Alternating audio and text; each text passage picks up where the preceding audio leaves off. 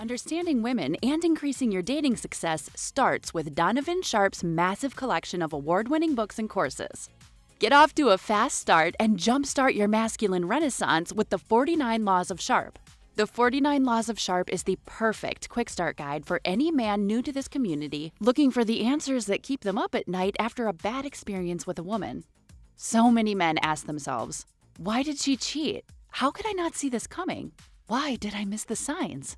And how can I avoid this in the future? The 49 Laws of Sharp will answer these questions and many more. This will give you a rock-solid foundation upon which to build, develop, and cultivate your newfound identity, and put you miles ahead of your competition. Most men have never had access to this valuable information, let alone understand and apply it. But the 49 Laws of Sharp will give you an unfair advantage over men and women. This treasure trove of valuable knowledge is available in audio, video, ebook, and paperback. Next, supplement your newly acquired foundational knowledge, supercharge your dating life with Donovan's 25-hour course, How to Master the Game.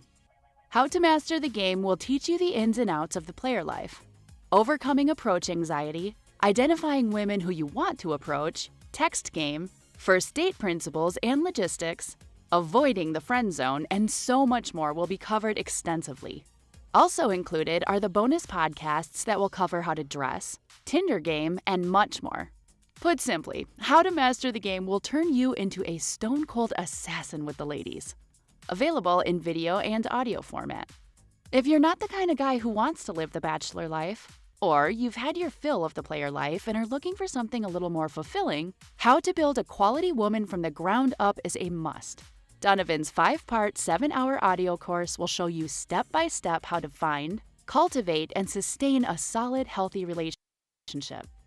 Everything from selecting the right woman, to coaching and correction, to what to do between the sheets. How to Build a Quality Woman from the Ground Up will guide you through the entire process of building the kind of woman you want and need. The strategies and techniques in this course are exactly what Donovan does in his own relationship to this day. And he is living proof that women can be beneficial to men provided they have the right instruction. And finally, the ultimate weapon all men are looking for in terms of being able to read and understand women, Donovan Sharp's revolutionary, one-of-a-kind course that has been called the cheat code, Womanese. Womanese is the first and only course of its kind that gives men the raw and honest truth about what women really mean when they communicate verbally. Womanese translates female communication with shocking accuracy and has changed the dating lives and relationships of men the world over. So many men have avoided disaster because of the preciseness and sheer volume of material in this course, which contains over 600 translations. How cool would it be to be able to see through a woman's BS and act accordingly right then and there, rather than getting blindsided when it's too late? What would it be like to have the ability to read a woman like a book based only on what she says? These abilities will be at your disposal with Womanese. Women won't be able to lie to you, cheat on you, deceive you, or take advantage of you. The time and money you'll save pays for the course almost immediately. Womanese is available in video, audio, ebook, and paperback format and can be purchased one volume at a time or all at once. Men in his community often state that the best investment a man can make is in himself. Donovan's extensive educational materials will take your life to the next level. And the only place you can get this life-changing knowledge is tsracademy.com. Link in description.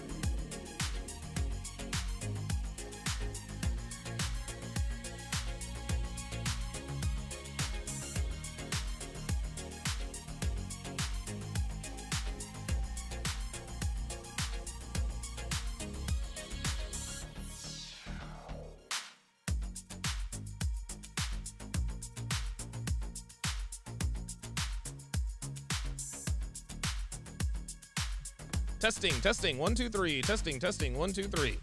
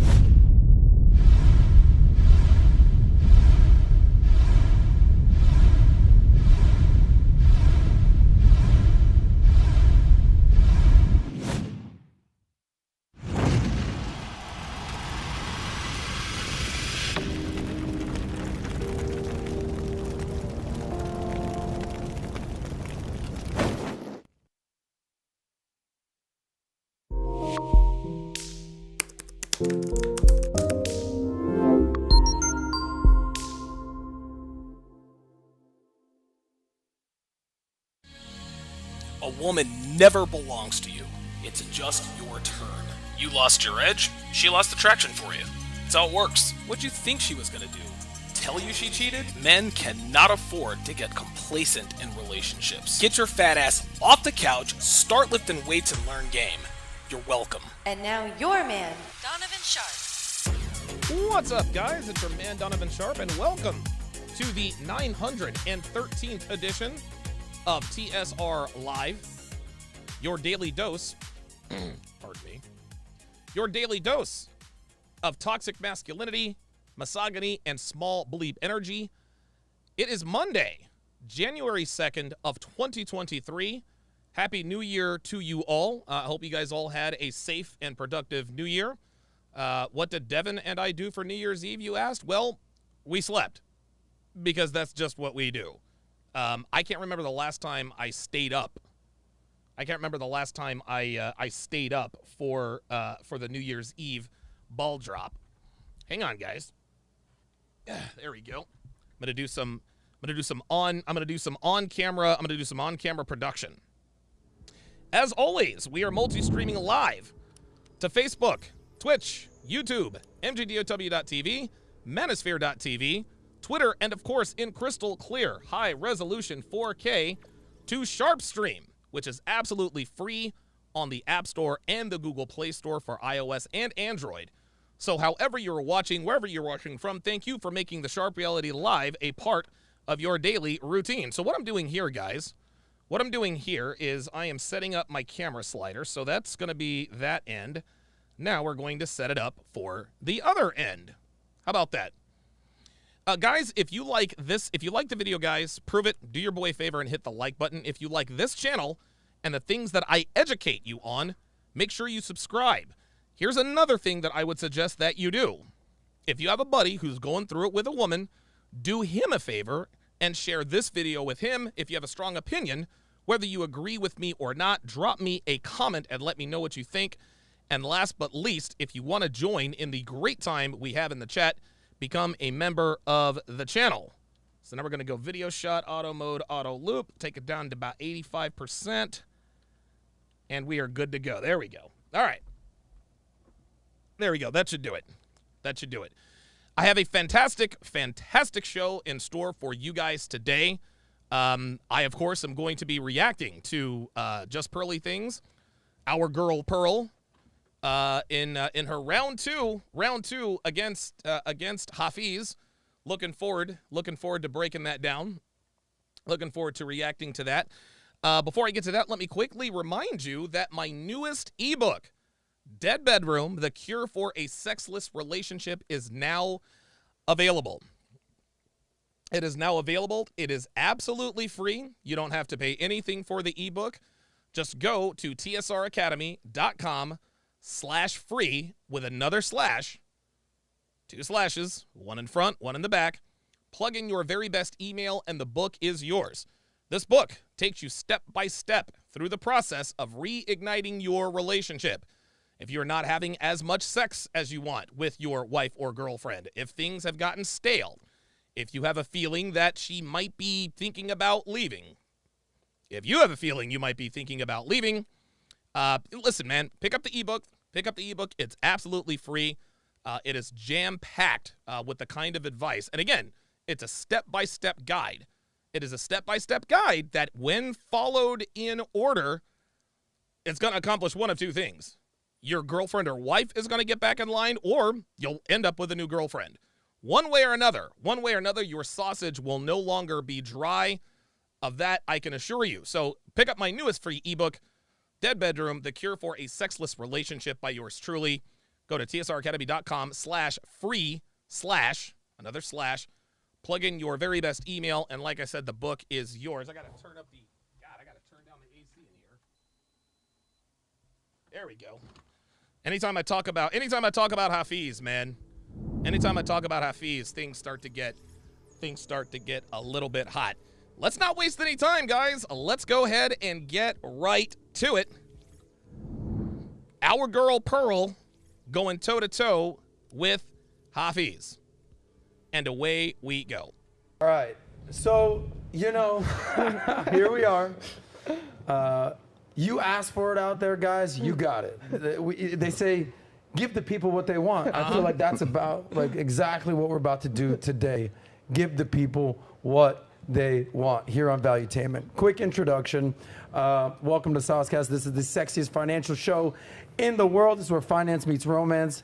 Okay, and today it's not about me. It's not about even these guys right here. It's about the audience. The audience has been asking to have Pearl and Hafeez round 2. I feel like it's like Apollo Creed, Rocky out here. I didn't even know that. But I don't even think it's that much beef. I feel like the. Oh yes, it is absolutely that much beef, Adam. It is definitely that much beef. By the way, like the last time Pearl did a video with Hafeez, she called me afterwards and she says, Donovan, I felt like I didn't do that well. She says, I don't think I was prepared. I think this, I think that. And if you guys remember, the last time Pearl said that, she was wrong. She actually did very, very well. Hafeez looked very, very bad. And so I'm expecting this to be the same. Again, I haven't watched this set. You guys are going to be seeing my live organic. Response. But yeah, Pearl last time was very adamant that she didn't look very good. And so it was plainly obvious. And this is what I tell a lot of my guys, just to divert here. It's one of these deals, and I go through it too. When you're doing a podcast live or doing a recording, it never feels as bad as you think it is. It never, ever, ever does. That's why I go back and I listen to all of my episodes to see what I really. I'm a lot better. I'm so much better than I thought. Than my live streams are so much better than I always think they are. And part of the reason is that in terms of breakdowns and reactions, y'all, let's just call it what it is. Can nobody do it as good as I do? That's just the facts.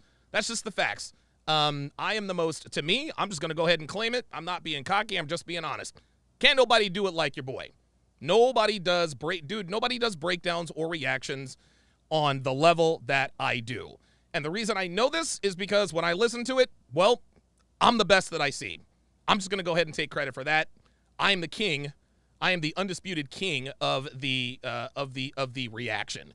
But it is also worth noting. So Pearl told me that she didn't think she did as well. She also told me that she wanted TLA to be a part of this, and Hafeez said no. Hafeez heard that the lead attorney wanted to come on and have this discussion, and Hafeez was like, nope, if TLA is going to be on there, then I'm not going to be. So you already know that Hafeez doesn't want to talk to a divorce lawyer in terms of spilling the truth. No, Hafeez wanted to go one-on-one with a woman. He wanted to go one-on-one with a female without any sort of help, just so it could be him versus her. So already, we already know Hafeez is a coward just by the way he talks. I'm just going to go ahead and call it like it is. I know that there's some people that I know who I'm good friends with, who are good friends with Hafeez. I've told him, I said, I think Hafeez is a coward. I think he's a coward. I think he is a coward. He has a coward's message. And the fact that he didn't want to have the lead attorney on with him, that just shows me that he's a coward. I'll have a discussion with anybody. I'll have a discussion with anybody live, face to face. Dude, I'll do it with Destiny. I'll do it with anybody. But I'm not going to get into these on-screen debates. That's just not what I'm going to do. But I'm not afraid to face anybody face to face.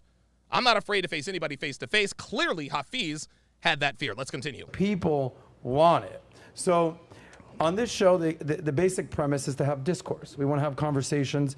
90+% of our audience are men, so we want to help men improve their status. Shout out to Joey. Welcome to Chat Privileges. At Joey to welcome him, or her, really, to the TSR family. Joey, if you would, put your age and location in the chat. We want to see men get paid, laid, and do it their way. This is what we do here. But on today's episode, for those of you that are tuning in, thank you for being here. Give a like. I think, what do you always say at the beginning of episodes? Like, subscribe, all that fun stuff. And ring that notification bell. Ring that notification Yes. bell. Hit the bell. So I thank you for that. I feel like on this episode, I'm here for one reason, to be an innocent bystander moderator and let you guys have an open discourse. If at any point I'll chime in with questions, if someone starts talking too much, I'll say, hey guys, all right, cool, let the other person speak. All good. But I'm like a fly on the all right. I'm like a fly on the wall to have for Pearl and Hafeez to have this conversation. This is something I think that you wanted to do. Yeah. I think this is something that you wanted to do. You're like, oh, Pearl's in town. I'm on my way. So this is great. By the way, if you're not familiar with these two, you're just logging in, subscribing. Thank you for being here. Subscribe to Valuetainment. Subscribe to Valuetainment Money. Pearl, YouTuber. A lot call you the face of the. This is funny. Hafeez is acting like this is, oh yeah, ha ha ha. Adam is sort of, kind of a tongue-in-cheek joke. Make no mistake, Hafeez took this very seriously. You can tell that he is a little nervous. You can tell he's a little nervous, and you can tell that he knows Pearl knows his shit. I think, honestly, man, I think Hafeez went to like a training camp or something. I don't know how you go to a training camp to sit down and have these live discussions, but if there was a way to do it, Hafeez did it. Hafeez knows he looked absolutely stupid the last time he and Pearl had a sit down. And so his intention, I mean, dude, he's not even in the suit this time. He's not even in the suit. He is dressed for warfare. Red pill for women these days. You host a show. You're based in London. Host a show called The Pregame. It's 3 days a week, I want to say. 4 days a week? 4, but 4 days a week. Who's counting? And the one thing I know about Pearl is you are the anti-feminist. Yeah. I would say that's an accurate description. Okay, well there it is. Hafeez, my dude in the house. Brother. He started off. You know him from the Roommates. Obviously, I think your premise is you want to help men, everyday men, just improve their life and get better. And I think part of that is you started the Standard. Yes, sir. Yes, which sir. It's a community. It's a clothing line. Yeah. It's just about raising your standard. Of course. Right. So. Before we get started, I got a whole list of questions. I have a whole list of topics. We're gonna go through red pill, role of a man, role of a woman, feminism, marriage, divorce, body count, sex. Dre Raven, you wrong for that. I'm not gonna read that out loud, but you wrong for that. And of course, money. Is there anything? It's almost like touch gloves right now. Is there anything you guys just want to say real quickly before we get into this? Ladies first. You want to just say? Well, guys, let's let's watch your low blows, rabbit punches. In the event of a knockdown, the other fighter, go stand over in the corner until I instruct otherwise. I will give you a standing 8 count. If you are still on the mat, by the time I count to 10, that fighter is then disqualified from the match. Touch him up. Quick introduction. Anything you want to say? Go ahead. Here we go. No, not really. I mean, there it is. There it is. Okay. I don't look it. Yeah, subscribe to my YouTube. JustPearlyThings. Promotion. Pearl sounds a little nasally, doesn't she? Pearl sounds a little nasally. She sounds like she... Promotion. I will say thank you to Hafeez for coming out. He flew all the way out there. Just all for you, Pearl. Yes. Look it. All for you, Pearl. Here we go. A lot of people wouldn't take it with how it blew up. So I do think it's admirable that you came out. Of course. Anything? Translation. I'm surprised you wanted to cross swords with me again after I waxed your ass. That you want to say or establish or set the ground rules or anything like that? Of course. Nah, first and foremost. Listen to the of course. All of that does not fool me. That does not fool me. Make no mistake, guys. Make no mistake. I haven't seen anything genuine come from Hafeez so far. Of course, hey, it's all for you. All of that the subtle jabbing, the subtle condescension. He's already started, guys. He's already started. All for you, Pearl. Of course. No. Hafeez is not doing this. Hafeez is not doing this for fun to have an open-hearted discussion. Nah, he's doing this to get his balls back. Man, I just want to thank Adam, man. Adam's my guy for facilitating this conversation. I think what we need more in today's society is conversation. I also want to shout out Pearl for being willing to have this conversation. I think sometimes when there's misunderstandings and miscommunications, it's very easy to kind of demonize the other side. But to be willing to continue to talk, that's very admirable of you. And I'm very excited about the conversation today. So Pearl, thank you so much. I'm sorry, miscommunication? Nope. It was pretty clear that Hafeez was a condescending double talking charlatan / snake oil salesman. That's awesome. Respect. And again, I'm here to help establish open discord. Are there going to be things you agree upon? Sure. Are there going to be things you disagree upon? That's all good. This is what we do here.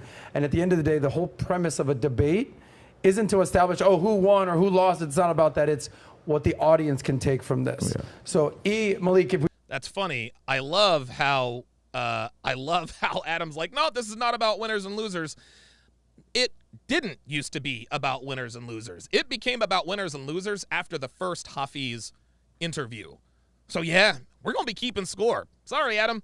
Pedro the Plug with a $5 super chat. Appreciate that. Says, first super chat. Shout out to you, Don. Shout out to you, Donovan, Fresh and Fit, Pearl, R.I.P. Kevin Samuels, Free the Tate Brothers, and you really are the best at these breakdowns. Appreciate that. Hey, man, it's not bragging if you're telling the truth, right? We can turn Hafeez up a little bit because I just want to make sure that his audio is good. Oh my God, turn Hafeez up, Jesus Christ, Adam, what are we doing? Sosnick, what are we doing? So let's just start off with probably the question everybody's asking is, so last time you guys had a conversation, it turned in from a conversation to a dialogue. Some call it a debate. Very spirited. Yo, Hafeez took the L. A lot of opinions, who won, who lost, person got triggered, this, that, the other. Some person was like gaslighting the other. So a lot of people say that, Hafeez, you got triggered in this. That's because he did. Situation, and that maybe you were condescending to Pearl. These are what people are saying. And he was. Okay? But I also know that you're a very emotional guy. Like, you wear your heart on your sleeve. You're passionate. So I feel like some people don't maybe not know that about you. Even like behind the scenes, you're like, yo, what up, bro? Like that. Yeah. But Adam, there's a big difference between being emotional and wearing your heart on your sleeve and being a condescending asshole, trying to talk down, look down her nose at somebody. And it's funny. It's funny because all of these people that Pearl reached out to for advice on how to start her channel, and she's reached out to quite a few people. She reached out to me. But a lot of people that she reached out to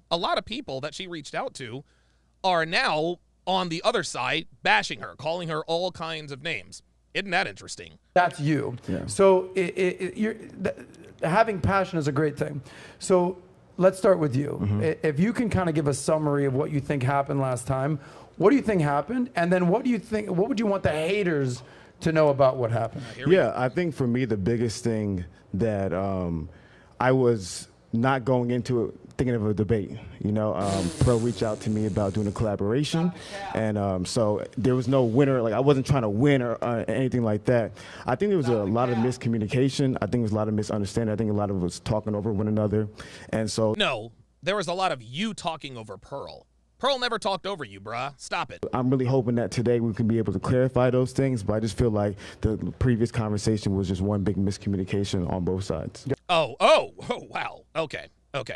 So now he's trying to say it was one big miscommunication on both sides. Nope, Pearl communicated very, very well. Even though Hafeez spoke 75% of the time, the 25% of the time that Pearl spoke, she cooked him. Gotcha. So what would you say to the haters that were like, nah, that's it. Hafeez, I thought I liked you, but nah, that's it. Like, any of those guys. I mean, listen, if you don't have haters, you're not doing something right. Yeah. So don't worry about that. But what would you say to those people who are kind of talking smack about you? The reality of life is that all people can do is try their best to represent themselves. People, when the late Kevin Samuels passed away, I said people aren't who they are on their best days, neither are they who they are on their worst days. Okay, so let's start keeping score. Name dropping. Okay? We're gonna start keeping score. Okay, so name dropping, we've already got one, and it was Kevin Samuels.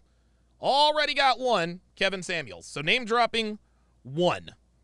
Let's see how many, listen. He's probably going to mention Jordan Peterson, and he talks about Jordan Peterson. He calls him Dr. Peterson as though he has a personal relationship with Jordan Peterson. Ay. So already he's name dropping. And when guys name drop like this, they're trying to give their bullshit case a little more validity. Kevin Samuels agrees with me on XYZ on XYZ topic, so I must be right. They are who they are on most days, which is a human being trying their best. And so my desire is, I'm not here to change anybody's mind. Whatever you believe about me. Then what are you doing here? But I'm just here to simply communicate to help the most men possible, because end of the day, what matters the most in today's conversation is men winning. So that's what it's all about. Love that. So, Pearl. No, at the end of the day, it was with you winning. Derek the Trader, as I reach around Walter, with the $10 super chat, says, young men understand this. When you are pursuing women via social media / dating apps, you are not competing with the average guy. You are competing with Chad, Tyrone, and Kevin from sales. Absolutely. Hey, did I talk over you in that conversation? In regards to No, you said we talked over each other. Did I talk over you? So in regards to the conversation, I'm not going to lie to you. I haven't went back and rewatched it, but I did. Yeah, that's a no, Hafeez. That's a no, Hafeez. know there's a lot of miscommunication, but Wait a minute. Did he say that he didn't go back? Something. Hold on a second. Hang on a second. See, this I think is the biggest thing is that we're. Hold up, man. Just End of the day, what matters the most in today's conversation is men winning. So that's what it's all about. Love that. So, Hey, Pearl. wait, did I talk over you in that conversation? In regards to No, you said we talked over each other. Did I talk over you? So in regards to the conversation, I'm not going to lie to you. I haven't went back and rewatched it, but I did know there's a lot of miscommunication. But I think here we go. He's already evaded. He's already evaded. She asked him straight up, did I talk over you? And he's like, I'm not going to lie. I didn't go back and watch it. But yes, that means yes, Hafeez. Yes. Or no, she did not talk over you, bruh. She didn't talk over you. You were the one talking over Pearl. And for him to sit here and say, see, he's just not going to admit, hey, you know what? I talked over Pearl. It is what it is. Yeah, that's bullshit, Hafeez. That's bullshit. And I promise you, he went back and watched that. Because you can tell that he is ready. He's already started with the bullshit meter. I think the biggest thing is that we're here today to be able to move forward, and that's what I really want to focus on. Yeah. He gave the Mark McGuire answer. Mark McGuire on Capitol Hill, they asked him, have you taken steroids? Dude, Mark McGuire had Popeye forearms. And all he kept saying, for those of you who remember, I'm not here to talk about the past. I'm just here to talk about the future. The answer was yes, McGuire did take steroids, but he couldn't lie because he was under oath. Hafeez is not under oath, yet he's still sitting here lying. Shamar Williams with the $5 super chat says, I watched this episode and I said wait until Donovan watches this. He's about to have a field day. Here we go. So my question to you is, so give me your perspective of what happened. What did you expect to happen? And then what in reality, what did happen? Give me your expectations versus reality. Yeah, I actually expected to agree with you on most stuff. I didn't expect it to be a debate at all either. I just found it hard to get a word in, to be honest. Thank you. And a lot of times I would try to talk, and I didn't really. I felt like I couldn't talk on my own show. Well, listen. Shout out to what we're doing here. Yeah. This is why you have a moderator, and an arbitrator, and a host to make sure that we have equal opportunity to speak. So there you go. Neil Racist. That's what girls do, not take responsibility. Exactly. Troy McAvoy with the $5 super chat. Appreciate that. You're gonna have just as much time as Hafeez to speak today. So you go. What did you want to say last time that you weren't able to say? If you're saying that he was speaking over to you, what do you think? I would say it was more of a question. Okay. Would you say, so you said you don't disagree, or you disagree with the Red Pill's description of marriage. I was just curious, why? Okay. So why do I personally disagree with the Red Pill and then disagree with marriage? For anybody watching this, one of the... Wait, can I ask one more thing? I'm go sorry. ahead. Yeah, I'm sorry. I'm sorry. I know I cut you off. Go ahead, yeah. But do you... Wow, Pearl just cut him off. Okay. Do you think that what they're saying not off to a good start about the laws is untrue? No. Ooh. Okay. No, 100%. For anybody watching this today, I'm going to be trying to quote as many statistics as possible. My desire is to present the information. The people can do with it whatever they want. So if you guys go to the Roommates YouTube channel, go to the community tab, there's going to be statistics that I'm going to quote. I want people to criticize it, scrutinize it, pick it apart, because at the end of the day, it's about the information that helps men. So Natalia, if you don't mind. Here we go. So we're already pointing to statistics.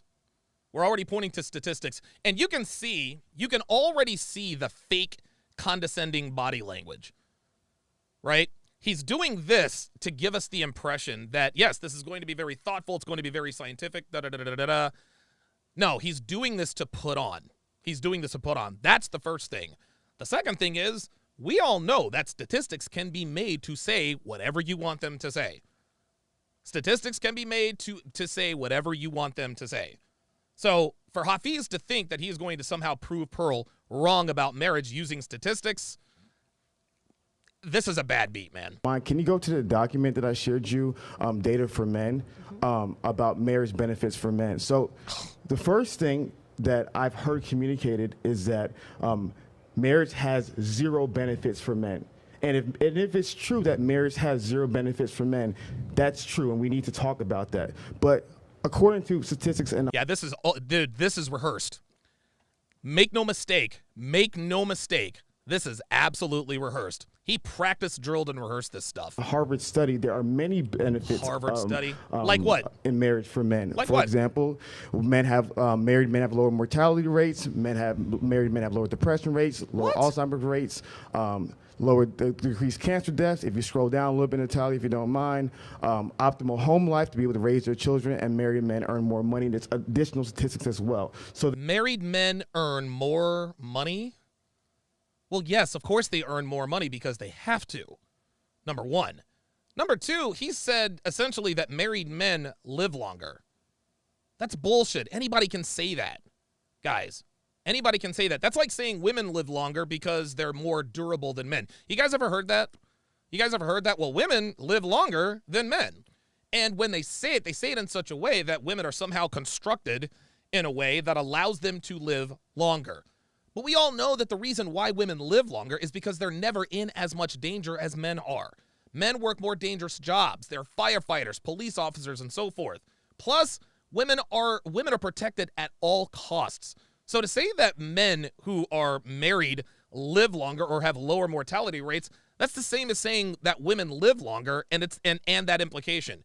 Marriage doesn't cause men to live longer. It's just that some men have happened to live a longer life while married. Get out of here with that. There are benefits for a man today when it comes to marriage. In regards to some of the challenges, you're 100% right. There are challenges and there are issues, and we need to address them and solve them. But there are benefits for men today, and I want men to know the good, the bad, and the ugly when it comes to marriage. And just to be clear, but listen, Hafeez is right to an extent. But what he fails to point out is that the benefits don't outweigh the risks. Of course there are benefits to being married, guys. Of course there are being benefits, assuming that the woman actually loves you and is attracted to you. You get companionship, you get to start a family, you get to create memories, you get to create a legacy. All of those things are benefits. But the risks are obvious. Losing your kids, half of your present and future earnings. Being kicked out of the house, living in inefficiency, having your name dragged through the mud, family and divorce court. Hafeez, he said we want to talk about the good, the bad, and the ugly. There's a lot more bad and ugly than there is good. I don't think anybody can dispute that. Clear here, because we're going to go through a whole range of topics. Okay. So you're going to be doing more answering than questions, but that's fine. You asked a question. Yeah. I think it's important to establish you're married, correct? Yes, sir. You've been married for how long? Over a year. Okay, so you're married. So okay, and you're single. No. We talked about this yesterday. A lot of DMs coming in the inbox these days. Chill out. But we are talking about marriage right here. So I guess let me give you guys some stats, and then we'll kind of open up for dialogue. So marriage in Western society is definitely on the decline. There's a quote from the New York Times saying that the married will soon be the minority, right? And usually people will get married all over time. It's also no secret, we talked about this yesterday, that men tend to be the big losers in the court system, especially when a divorce happens in marriage, okay? So it's not an all bad thing. It's not an all good thing. Like, there's benefits to marriage. There's pros. There's cons. Yeah, I don't see. Again, I got to disagree with Adam here. What Adam is trying to do, and again, he's the moderator. I guess he's going to have to do this. But to characterize marriage as the same, like they're the same sides they're two sides of the same coin. There's benefits and there's drawbacks. There are far more drawbacks. There are far more risks than rewards in legal marriage in the West. Let me repeat that. The risks far outweigh the rewards, and it's not close. It's not close. Stop trying to, dude, I don't like it when, and Adam's only doing this just to keep it level, but Hafeez is always like, well, there's good things about being married and there's bad things about marriage. Yes, there are good and bad things about being married, but there's a lot more bad than good. Stop it. So is your question saying, are you basically saying the red pill props up marriage, or basically disses marriage, saying that there's no benefit to it and a man should not get married? Is that essentially what you're saying about the red pill? And you're essentially saying, no, there are benefits. Like, give me your full scope of your argument. Yeah, so the full scope of the argument is that I agree. Pearl talked about some of the laws today, and I hope you get into the statistics. Men need to know about the bad, the ugly, and the terrible laws going on today. We need to address those. So the bad and ugly we need to talk about, but there are good things about marriage. So talk about the bad and the ugly, Hafeez. And there's a lot of statistics that we'll go through today about the benefits. So we're going to go through, so we're going to use statistics to prove the point. How about empirical data? How about empirical data? How about Reddit? I remember Adam read a stat on the show the other day with the unicorn and the Peter Pan, the pan and the unicorn, which is absolutely fucking ridiculous. And he said the average man has 7.5, 7 sexual partners. The average woman has 4 to 5. Guys, we know that's cap. We know that's 100% cap. You want to know why we know that's cap? It's because they're asking these people on their surveys. And if we know anything about women, they lie. Dude, they lie when they don't have to. They lie when it doesn't. They lie when it does not even serve them. They lie all the time. But now we're going to believe. All of a sudden believe that women, how many sexual partners have you? 4, 3, 2, 1, I'm a virgin. There are far more promiscuous women than there are promiscuous men, but women have had less partners. Give me a break. My biggest thing is that if the red pill is telling the truth is the good that's happening, the bad that's happening, and the ugly that's happening. So my biggest issue is that when we're not communicating, we're only communicating the bad and the ugly and removing the good, you're not communicating the full truth for men. Is that what you think? Is that I guess the perspective from the red pill is that marriage is not a good thing? Like, the reason that you're asking, you had one thing to ask him and you started with marriage. I assume that's what we talked about a lot last time, that's a major thing you want to address. So from your perspective, what is Hafeez not recognizing? Have you heard Rollo say that men and women are better together than they are apart? Because he said, have I heard Rollo say what? He says that men and women are better together than they are apart. Okay. I think a lot of guys believe in the institution of marriage, just not the legal side of it. There you go. Thank you. Yeah. So that's okay. Like, I just don't think that's true. There you go. Right. I think they say there's no benefits. Here's another thing I want to point out. A lot of people tend to try to dog Pearl because Pearl, all she does is parrot talking points. There's not one original thought from Pearl. She just echoes the talking points and blah, blah, blah, blah, blah. Guys, everybody does this. Everybody parrots talking points to some degree. When I first started, I was parroting talking points. You don't think I was parroting talking points from the rational male? You don't think I was parroting talking points from Illimitable Man? From Roosh? Yes, we all use each other's material. We use each other. Dude, 75% of the mic drop moments that Kevin Samuels had came directly from the mouth of Tommy Sotomayor. Now, Tommy didn't necessarily take too kindly to that because Kevin didn't shout him out. But you don't own ideas. You don't own talking points. Everybody in this space, dude, everybody in every space, especially when you're new. Pearl hasn't been at this for too much longer, or she hasn't been at this for long. Of course she's going to parrot talking points. That's what you have to do. That's what you have to do. You have to it's almost like the training wheels. Back when Myron first started, half of everything he said were parroted talking. And you know what's interesting? Myron actually gives credit. When Myron says XYZ ABC, shout out to Rollo Tomasi, shout out Minister Jap, shout out Tommy Sotomayor, shout out Kevin Samuels, et cetera, et cetera. When Myron does that, he actually cites people. Well, this is exactly what Pearl does too. This is what Pearl does too. And Isidore Calderon says Torsia is way worse. She coins Rollo's phrases. Exactly. Tori will repeat what Rollo says, but not give Rollo credit. I remember one time she was on Fresh and Fit and they were talking about a woman's body count. And one girl said something, and then Tori said, well, that's to ensure paternity. And everyone looked at her, oh my God, that's so correct. She didn't say, shout out Rollo Tomasi. She wanted everybody on the panel to think that she had come up with that on her own. I'm not going to dog Tori for that because we all do that. But if we're not going to dog Tori, and if we're not going to dog Myron, if we're not going to dog Rollo or Jap, there's no need for us to dog Pearl. Here's the reason why Pearl is getting so much hate. You want to know why Pearl is getting so much hate? Dude, 90% of Pearl's haters are black people. Let's just call it what it is. Black people just don't like Pearl because she's a white girl. She's a privileged white girl. She came up in a top 1% family. Both their parents were there. Her dad, her family's rich. Her family's rich. She's well on her way to being rich. That's really what it is. That's really where all the hate is coming from.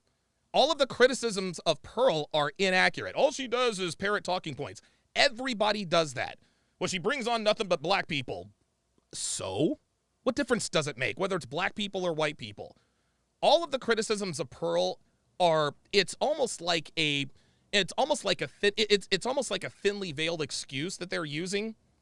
It's a thinly veiled excuse that they're using to cover up the real reason they don't like her success. It's because she's a white girl, y'all. She's a white girl who came from a great family and she has a huge YouTube channel. That's why. Let's just keep it a stack. Yes, she parrots talking points. Yes, we all use each other's materials. It is what it is. Theo Woff is in the chat. Good to see you in here, Theo. Says, I like white girls. Yes, I do too. It's legally, not there you go. Like as an institution. Mm-hmm. So unpack that a little bit. So I'm saying men and women are better together. Marriage is a good thing, but the way it's set up today just doesn't benefit men. There you go. I mean, we talked about it yesterday. 90% of men don't get custody of their kids in a divorce. Right, we talked about that yesterday. These are just stats, not my opinion. Women initiate 70% of divorces. That goes up to 90% if they're college educated. Women get the kids 90%. Is Hafeez's wife college educated? Of the time. They was it 90%? Oh, yes. Isidore Calderon says, and she dates black guys, which I'm sure black women hate. Pearl doesn't date black guys. Black guys are her preference. Pearl doesn't date, y'all. She's not dating. I mean, not as far as I know. Not as far as I know. But yeah, I hear what you're saying. Yeah, the fact that Pearl also likes black dudes, that's the real reason. That's the real reason the black women hate Pearl. Oh, yes, they absolutely do. Oh my God. Percent of the time they're getting the ones getting alimony. I don't have those exact stats we talked about yesterday. But with anything, there's risk and reward. Yes, Adam, there's risk and reward with anything, but I will say this for the 37th dozenth time. With legal marriage, there is far more risk than reward. Anything. I don't care if it's driving a car. I don't care if it's getting... Big Brandon, TSR Security's in the house. If you guys piss me off, Big Brandon will see you. He will see to it that you are escorted from the premises. If you act right, we'll let you behind the velvet robe. Appreciate it, Big B. Married, I don't care if it's going swimming, if it's working out, if it's going out partying and drinking, there's risk and reward. So you're basically saying, hey, cool, I got married, bro. Yeah. Like, there's the major reward to it. I recognize the risk, but obviously the reward outweighs the risk. And my question to you, Pearl, is do you personally, Pearl, believe that there's any benefits for men to get married today? Legally? No, in general. That's what I'm saying. Again, men and women are better together. I mean, my parents... She's about to quote Rollo again. ...are married. I'm really thankful for having two parents in the home. I just think from a legal perspective, if I was a guy, I probably wouldn't get married legally. So you're saying that there is benefits that men have to being married today? From not from a legal perspective. Yeah, so not from a legal, there is benefits. Can you name a few of them if you don't mind? Okay. I liked having two parents in the home. I think that's good. I think commitment is good. Yep. And how does that benefit men? So I want to be specific with you. So you said men, not legally, of course, but there are benefits for men today when it comes to marriage. Can you share some of those benefits? Yeah, if they pick the right girl, I think having a support system is good. But that's also dependent on if they pick the right girl. Of course, 100%. I think that having someone, I don't know, I just think it's better. Devin, get the door. Better to like have someone by your side. Of course. Well, there we go. I love it. There we I go. love it. And one of the things, and I really appreciate you sharing that, Pearl, is I want to clarify something that I may not have. I really appreciate you sharing that, Pearl. Guys, this is coaching. This is coaching. Somebody coached Hafeez. Somebody coached Hafeez to be more affable in this particular discussion. He's being very political right now. I appreciate you sharing that, Pearl. I love it. I love it. I appreciate you sharing that, Pearl. Dude, Hafeez doesn't give a damn about what Pearl is or isn't sharing. He doesn't give a damn about that. He's trying to come off like less of an asshole. That's all he's doing at this point. Communicated properly. There's certain things I stand for. I want to see men have money in their pockets, a family by their side, and respect on their name. I've been talking about that theme, and I believe those are good things for men. Anything that I see trying to take that away from men, any bad idea, that's what I'm against. So I'm not against any individual person. I'm against any idea that I personally believe hurts the lives of men. So I want to clarify. Yes, and what hurts the lives of men, is legal marriage in the West. We continue to move forward. I'm never against any individual person. I want to see every single man have the best life possible. One of the things I loved about Pearl before the show started, she was talking about her dad. Her dad's like a freaking rock star. The compliments, the encouragement, like just her as a woman, like by having an amazing father really benefited her life. I want to see more women have fathers like Pearl. I want to see more men become fathers like her father was. And so any idea that helps men, I love it. And any idea I think that hurts men, I'm against it. 10 kids in the That's Pearl crazy. household. And which one are you, by the way? Oh gosh. Now he's acting like he gives a shit about what number out of 10 she was. Hafeez is trying to be more affable. He's trying to be more likable. He's trying to make conversation about things that could be closely related, but not so much to make him sound good. Team Peterson, you took it right out of my mouth. He said he is so disingenuous and phony. This is phony, guys. This is phony. I can tell. I can already tell he's not as high octane as he was. He's not as high strung. You can see he is trying to be very relaxed. He's trying to speak in an even tone, and he's just laying it on too thick. He is. Yeah, Beliza Guitar says he's buttering Pearl up. Oh, you had an amazing father, and you've turned out to be this wonderful woman. Dude, get out of here. Bryce Friday says, is he trying to debate or trying to sell the public BS? Yeah. Yes, the answer is yes. It depends how you count it. I grew up with 6. I was the second to 6, and then they adopted 3 teenagers later. And then I actually had a brother at 22. They gave up for adoption when my mom was 17. So I didn't find out about him until I was older. But out of the original 6 I grew up with, I was second. Okay. You were the second oldest, second youngest? Second oldest. Oh, wow. Well, third if you count the brother that didn't. Of course. That's why I say, how do you count crazy. it? How do you count it? Beyond ridiculous. Yeah, 10 yeah. kids. Respect to I don't even know your last name. Someone asked me, he goes, Adam, what's Pearl's last name? I go, I think it's Things. What is your last name? Davis. Yeah. Pearl Davis. Yeah. There it is. Yeah. The name you know. We just established 2 things. That 2 things can be true at once. That there's a lot of benefits to being married, to raising your kids in a single family household and being together. But hey, you should also recognize that there's a lot of risks involved in marriage. Yes, but the former doesn't happen nearly as often as the latter. Yes, there are people in this country who have good, successful marriages. Those are the exception to the rule. Half of all marriages end in divorce, and I think it's probably higher than that. And we know that better than 3 out of 4 of them are ended by the woman. And the reason they're ended by the woman is because, like Pearl said when she was on with me, they're paid to leave. The way legal marriage is set up is it incentivizes women to blow up their families at their husband's expense. This is why more men are not getting legally married. Especially being a dude. Is this fair to say? 100%. Is there anything, like, would you want to push back on that, either one of you? Look at us. Yeah. Look at us. Adam, I have a question for you. Yeah. So I love that statement. I love how Pearl agreed to it. You're a guy who's very intuitive, a guy who's asking a lot of amazing questions. You're a lifelong learner. And You got to be fucking kidding me with this. Let's just listen to this. Let's just listen to this bullshit. Listen to this. This guy, like, guys, really? I mean, dude, if he's gonna be doing this the whole time, I'm not sure I can make it through this. Listen to this. Look at us. Yeah. Look at us. Adam, I have a question for you. Yeah.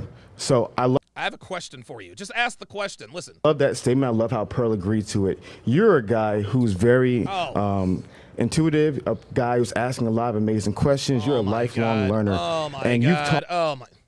Really, nigga? Like, really? Like, seriously?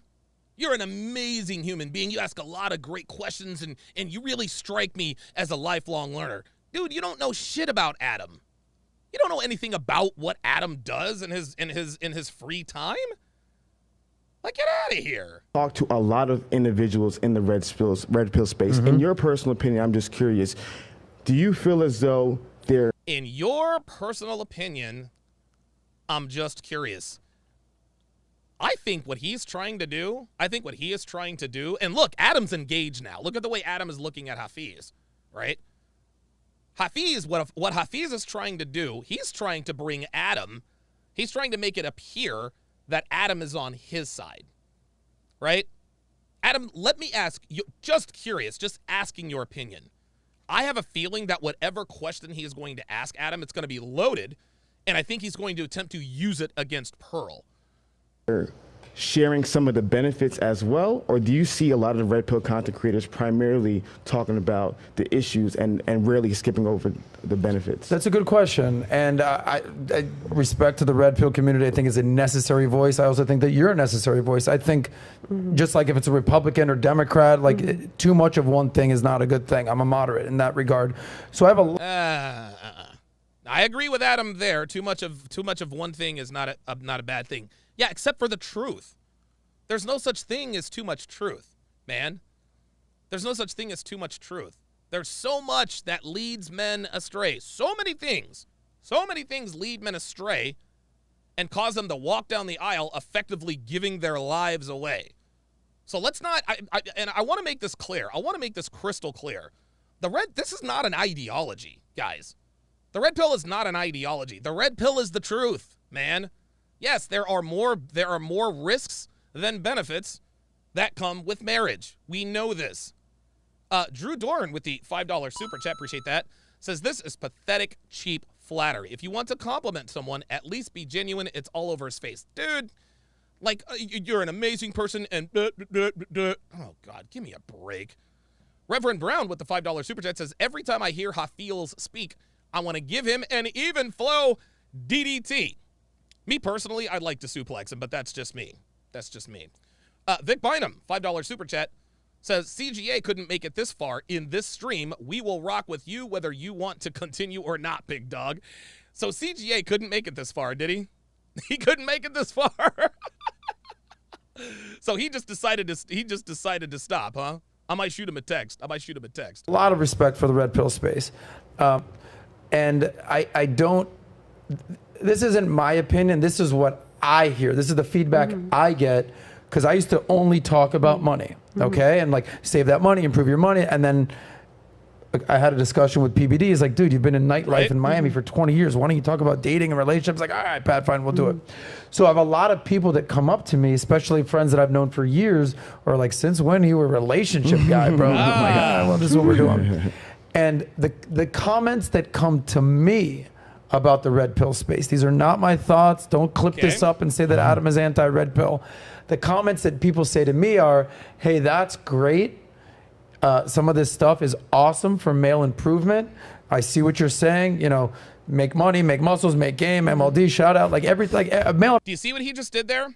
He said, make money, make muscles, learn game, hold frame. Shout out MLD. That's how you do that self-accounting bibliography, right? That's how you do that. I used to say, the more money and status a woman earns, right, the further she shrinks her pool of potential suitors. Myron said the same thing, he just said it differently. The more money he makes, the more doors close. The more money a man makes, the more doors open. That's much more succinct. But even after he said it that way, he still says, shout out to Donovan Sharp. Shout out to Donovan Sharp. awesome. But I really feel like what you're talking to are single men, like young single men. And the comments that I hear from like grown folks, kind of a thing, older, more, they're like, yeah, when you get married and you have kids, like some of this praxeology or ideology doesn't add up to me. This is what they're saying to me. And I say, well, unpack that a little bit. So when they say, well, when you have kids and you have 2 daughters, your perspective is just going to change a little bit. How? How is your perspective going to change whether you have sons or daughters? Huh? Look, the truth is the truth. Just because you have a daughter doesn't mean, oh, well, I guess everything the red pill said. No. Dude, this is the kind of stuff that once you see it, you can't unsee it. I don't care whether you have daughters or not. I have people, dude, I had, what was her name? Lisa Faye. She tried all of that stuff. What if you had a daughter? I don't have any kids. Well, you have sisters, don't you? You have a mother, don't you? Yes, I do. That doesn't change the truth. My mother and my sisters, they have all been hoes at some point or another. That doesn't mean I love them any less. I love my mother and I love my sisters. But guess what? They all had hoe tendencies. And did as much. We can say whatever we want about how much we love our mothers and sisters, but every woman in my immediate family has had at least one abortion. That doesn't just all of a sudden change because they're related to me. Versus like, fuck these hoes out here. Don't worry about like. I'm not so. And I'm like, oh, okay, interesting perspective. No, I know. But just to be clear, the benefits that the red pill community establishes and the knowledge it preaches definitely outweighs the negatives. Okay, like I just want to be clear about that. But at the same time, I've never claimed to be the red pill guy, the red pill voice. I really appreciate talking to all these guys. I've talked to Rolo how many times on camera? I've done content with Fresh and Fit. Hell, we just interviewed Andrew Tate a few months ago. Yeah. Okay, whether it's Coach Greg Adams or Donovan Sharp, we went at the CME. Like these guys are all. How about that? All right. Let's listen to that one more time, man. He shouted me out. All right, Adam. I've done content with Fresh and Fit. Hell, we just interviewed Andrew Tate a few months ago. Okay, whether it's Coach Greg Adams or Donovan Sharp, we went at the CME. Like, these guys are awesome because at the end of the day, and there's different categories. Adam, you the man. Like that's like to use politics. There's a moderate Democrat. There's a socialist Democrat. Yeah. There's MAGA Republicans. There's just that. Like there's different gamuts of the red pill community. But at the end of the day, I think what the fundamental message is guys, you need to improve. If you can improve your life, you can improve your status, improve your money, improve your wealth, improve your game. Then the world's your oyster. There you go. But if you want to be a fucking loser, then hey, you could also do that too. So I'm not sure if that's what you were looking for. No, you answered the question. Yeah. So all right, do you want to respond to what No, I was curious because like I'm always interested. See, so Adam didn't really give him an opinion. Adam just told him what was up. He's like, hey, look, man, like the red pill is a lot more good than bad. That's just all there is to it. He shouted him out. Ken Rose with the $5 super chat, and then you just retracted the message. Okay, all right. Well, I appreciate that very, very much. Thank you. In other people's perspectives. So I was just curious to like, what was your perspective on it? I guess he's still trying to get Adam to come over to his side. He's still trying to get Adam to come over on his side. Hafeez thinks that by getting Adam to agree with his opinion, he is now going to make this a 2-on-1. And again, I want you to keep in mind that Pearl wanted TLA there with him. Because Pearl is not a legal expert. She's not a red pill expert, right? As far as the legalities are concerned, she doesn't know this stuff. All she knows are basic borderline statistics. Hafeez wanted no part of the lead attorney. He just wanted to go one-on-one with Pearl. That's very manly of you. Very manly. If you're not getting notifications from YouTube when I go live, let's keep it a stack. You're not. What you need is the SharpStream mobile app on sharpstream.com. Download the SharpStream app and you'll never miss another live stream. The app is absolutely free. It is available for iOS and Android. When you download the app, you also get access to all of my premium live reactions free. You can watch my dating show breakdowns, my exclusive streams. You can even watch my Red Pill Theater breakdowns where I do play-by-play breakdowns of movies from a red pill perspective and everything else that is not safe for YouTube. Again, you can watch all of this absolutely free on the app along with getting the push notifications. Let's continue. I guess let me ask you a question. So we're talking about the red pill here. So the red pill is commonly known as the truth. Like a lot of it came from the Matrix, right? It's the study of human behavior. Right. It's obviously red. That's the praxeology thing. Ken Rose with the $5 super chat says, people like this Hafeez character, are very dangerous to have around on both a personal and professional level. Yeah, man. Team Peterson says, I love the app. Appreciate that very much. Thanks for that endorsement. Do like Team Peterson did. Download the app. Red pill has blown up. We all know that. If you're not familiar with the red pill, you can look it up. It teaches the truth, intersexual dynamics, the study of evolutionary psychology, human behavior, all that kind of stuff like that. I will say that on one hand, on one side of things, a lot of people will say that misogyny and chauvinism and basically they put down women, but then on the other hand of the coin, it's, no, this is male improvement, self-improvement. Who's going to get mad at improvement? So I'm just framing this question. From your perspective, what are the biggest flaws you see in the red pill space? Oh, boy, here we go. So to me, I think the hardest thing and the part that I think when I talk about this, I make the biggest mistakes is the red pill means different. Sorry about that, guys. And I've talked to like 8 different red pill creators. Wait, hold on. Let me back that up because that sort of skipped out a little bit. No, this is male improvement, self-improvement. Who's going to get mad at improvement? So I'm just framing this question. From your perspective, what are the biggest flaws you see in the red pill space? Yeah. So to me, I think the hardest thing and the part that I think when I talk about this, I make the biggest mistakes is the red pill means different things to so many people. What? And I've talked to like 8 different red pill creators.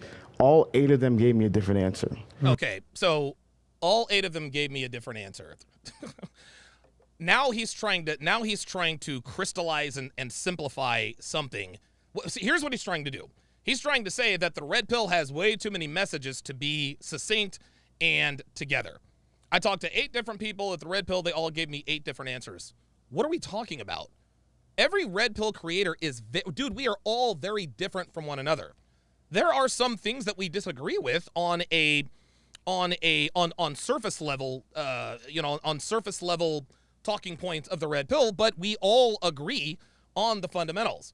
For him to try to characterize this as, well, I've talked to 8 different people about the red pill and they gave me 8 different answers. What he's trying to do, he's trying to say, well, hell, even the red pill doesn't have it figured out because they're all giving me different answers. Fuck out of here, man. And so I don't want to get too lost in the sauce. Yeah, you just did. Do you see that? Do you see that? They gave him time to speak. 8 different people gave me 8 different explanations. He wanted Adam to go, oh, wow, ooh, a mic drop moment. You guys see? This was supposed to be his mic. This was supposed to be a mic drop moment. He didn't have anything after that. Watch. And I've talked to like 8 different red pill creators. All 8 of them gave me a different answer. Watch. And so I don't want to get. Yeah. Okay, you got the jab in there, but guess what?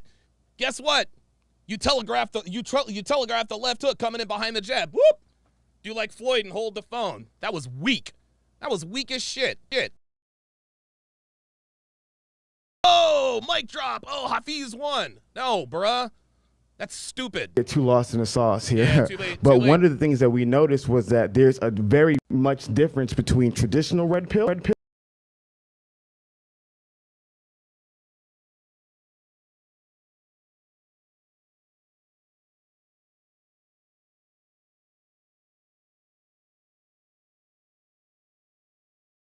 of there. Get. Damn it. Walter, get. You little bastard. Yeah. Come here.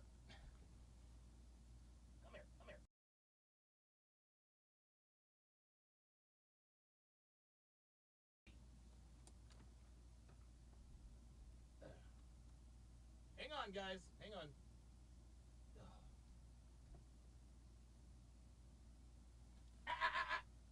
Get from behind there. Oh, that's a little troublemaker.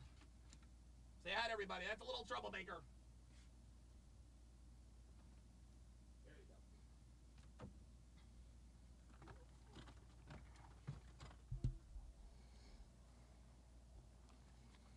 So I hired Walter. As my sound engineer. He just got fired. Sorry, Walter. You're my best friend, but you're a terrible sound engineer. Sorry about that. Let's go back. Here we go. When I talk about this, I make the biggest mistakes. Is the red pill means different things to so many people, and I've talked to like 8 different red pill creators. All 8 of them gave me a different answer, and so. I don't want to get too lost in the sauce here, but one of the things that we noticed was that there's a very much difference between traditional red pill and what we consider neo red pill. Okay. We found a little bit of a difference. Wait, what? Did this dude? Oh my God. Did this dude say that there's neo red pill? Did this dude really just say? 8 of them gave me a different answer. And so I don't want to get too lost in the sauce here. Yeah, but one of the things that we noticed was that there's a very much difference between traditional red pill and what we consider neo red pill. What we consider neo red pill. Hafeez, fam, this is the first time I've ever seen or heard the word neo red pill. What the fuck does neo red pill mean? As Devin points out, a very much difference. Hafeez is not as articulate as you may think he does. Yeah, I guess I think Walter wanted to bring the show to an end and said, "Fuck this, Dad. I'm pulling the plug." What the hell is neo red pill? Like what? And it's interesting. It's actually laughably ironic that he said neo red pill. What the fuck is neo red pill, Hafeez? Okay. We found a little bit of a difference between those two things. And what is the difference? But to me, the primary issue I have is a representation of marriage. Because to me, like I said, I believe that family is the foundation of a society. I believe if we don't so have too. strong families, people are dependent upon a state. That's right. There'll be a lot of different issues. So I want to build as many strong families as possible. And I truly believe deterring men from building families, that's something that hurts me, especially seeing how in the black community, the breakdown of the family has decimated the community. Yeah, here we go. Now we're bringing in the black community. Wow, this dude really, is this dude really playing the race card? It hurts me personally because it's decimated in the black community. Bruh, the red pill is not the enemy of the black community, my friend. The enemy of the black community is, spoiler alert, the black community. The black community isn't in shambles because of the red pill. Hell, if anything, we've saved countless black men from being, from continuing the indoctrination of the ridiculous matriarchy that is the black community. Get the fuck out of here. Number one. Number two, no one's discouraging anyone to stop having families. We're discouraging from stopping having families here. Who the fuck wants to have a family with a Shaniqua? Seriously, who the fuck wants to have a family with a Ratchet, Hafeez? Dude, even good-looking black women who are articulate are still ratchet. Danica Marie, she's a ratchet. Yes, I said it. Danica Marie is a ratchet. She might be married, but she doesn't respect her husband. She's got some big titties, a matching ass, and a chest tattoo. Talk about, you got to serve your man. Bitch, please. Give me a break. You guys talk about a chameleon? That's a chameleon. We got a bitch with a crown tattoo on her chest who's all of a sudden a reformed hoe. Get out of here with that. And oh, by the way, even though she's married, she still puts out videos like this. This right here is a glorified ratchet, y'all. Ain't nobody trying to start families with that. Sorry. Try again. And I want to find solutions instead of just focus on the problem. Makes complete sense. So you're saying the biggest flaw within the red pill is their viewpoint on marriage. What do you think is the biggest benefit for learning the red pill content? 100%. So I would argue the best benefit is more traditional red pill versus neo red pill, but the best benefit is removing the delusion of that Disney Channel fantasy. You know, I think what happens is a lot of young men grow up with this Disney Channel fantasy. You find the one, you're gonna live happily ever after. There's gonna be no issue. All women are angels. This, you know, this delusion, sugar and spice and everything. Exactly. So to me, men growing out of that delusion and that propaganda that was promoted through Disney Channel and Hollywood movies and stuff like that, which, by the way, includes legal marriage. Hafeez, have we forgotten about that? Have we forgotten about that? Is extremely important for men to flourish and thrive in life. So, you do think it's important, though, that men understand the drawbacks of marriage too, though? 100%, Pearl. 100%. Okay. And you do think it's important that men should understand like female nature too? 100%. And so you would agree that this is really important? Well, I would. Oh, Pearl almost sharp angled him. She almost sharp angled him. So you would agree that this is important. And then he dodged it. Woo! Disagree. I will agree and disagree, Pearl. Okay. Agree. You agree and disagree? Disagree. So my question. Did you see what Pearl just did? She said, "Oh, you're agreeing and disagreeing." Okay. Yeah. See, this is all coaching, guys. This is all coaching. Shout out to Dr. Thunder. Member for 32 months says here to support you, bro. Get your passport, black men. Yep. Real shit. Watch out, Pearl says, "Oh, you agree and disagree." Okay. And so you would agree that this is really important? Well, I would disagree. I will agree and disagree, Pearl. There it is. You see that? You see that? Okay. Agree and disagree. So my question to you is, who is the individual you're going to learn about male and female nature? Mm-hmm. Me personally? Who do you go to? Oh, mom and dad. Okay. Shout out mom, shout out dad. So that's where you learned. Like initially, like when I was young, you mean now? Like in regards. I think what he's asking is, where did you learn the red pill from? She clearly didn't learn the red pill from mom and dad. To like the red pill, right? So you're talking about red pill. Yes, I thought you meant like.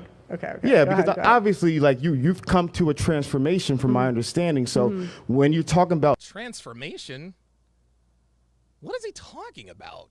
Men learning about male and female nature. I'm curious to you, where do you go to learn about male and female nature in regards to the space? Gosh, you learn a lot just from doing the freaking shows. Yeah. Oh my God, you know.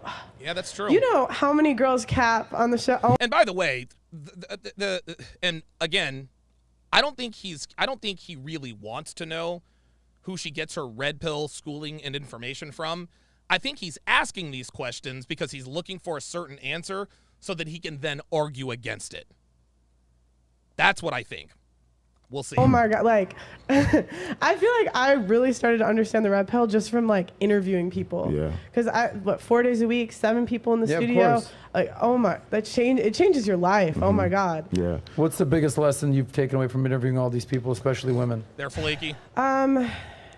Women, like, we just say things. And, like, half the time, like, we don't even know what we want. Because it's like a girl will come on and say, "Oh, I like nice guys, da-da-da-da." Right, and I'm like, I saw your ex-boyfriend. I know who you dated. Like, okay, this one girl. I'll give you a story. Go ahead, give us a story. This girl came on the show, right? She was so pretty, so nice, whatever.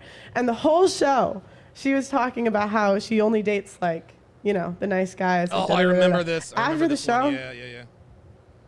This, like, my recruiter brought his friend, and he'd literally been to jail. He took her home that night. Oh, he took her home that night. So I was like, the biggest lesson to me was just like, this is madness. We just say things. Of course she smashed the criminal. Hoodrich Carlton with the $5 super chat says, "You can tell he doesn't wear the pants in his relationship. Pearl gets under his skin bad. Hafeez benefited from the red pill. Now he switched up." This is what a lot of men do. As we look at this disingenuous fake smile on Hafeez's face, like this guy's not fooling anybody. There are a lot of men who take what the red pill teaches them to get a girlfriend or a wife, then they pretend that it was them the whole time and not the red pill. Lele Zero says he's just looking for a reason to disqualify Pearl's knowledge. Exactly.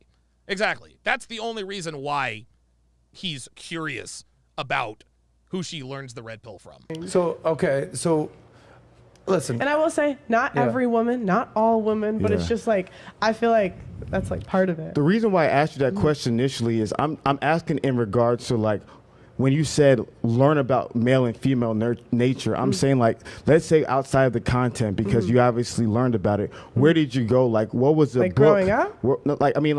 You from my understanding, you came to a conclusion about like, man, society is getting crazy. Where did you learn that from? Was there a book? Was there a video? Oh my gosh, you've been to a college campus? Okay, Society's getting crazy? Yeah. What do you mean? Oh my gosh, when I went to college and I saw that they put these dudes in our... I think Pearl is the answer, I believe, that Hafeez is looking for is YouTube content creators. That's what he's trying to get her to admit. How did you get all of this knowledge? And I don't think Pearl understands exactly what he's asking because she's taking it in a literal sense, but she's being as honest as she can possibly be. Dorms, and they're saying that they were women. What do you mean? So from my understanding, you came to your, as they call it, red pill awareness from life. Well, it was a mix. So it was partially just from, like, I would say I was more like blue pilled before. I didn't really, I never thought about things from the men's perspective, but there was a couple pivotal moments. One was going to a pickup artist conference. You told me about that. Oh, yeah, that I was like, oh my gosh, these girls that are like 2s are rejecting the 5s and harshly. So that kind of like puts you in a men's point of view, because I was like, oh my god. I can tell Pearl is a little bit nervous here. I can tell Pearl's a little bit nervous here. I can tell she's a little bit nervous. Hopefully she'll, because she's a little, she's a little antsy, right? Because she knows Hafeez is going to try to come for her. And so, and then of course, she wanted TLA there. Hafeez vetoed that. So I can tell she's a little bit nervous. So hopefully she doesn't let the nerves get to her. Gosh, I can't even believe like what that. Second thing, The Rational Male, I read that. I think Rollo's a genius. I think he's very smart. His second book, Religion, I think is good too. So have you and ever I read... also listened to literally months of like Manosphere content. There we go. Okay. That's what he's You can see me reacting to it live if anyone wants to we've see talked me. about this. You brought up something earlier that I want to address. You said that there's a difference between like the old school traditional red pill stuff, which I think you would put Rollo in that category, and sort of the neocons. Yeah. So would you elaborate on who you think is, I don't know, you're saying like who's really doing the red pill right, and then who's sort of hijacking the red pill? Like, just clarify what you mean by the old school versus the new school. Yeah, like what does he mean by neo-red pill? Red pill content creators. No problem. So. Oh, wow, Tulane just beat USC in the Cotton Bowl. Damn. So much for Caleb Williams. Chris Williamson talks a lot about it. Chris, there it is. There's another name dropping. There's another name. That's 2. That's number 2. Chris Williamson, respond to your messages. Hamza talks about this as well. There's a reason why Chris is not responding to your messages, bruh. There's a reason why Chris Williamson, whoever he is not responding to your messages. Bruh, he knows you've turned the corner. Come on. So what? Nick Tarver, shout out to you on the Sharp Stream side. Appreciate you joining in. What happened is a lot of people, the red pill, it originated in the chat rooms. So the message boards, the chat rooms. So a lot of people who were the initial red pill thought leaders, they were writers, because you had to write in the chat rooms. Which ones? I'm just curious. So obviously Rollo was probably the most popular ones, and if I'm being completely honest, it was so long ago I didn't really know their names. I just would read some. You were in the chat rooms? Of course, of course. So you were in the chat room with Rollo? I wasn't. No, I wasn't in the chat rooms with Rollo. So long story short, the reason why I'm so passionate about this subject matter is because I was like so many guys. Man, I was struggling with relationships. I had to move back home multiple times. Like the typical, average guy who's struggling in life. That was a lot of times my story. Okay, so what happened? Oh, I know what happened. You got a girlfriend and then a wife and decided that you don't need the red pill anymore. See, Hafeez is making what he believes is a good business decision. That's what he thinks. He thinks that being a contrarian for contrarian's sake is going to somehow benefit his channel. Being a contrarian in the face of truth is stupid. It's stupid. He's just being disagreeable for the sake of being disagreeable. And he thinks that this is going to increase his Q rating. Hafeez. There's no such thing as bad publicity. Really? Really? Look at your subscriber count. Look at your subscriber count after the first Pearl interview. What did he lose, like 10, 15,000 subscribers? Get out of here. So I would... Dating Secrets with the $5 super chat says, Hafeez needs real awakening. Run the likes, guys. Do what Dating Secret says. Hit that like. Seek out wisdom in many different areas. I started off with a lot of Christian masculinity content. So in the year 2009, there was a Christian renaissance that created a lot of masculinity content. So I was consuming all kinds of content for a long period of time. And during that time, I also stumbled upon the Red Pill message boards. And so the original content creators in Red Pill message boards, they were writers, a little bit more thoughtful, and a lot of them would quote at times evolutionary biologists. They would quote a lot of these studies that came from Pew Research, Gallup, and things along those lines. So those are the traditionalists. A lot of the neo-red pillars, from my personal experiences, they don't quote the primary sources, which are the evolutionary biologists, the historians, the relationship therapists, and the What does that matter? What does that matter? They don't quote the evolutionary. See, it's funny. It's funny. Pearl's haters, who actually like Hafeez, their main contention was that, well, she's using other people's ideas. She doesn't have any original thoughts, but here is Hafeez. His problem with the quote-unquote neo-red pillars is that they don't quote the evolutionary biologists. studies. Huh? Rob Henderson. Right? What about Rob? No, I was saying that's one of them, right? Is that? Oh, Rob Henderson's one of what? Oh, the people that you like to see quoted. I thought you said that last time. Sorry. Yeah. See, he doesn't even remember. Yeah. No. Rob is a red pill, so that's a little bit different. No, but I meant you said the evolutionary biology. Oh yeah, like person like Rob. Yeah, I don't think Rob is evolution biologist in my opinion, but I could be wrong. Okay. So I thought you said him last time. That no was all. problem, no problem. Yeah. See that? And so, but the neo red pillars, they don't go to the primary source. They usually quote other red pillars. So? So they will quote statistics and of other people versus going to the primary sources. And so to me, okay. So they quote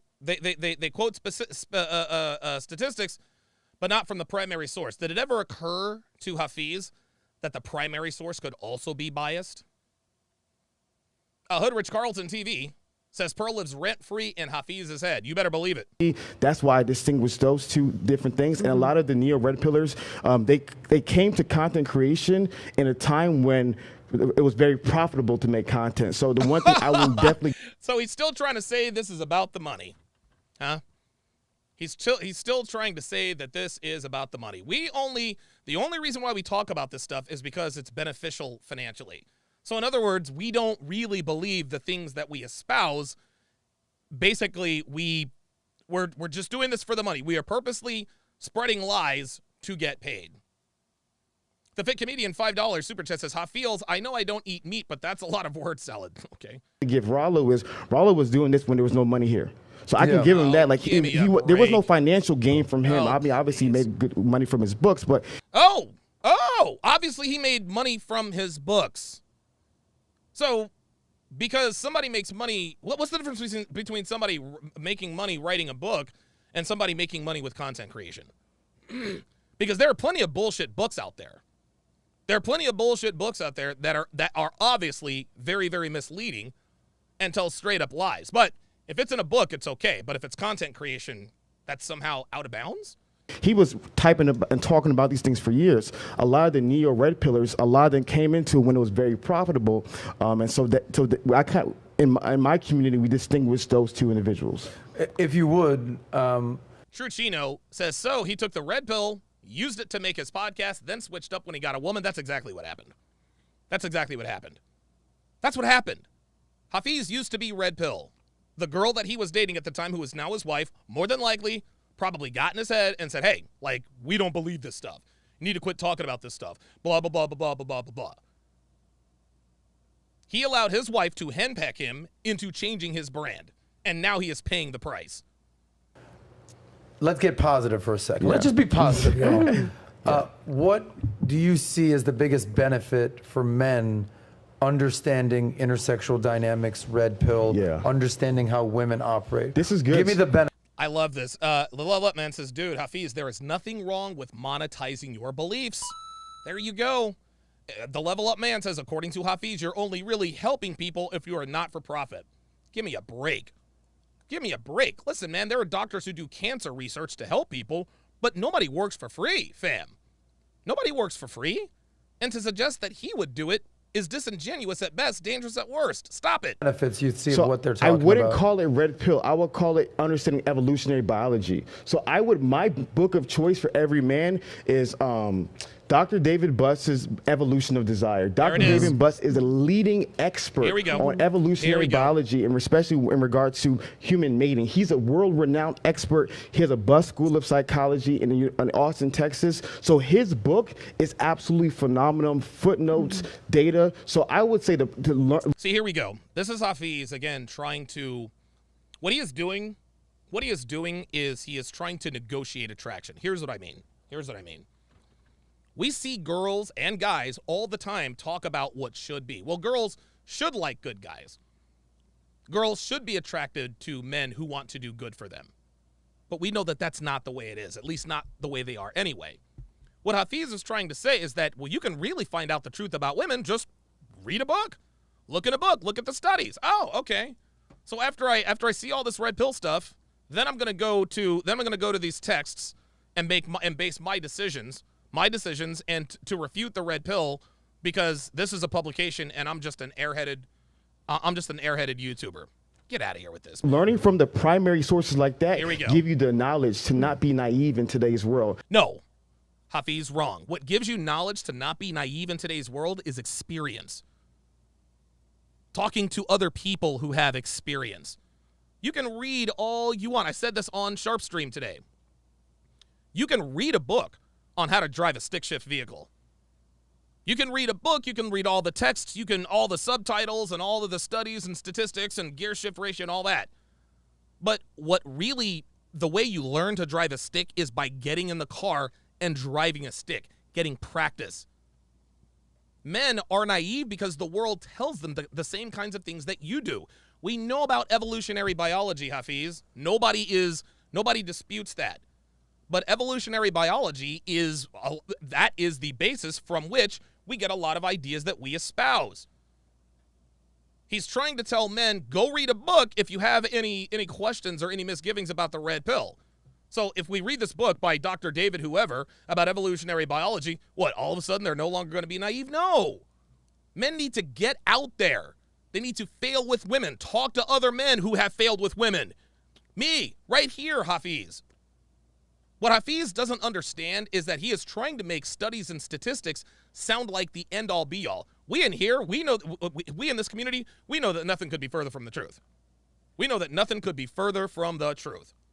No, the best experience is your own experience. Look at the empirical data. Go to Facebook. Dude, go to Reddit. Go to Reddit and see all the stories. BJ347, $5, says, tell that to Joel Osteen. Don't get me wrong, I'm not mad at Joel. If you're really good at something, don't do it for free. Exactly. Because to Pearl's point, a lot of men grew up naive. A lot of men don't really understand what's going on. A lot of men also don't know the bad of marriages and relationship as well.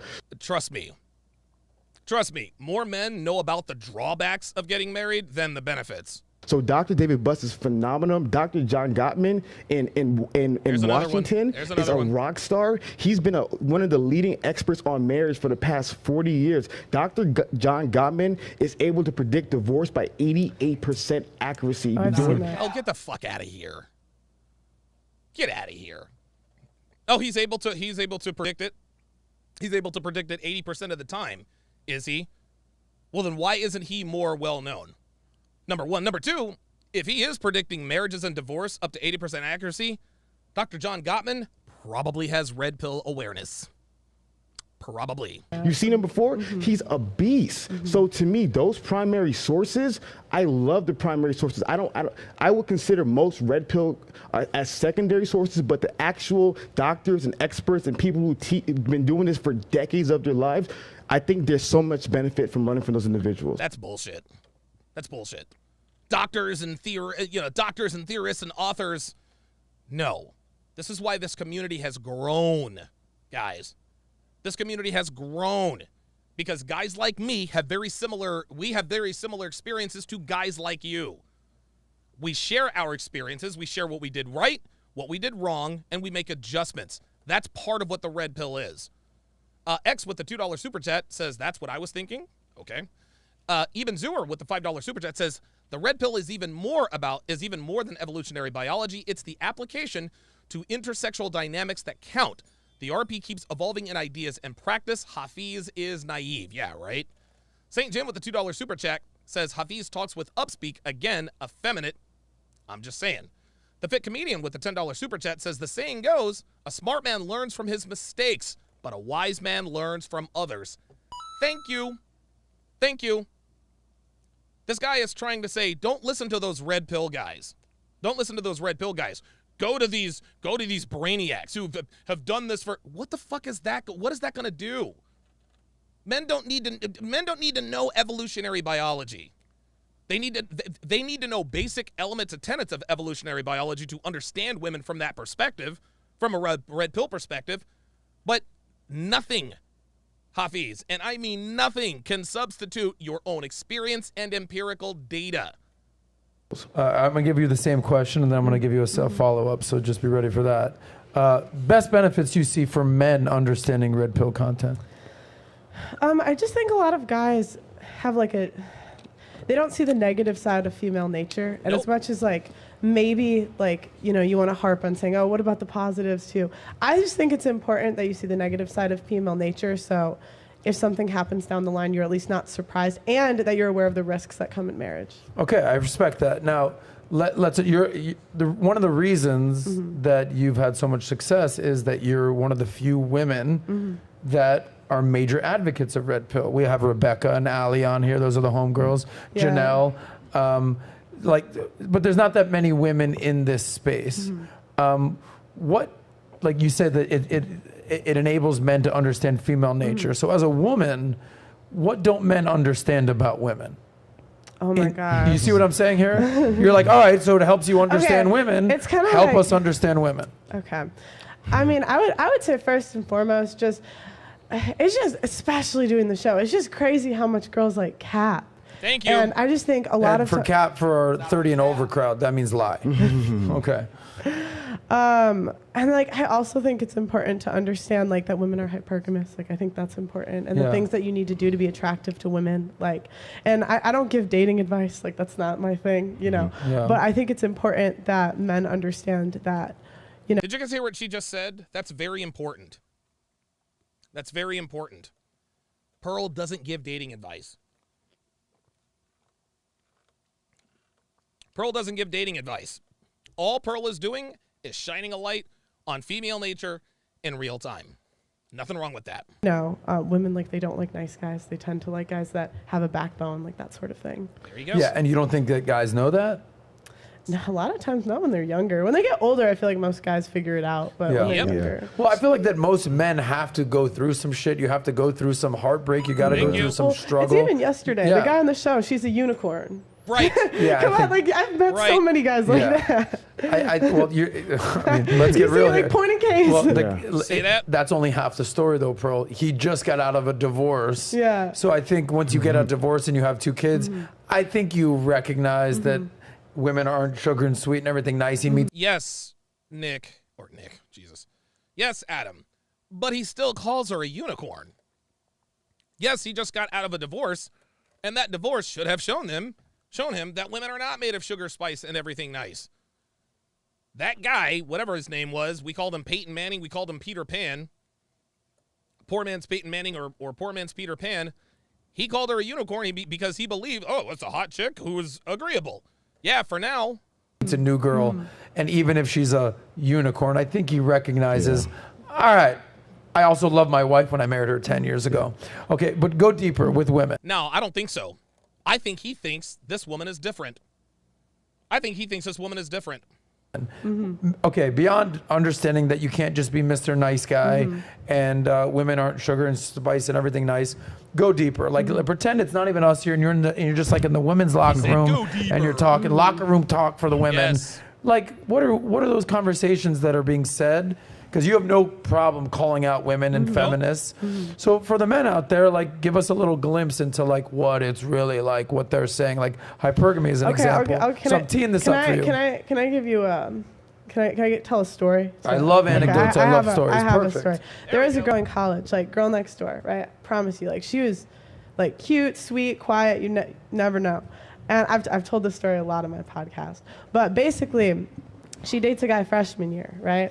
This guy, she was obsessed with, dates him for a month. He cheats on her. Uh-oh. It ends, whatever, right? 4 years later, she's dating another guy. Okay. This guy bought her a house. A house. Oh, wow. A house. And literally, I was at a party, and literally she cheated with the guy from freshman year in the bathroom at the party that the other guy was at. Oh, my God. There you go. There you go. See that? You see that? This girl dated this asshole, broke her heart, got with a guy, bought her a fucking house. What does she do? She fucks the ex in the bathroom at a party. Unbelievable. And it's like, guys don't even think girls are like capable of this stuff. And like, they would never expect that from her. It's all right. And like, sometimes it's just like the girls that you would not expect. Yeah. But, Gotcha. and you know, Hafeez is not even listening, by the way. I'm not saying every girl's going to do that. I'm not saying that's 100% of women, but like, sometimes I think it's important where we have spaces that men can like see that. Pearl, my question to you is, how old are you? I'm 26. And is it safe to say most of your friends are in your age cohort? Wait, what did he say? Like, sometimes I think it's important where we have spaces that men can like see that. Pearl, my question to you is, how old are you? I'm 26. And is it safe to say most of your friends are in your age cohort? Age cohort? A cohort is a co-worker. The word you were looking for was group. See, Hafeez is the type of dude, he likes to use big words to make himself sound smarter than he really is. Like, just, are most of your friends in your age range? Nope, he's got to be, Jesus. Yeah. Cool. Yeah, no, I was just curious. It was no gotcha question. I have I'm curious. actually my best friend right now. Oh, he said it wasn't a gotcha question. I'm serious. Oh, so he is aware of the fact that Pearl is waiting for that gotcha question. That's funny. Is a 55-year-old lady. That's beautiful. That's amazing. Shout out, Auntie. Do you see what he said? He said, that's beautiful. That's amazing. He's not listening. Pearl just told the joke. Yeah, actually, my best friend's a 55-year-old. Yeah, Auntie Jenny. We all love Auntie Jenny. But Hafeez just glazed over that. Oh, that's beautiful. That's amazing. Like, these are all, all of his responses are canned. It's almost like they're triggered. If you hear X, Y, and Z, you respond with A, B, and C. Like, dude, none of his responses, none of his short responses are genuine. It's just fluff. So, But go ahead. what you said yesterday, I'm like, all right, of all of your friends, what's the related? You're like, I have like 4 friends. I know. You don't. So just to be clear, you don't have a lot of female friends. No, And no. I've recognized I used that. to have more when I was younger, but I don't know. Not as many now. Listen, I understand why. If you're saying things that call out women and basically, you know, shine a light on the negative things, that the negative side of women, and basically say, I've hey, been we're not all attacked by good. a woman. A lot of women are going to be like, fuck you. Yeah. So is that one of the main reasons why you don't have girlfriends? I would say, well, it's partially because I moved to England. Yeah, that's true. So it's like I kind of went from like being somewhere that I was for a while, and then it's like you have an 8-hour time difference from all you just kind of lose touch with people, you know? Gotcha. Yeah. All right. So the reason you wanted to ask And about then I was age- going to say, like, the newer girls, like, kind of saw my podcast, and it was like, Yeah, there we go. I'm good. yeah, so it was just like, oh, okay. So the That was genuine by Hafeez, when he said, hey, I'm good. Right, exactly. Now he was listening. reason why I asked that is because when I started my journey, like I was like so many guys. 20. I was really came to my like masculinity starting journey. 19 years old, got no girls, made no money. Yeah, of course. Got no respect. And through years of working on myself, improving, literally from the bottom up, I was showing. We had a master class before. I was showing some of my receipts of like literally being negative $400 in debt in my mid-20s, and eventually I got to a point where like I had a good life. And so to me, what I realized is eventually men get to a point when they want to have a family. You know what I mean? They want to build things, even yourself. Like it's cool, right? But one of the things that I've noticed is that where are these solutions, right? So we got to realize, and one of the things I love about AMS. Okay, so like again, see, here we are. Where are the solutions? That's what channels like mine are for. See, what Hafeez, do you see he's already trying to indirectly tell Pearl how to run her channel. My problem is that they point out the problems but not the solutions. That sounds like a black pill guy. All you do is talk about the problems but not the solutions. My channel is solutions oriented. Dude, half of my courses, how to build a quality woman from the ground up, dead bedroom, the cure for a sexless relationship, womanese. That's not what Pearl does. Pearl's not here to offer solutions. She is here to inform and entertain. That's what she does. And honestly, where is she at right now? Dude, Pearl is going to crack 1 million subscribers probably by the end of the week. So, yeah, what she is doing clearly is working. So, as you guys can see, when he talks about, well, we need to be having solutions, he's trying to indirectly sort of backdoor, maybe shoehorn this thing in to try to put Pearl on the spot and say, why aren't you offering solutions? I know you said something about AMS last time, but one of the things... He's a funny guy. He just would talk about fucking these hoes to sleep. He's changed. AMS has changed. My guy has changed. But Whoa. AMS has changed. Hold up now. AMS has changed. Hang on a second. My guy has changed. Okay, alpha male strategies. Okay. So AMS has changed, huh? Things to never ask a woman. Weak-ass men. How to destroy a woman's ego. These hoes ain't loyal. That's 3 weeks ago. Nah, Hafeez. AMS has not changed. AMS is the same guy. Look, it's the same thing. Hold on, you know what? Shout out to AMS. I know he'll give me permission to... Let's just take a look here. What's up, fellas? Give it to him, AMS. What's up, fellas? So today we're here to talk about how to keep a woman loyal. And that is it is very hard to keep a woman loyal. All right, guys. I think this is gonna be the second video in a row I done said something spiritual, but I think in the Bible, don't hold me to this. I think in the Bible, it says one of the hardest things in the world is to keep a woman loyal. Some shit like that. And if y'all guys know the exact quote, I'm not a Bibleologist or none of that. But for y'all guys that He's not a Bibleologist. That was know good. the exact quote, it's something like that about the Bible, right? About keeping a woman loyal or something like that. It's one of the most hard. Okay, so he looks the same to me. See, what Hafeez is doing is lying to win an argument. Why nice guys finish last. No, these are from years ago. Look at his shorts.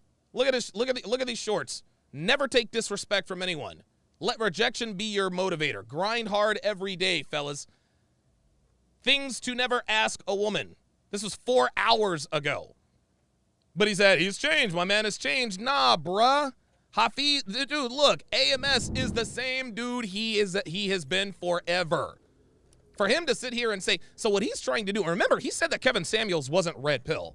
He's like, no, Kevin Samuels not red pill. Dude, Kevin Samuels was red pill to the fucking core. That's part of what made him very good at what he did. You kidding me with this? One of the things I love about AMS is he would always talk about, eventually you guys are going to grow up from this. And eventually, when you're 22, F these girls to sleep, X, Y, Z, but then you're going to want a family. Whoa.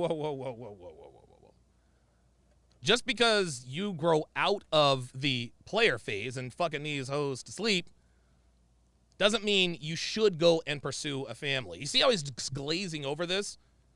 If you've never gotten the tools to build a healthy family, you're going to end up in the same issues with so many other guys. So what I've noticed as well happen in the red pill space is you have these older guys, and unfortunately, they've been divorced. Yep. But they have their kids. So they can go their own way, right? But what about that 22-year-old guy who has no kids? Yes, the 22-year-old guy who has no kids. We tell him to make money, make muscles, learn game, hold frame. So that when you are in your 30s, you can go elsewhere to start a family. Ay. Hood Carlton TV says he equates everything to his own experiences like the chicks on Fresh and Fit. That's exactly right. Benjamin Banks. So apparently you're the Neo if you don't have 10 pages. Yeah, you're a Neo if you don't have 10 pages of studies to quote from every time you stream. Okay, Hafeez. Right, exactly. Dr. Thunder with the $5 super chat says academics, authors, scientists, etc. are not primary sources. Otherwise, they'd have no citations in their publications. Common mistake. Wow. That's the most intelligent super chat I've gotten in a while. Hoodrich Carlton says, sending another because $2 says, sending another because I can't stand Hafeez. Brisk Clown, $5 super chat says, I was waiting for the best breakdown. Thank you, Donovan. Big ups. Appreciate that. Dick Maximus says it's simple. Hafael is pussy whipped. I think he is too. Belize Guitars with a $5 super chat said that debate for dummies book he read didn't pay off, even though they cited original sources. Your Virtuoso with 14 czars says, is he trying to pontificate? Weird voice inflections. Yeah, exactly. Yes, Pearl is at 980,000 subscribers. She's going to be at 1 million by the time we wake up tomorrow. It's incredible. Who wants to build a family, who wants to learn things. And so yeah, that was a shot at Coach Greg Adams for sure. My biggest thing is if we're trying to help men win, my desire is every single man should have the best life possible.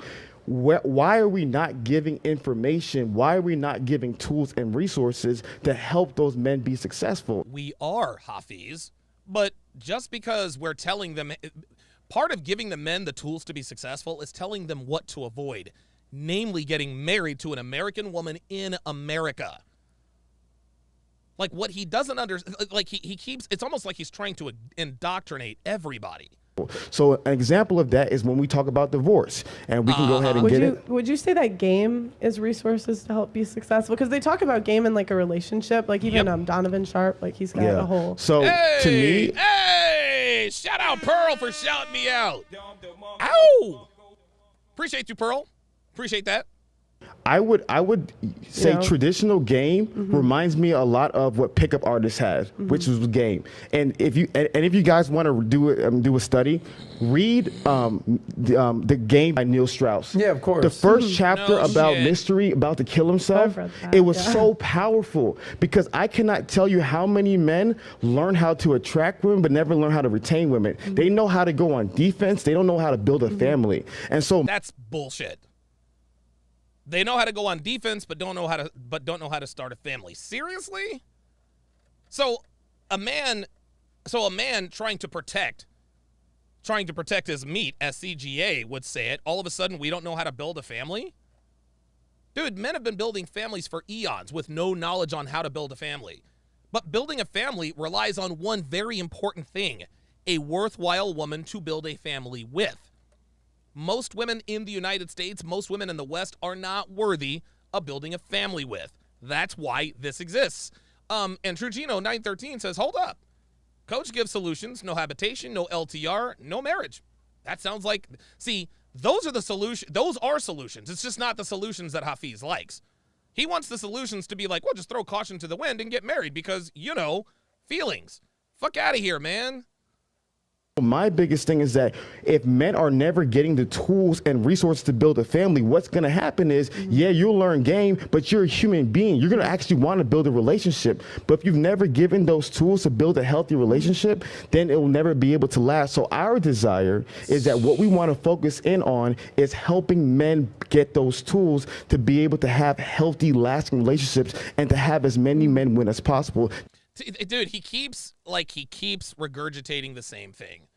He keeps regurgitating the same thing. Having as many men to win as much as possible. Dude, stop it. That's our entire goal. Well, and I think that's fine. Like, you can do that with your channel, but I don't think it's wrong for guys to have channels that are more dedicated to exposing female nature and Thank you.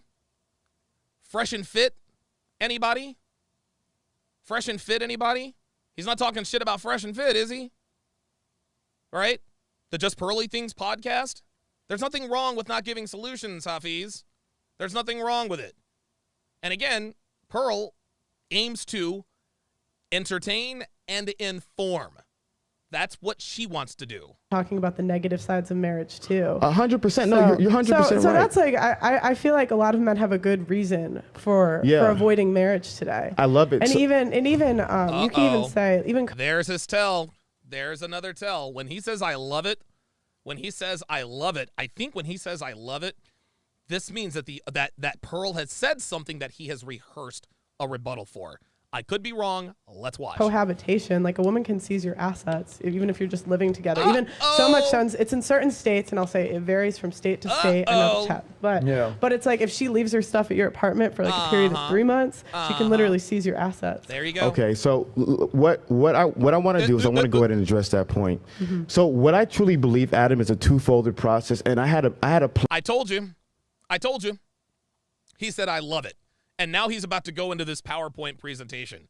What you're about to hear, I can almost guarantee this is something he rehearsed. Plan, which is why my content is what it is in a two-folded process. Process one is avoid the wrong woman. Oh, right? Avoid. Oh my God. Oh my God. Oh my God. Oh my God. Stop the podcast. Stop the podcast. We figured it out. We have figured it out. The great and powerful Hafeez has just given us the key. He's just given us the key, the ultimate answer to how to have a good relationship. Step one, avoid the wrong woman. Holy fucking, my mind is blown. My mind is blown. Step one, avoid the wrong woman. Yeah, no shit, Sherlock. Avoid the wrong woman. Oh, my goodness. This whole time, I had no idea that I had to avoid the wrong woman to have a successful relationship. Black Lemur 2009 says, why didn't I think of that? Step one, avoid the wrong woman. Oh my God. The light bulb just went off in my head. No shit, Sherlock. And avoiding the wrong woman, Hafeez, means being informed about who and what women really are. This is what Pearl seeks to do. This is what Fresh and Fit do. Avoiding the wrong woman means you have to know what kind of women to avoid. That is literally what Pearl's podcast is built upon. Really? The first step is to avoid the wrong woman. Oh, genius. Genius. Yes, Dr. B84, this is groundbreaking information. Shit, I should just shut my YouTube channel down now, man. Y'all, dude, Hafeez knows it all. Step one, avoid the wrong woman. Who knew? Who knew? Unbelievable. Unbelievable. Process. So men need to learn what does the wrong woman look like, and given all the tools and knowledge to avoid the wrong woman. Yes, thank you. And how do we do that? How do we do that, Hafeez? How do we do that? You watch Just Pearly Things. You watch Fresh and Fit. A lot of men think that the right woman looks a lot like the women on Fresh and Fit and the pregame podcast. That's what it seeks to teach. Inform, entertain. Step one, avoid the wrong woman. Oh, well. But if all you do is avoid the wrong woman, you're going to die alone because you'll have no woman. Because all you If all you're going to do is avoid the wrong woman, you're going to die alone. This sounds like something that came out of his wife's mouth. This sounds like that is a female argument. What he just said is a female argument. You want to know how I know his wife told him that? Because the number one fear that women have are dying alone. Men, we don't care. Listen, dying alone nobody wants to die alone. But men, we are much better equipped to die alone than women are. That is what, dude, honestly, that's one of the scariest things that a woman could ever imagine ever happening to her is that she dies alone. So is it any surprise? Is it any surprise that our detractors, mainly women, say, well, you guys are going to die alone? Well, yes. Of course, that's what they say. Be doing is avoiding women your whole entire life. That's similar. Like they say there's no unicorns, no woman special. They say that. Then the next half is the maturity part of life where now you have to accept the right woman and receive the right woman. So reject the wrong, receive the right. Reject the wrong women, receive the right woman. This guy's a fucking genius. This guy's a fucking genius, man. To me, you have to give those men tools. If 99% of the content is only about rejecting the wrong woman and none of it's about receiving the right. So one of the examples I want to... He should have finished that sentence. He should have finished that sentence. Let me clue you guys in on something. You guys, we all know about MMA, right? Mixed martial arts. If anybody wanted to train to be a mixed martial artist to fight in, I don't know, UFC or something like that, the first 2 years plus is only dedicated to defense. Look it up. If you walk into an MMA gym and say, hey, I want to learn how to fight in the octagon, whether you have fighting background or not, the first 2 to 2.5 years of training, all defensive postures, how to get out of the side guard, how to get out of the full guard, how to keep from getting put in the chicken wing, how to avoid getting pushed on the fence. You have to learn how to defend so that you can then strike. So Hafeez is talking about, well, if all you're talking about is how to avoid the wrong women, you're going to die alone. No, I don't think that's a problem. To give Natalia, if you go to the statistics real quick. Oh, here we go, more stats. Because my biggest thing is that they always talk about marriage. So you can go ahead and scroll down. and talk about marriage and the divorce rate right there. What they don't talk about is ways to lower the divorce rate. So you hear the typical statistics about the divorce rate, 50%, XYZ, which is not true. But there are a myriad of statistics that are going about. And so here's an interesting one that Talia pulled up. What people don't realize is the more money you make, the lower the divorce rate is. The divorce rate is at the highest at lower income earners. Mm-hmm. And so if a man, going back to making money, one of the things I think the right people teach, they don't realize that actually earning more money creates marital stability. Another thing, if you go back. No, Hafeez, let's not gloss over that fact. This is why we teach men how to avoid the wrong. So basically what Hafeez says is if you make more money, the divorce rate goes down. Wrong. Wrong answer, Hafeez. Yes, the divorce rate is higher among people who make less money, but here's what he didn't point out.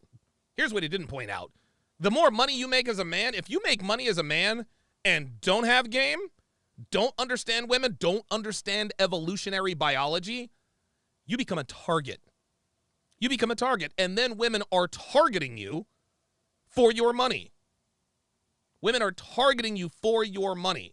And these statistics probably go way, way back. This is probably, honestly, these statistics is probably the full data set.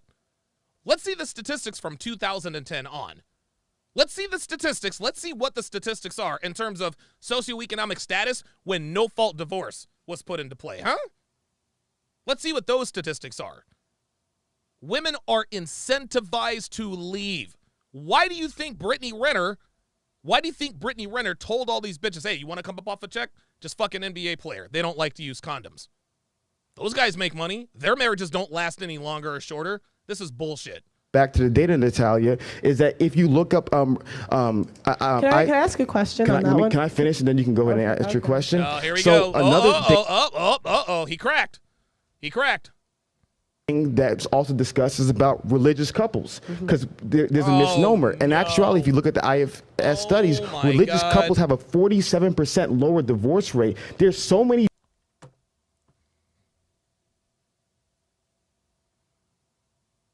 You fucking kidding me?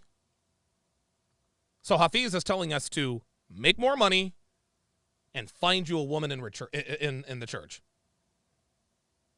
Make more money. Find your wife in the church. That's how you lower the divorce rate.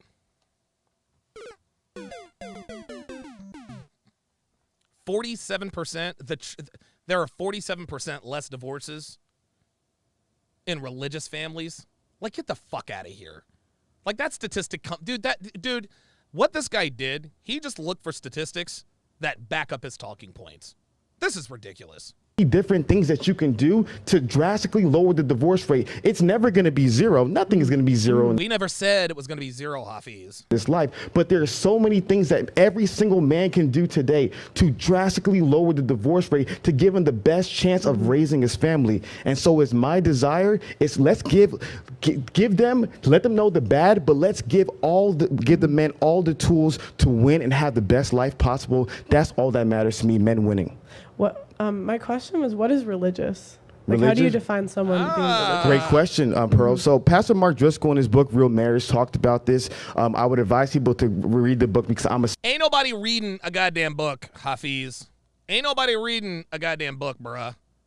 That's the fifth name that you've dropped. That's the fifth name that you've dropped. Ain't nobody reading a goddamn book to try to lower the divorce rate. Fuck out of here. secondary source talking about a primary source. Yeah, Bryce Friday. I'm sorry. Hang on a second. Somebody said that, I forget who said it. I forget. Yeah. Black Lemur 2009 said the biggest hoes are in the church. Exactly. Fuck out of here. What is he talking about? Because what people confuse, and I don't want to get too much into religion because people hate when I do that, but what people confuse about the religion is not so much saying that you're religious, it's practicing religion. Mm-hmm. So going back to the data, Natalia, I think what's even deeper than religion is political and cultural differences. So you click on that data. So what Dr. Rob Henderson recently shared with me is that one of the biggest correlations that lead to that lower divorce is your political affiliation. So for example, if you're a hard right MAGA guy and you're dating this blue-haired feminist who's a liberal, who believes in AOC's being the champion of the world, is going to lead into divorce. So what extreme example. I don't think those two are getting together. Of course, but if they are, very tough. So what happens is this is what proves that Hafeez knows nothing about women. This is what proves that Hafeez knows nothing about women. Guys, you guys have heard me say this all the time. You heard me say this all the time. Law number 21 of the 49 Laws of Sharp: women don't have any steadfast beliefs. They only believe what the strongest men in their lives believe. That's what it is. That's what it is. Political affiliation, religion, it doesn't matter. It does not matter. It doesn't matter. If your woman loves you enough, she will co-sign she will co-sign whatever she has to keep you in her life. I have a full section on this in Womanese. Her beliefs will turn into your beliefs. If you're a devout Christian, she'll turn into a devout Christian. If you're an atheist, she'll be an atheist. If you're a Republican, she'll be a Republican. So this guy is trying to say, look for a woman who shares your religious beliefs and a woman who shares your political beliefs, and you'll drastically lower the divorce rate. Nope. Not a chance. Not a chance. Find a woman who is fit, feminine, and friendly, and she will adhere to whatever your political or religious beliefs you have. Straight up. Period. Point blank. Is similar values. So that's what the religious things is. So there's so many things I want the guys to look up the data themselves. It's all about men looking up the data themselves. But Hafeez, we ain't looking up data, fam. See, he keeps trying to use his data as the argument. You ask the average man out on the street, is marriage a bad deal for men? Dude, 7 out of 10 of them at least will tell you no. Why do you think the marriage rates are going down? Because most men, red pill aware or not, they know that they stand to lose a lot more than they gain. And no amount of reading or statistics is going to convince them otherwise. All these things help lower the divorce rate and help men win. These are the tools that I want to give to men. I want to see as much men have best life as possible. Yeah, I want to address one thing that you said that I think is very important for men to understand. Because especially for you younger guys out there, you talked about the most important decision a man can ever make is who he's going to marry, and even more so, who he's going to have kids with. Because if you just get married and it doesn't work out and you get a divorce. Yeah, Big Brandon says that MMA is true. That and cardio. Look, Big Brandon does MMA.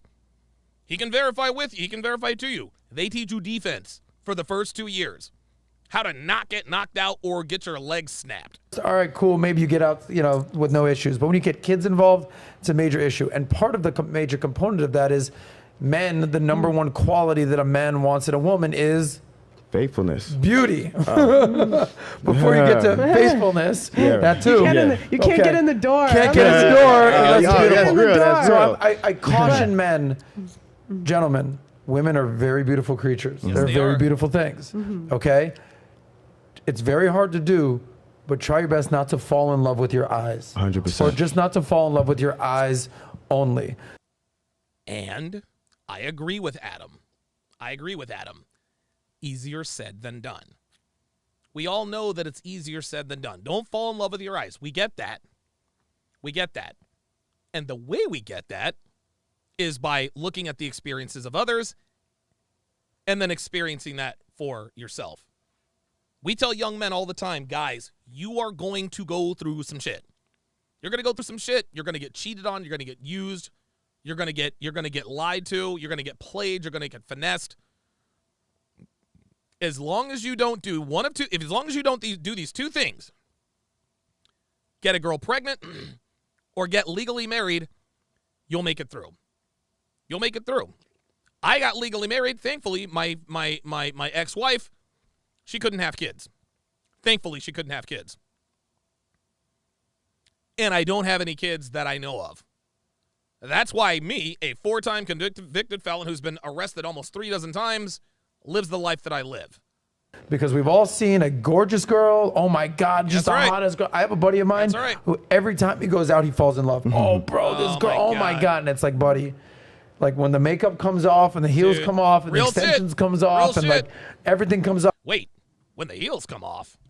When the fuck are the heels coming off, bitch? At the end of the day, you're just gonna have you're gonna be left with not the 10 that you thought you were with. Maybe it's a 6, maybe it's an 8. I don't Yeah, know right. how much makeup's going on there, but you have to fall in love with all the Got to leave those heels on. other qualities a woman has. You can't just fall in love with the beauty, and I feel like the red pill is one of the benefits it does is basically educating men. Thank you. Hey, look. Yes, these girls are hot out there, but there's a lot of underlying factors that you really Yes. have to pay attention to Thank you. as a man. Let me go deeper on one thing. You talked about, like, you got married at what age? 31. Okay. Yeah. Oh, God. 31. 31. Now we know. This is my opinion. Strike it down. Call me an asshole. I don't care. I don't think most men should get married until they're 30 years old. So to your I would call it 35. I tell guys the 35-35 rule. You should not think about getting into a long-term relationship with a woman until you are at least 35 years old and have fucked at least 35 women. That's just how it goes. That's the way I saw it. That's Your point, Hear me Adam? out. Yeah. I think that this is 1,251 people watching, guys. Let's get me to 625 and a half likes, please. obviously, if you've been with your girl since high school and you fall in love, and yeah, there's exceptions and there's rules. Men need time to like marinate a little bit. There you go. Go through some stuff. There you go. Make some money because women are hypergamous. Yes, they Women, are. on the other hand, you by age 30, you should probably know where you're going to end up in life or what man you're going to end up with. I have so many friends that are starting to become my age, 40-year-old women that are like, I wish that I would have figured this out earlier. And why? What Adam is doing here, guys, he's showing that he is red pill aware. Dude, any content creator outside of this community who collaborates with us, they inevitably become red pilled. A lot of people say Adam is blue pilled and this and that and the other. No, he's not. Because number one, he's good with women. Number two, he's got a lot of money. And number three, he's been exposed to us. There's no going back for Adam. Adam is 1,000% red pill. The reason why a lot of times he appears to be fence straddling is just to create a little bit of conflict. If there's too much agreement, then he'll sort of go back and show and maybe put something in their blue pill. But make no mistake, Adam is 1,000% red pill. You kidding me? Should men wait longer? Because men need to start making money. That's right. This comes after all this, after everything that I've learned in relationships and red pill and all this. What did I tell you? It comes down to basically what I learned in my economics class, the law of supply and demand. Woo! If you're one of those dudes that dedicates himself to making money, improving, becoming a man of status, wealth, physical, having game, learning stuff, reading books, whether it's the Rational Male, whether it's the game, learning stuff, watching podcasts, just informing yourself, becoming a better version of yourself, you'll get to being age 30, you'll get to age 35, you'll get to 40, the world is your oyster. There you go. Supply and demand. But if you want to just jump at the first hottest chick that ever will give you the time of day when you're 26 and you don't ever become the best version of yourself, that's a lot of times what I feel like guys end up divorce court. I had no idea he bought a girl a house, the story you talked about. I thought she was an amazing girl. Why are you buying her a house, buddy? So that's what I think that men need to understand, is that men need to take time to become the men that they need to be, where women, on the other hand, need to recognize that men value beauty. And I know so many women 40 plus who are like, what the hell just happened to me? Guys, let me pause it right here for 1 second and acknowledge the chat, acknowledge the super chats, and acknowledge the lovely Natalia. Oh my God. Going to read all this fun. Oh no, we are not going to listen to Natalia read the super chats. Hell no. We're not reading. I gotta skip. Sorry.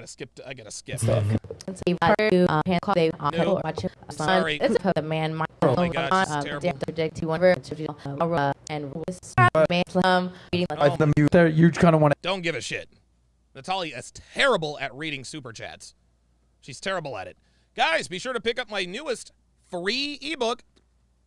Be sure to pick up my newest free ebook, Dead Bedroom: The Cure for a Sexless Relationship. If you are in a sexless relationship, go to tsracademy.com/free/ and you will find the cure. It's absolutely free. Just plug in your very best email, and the book is yours. Let's continue. Being a man, becoming a better man, becoming a better looking man, the standard, everything there. You kind of want to educate men. And I just want to give a shout out to Nat. No. Do you not realize the reading skills that are improving? That's improvement right there, guys. I'll take your word for it. You guys. So I clown Nat that sometimes she can't read so good, but that's the definition of improvement. Keep reading, girl. I'll take you were going to say. Oh, I was going to say, I would say my show's more about entertainment. So I have a question for you before we. I know you had a question. No, I get to go first. I was promised first. It's about that question. Okay, how about go this? Ahead, go ahead. It's about what you just said. One time. Listen, since you're all about entertainment, I want to entertain the audience. All right. Let's play a good old-fashioned game of rock paper scissors. I'll say 1, 2, 3, shoot. The winner gets to make the first point. You ready? 1, 2, 3, shoot. I'll turn this part down. Belly's a guitar says, "What's worse, hearing Hafeez speak or hearing Natalia read super chats?" Yes. Shoot. I'll let you answer. What a gentleman. Hafeez hit the rock. So Hafeez won. So Hafeez wins, and he lets Pearl go first. Very good, Hafeez. Very good, Hafeez. You are learning, young Padawan. Hafeez is learning. His coach told him, "Hey, don't come off." His coach told him, "Don't come off like an asshole. Don't overtalk her. Don't be condescending." And so he caught himself doing this. He's like, you know what? No, that's okay. Adam jumped in before, went rock, paper, scissors. Hafeez won. Oh, no. I'll let you do it. Dating Secrets with a $5 super chat says, "Pay attention. DS just hit a bullseye." Greasy Junkies DIY, $5 super chat says, "Hafeez is the typical guy that gets a girl and ghosts the squad. That type can't be trusted." Wow. That is a very, very good point. That is a very good point. That is an excellent point. Hafeez is the type that'll ghost his homies. After he gets a girlfriend. Real shit. Allowed her to go. Respect to Hafeez. Go ahead, Pearl. Oh boy, here we go. I wanted to know, from a business perspective, would you encourage someone to sign a contract that the other person benefits from breaking? Oh, that's it. Boom. Got him. Ain't no coming back from that. Y'all. Ain't no coming back from that. She just asked him the question. Let's see what the answer is. From a business? Yeah, if you took like from a business perspective. So if I had a business partner who could break the contract, and then what does breaking? And they would benefit. They could take your most valuable asset. And if they broke the contract, they could take your most valuable asset. So if I signed a contract and my business partner can take my most valuable. Answer the question, Hafeez. Valuable asset, I wouldn't sign that contract. Okay, so what's the problem? You wouldn't sign that contract. Well, there it is. There it is. Continue. Okay, that's marriage today. If you Okay. believe your kids are your most. Oh, got him again. Woo! There it is. There it is. There it is. There it is. I can't believe he didn't know where she was going with that. I can't believe he didn't know where she was going with that. I thought Hafeez was sharper than this. Let's watch this again. 1, 2, 3. Hafeez. Sign a contract that the other person benefits from breaking.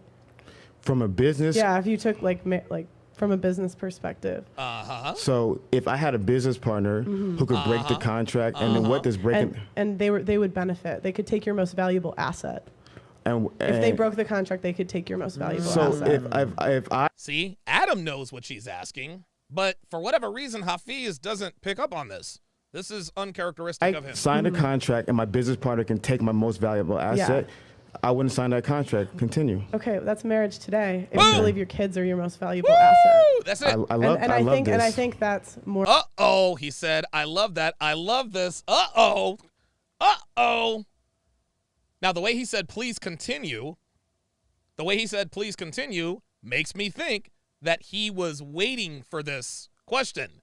And you can see the look on his face. You see the look on his face. See how confident he looks? You see how confident he looks? He's like, oh, I've been waiting on this one.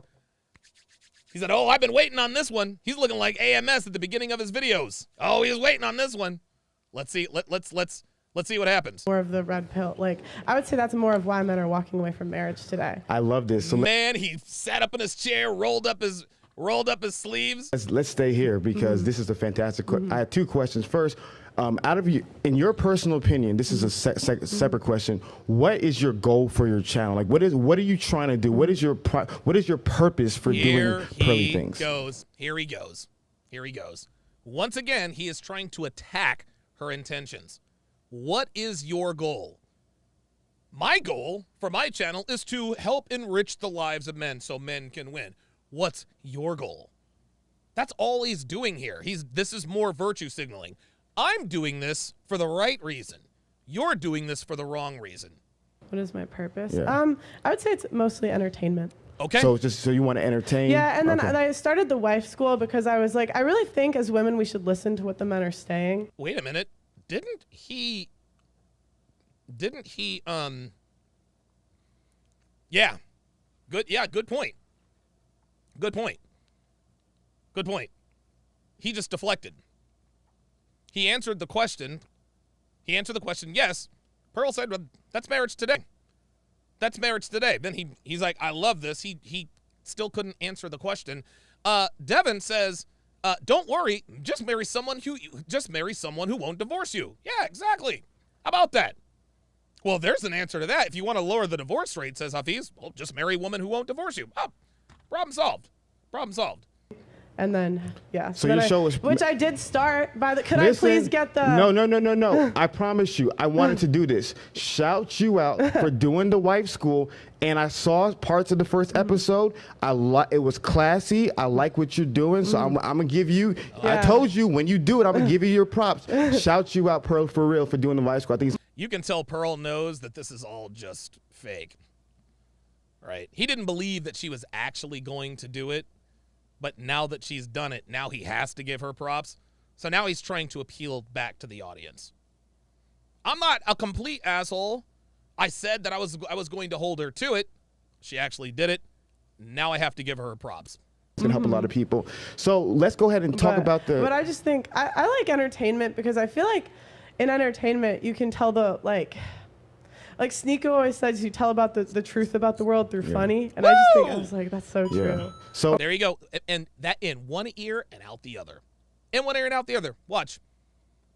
In one ear and out the other. He's not even listening. He's like, okay, watch. Just watch. Because I feel like in entertainment you can tell the, like Sneeko always says, you tell about the truth about the world through funny. And I was like, that's so true. Yeah. So Okay, Like so comedian, I feel like See, he didn't even hear what she said. He's just listening to respond. comedians are like almost... But Adam, you mind if I just... I'm gonna stay right there and we'll come right back to you. It's not just entertainment. Entertainment, you could do video games. Like, it's entertainment with a mix of what? Oh, with a mix of like red pill concepts. Okay, yeah. gotcha. Yeah. There So we go. it's red pill But entertainment. I just try not to...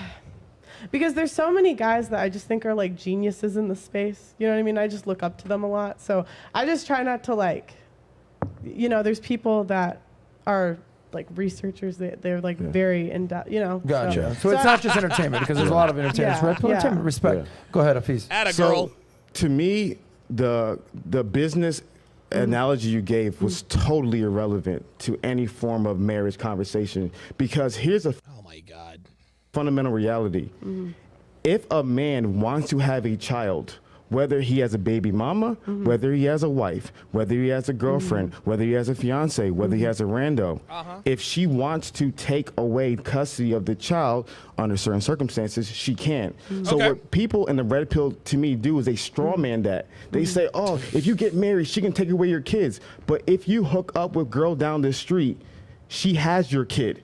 There's no chance of taking it away. And so to me, Hafeez, bruh. That was a straw man argument. That's a straw man on two levels.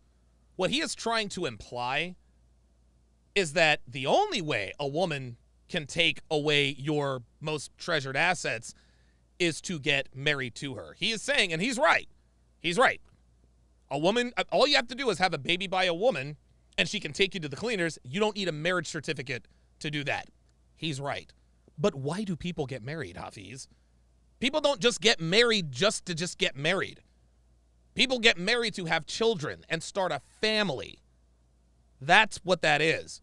So what he's trying to do is he's trying to say, well, listen, you don't have to get married to get taken to the cleaners. It's when you produce a child that gets taken to the cleaners. But there are people, oh my God, there are scores of articles, videos of men who get fleeced by women they get married to without children. They still ask for that spousal support.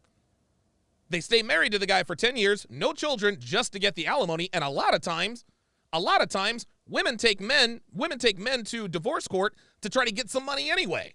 I don't know how successful they are, but they wouldn't be trying to get money out of a soon-to-be ex-husband if they don't have any kids together, if nobody had ever done it before.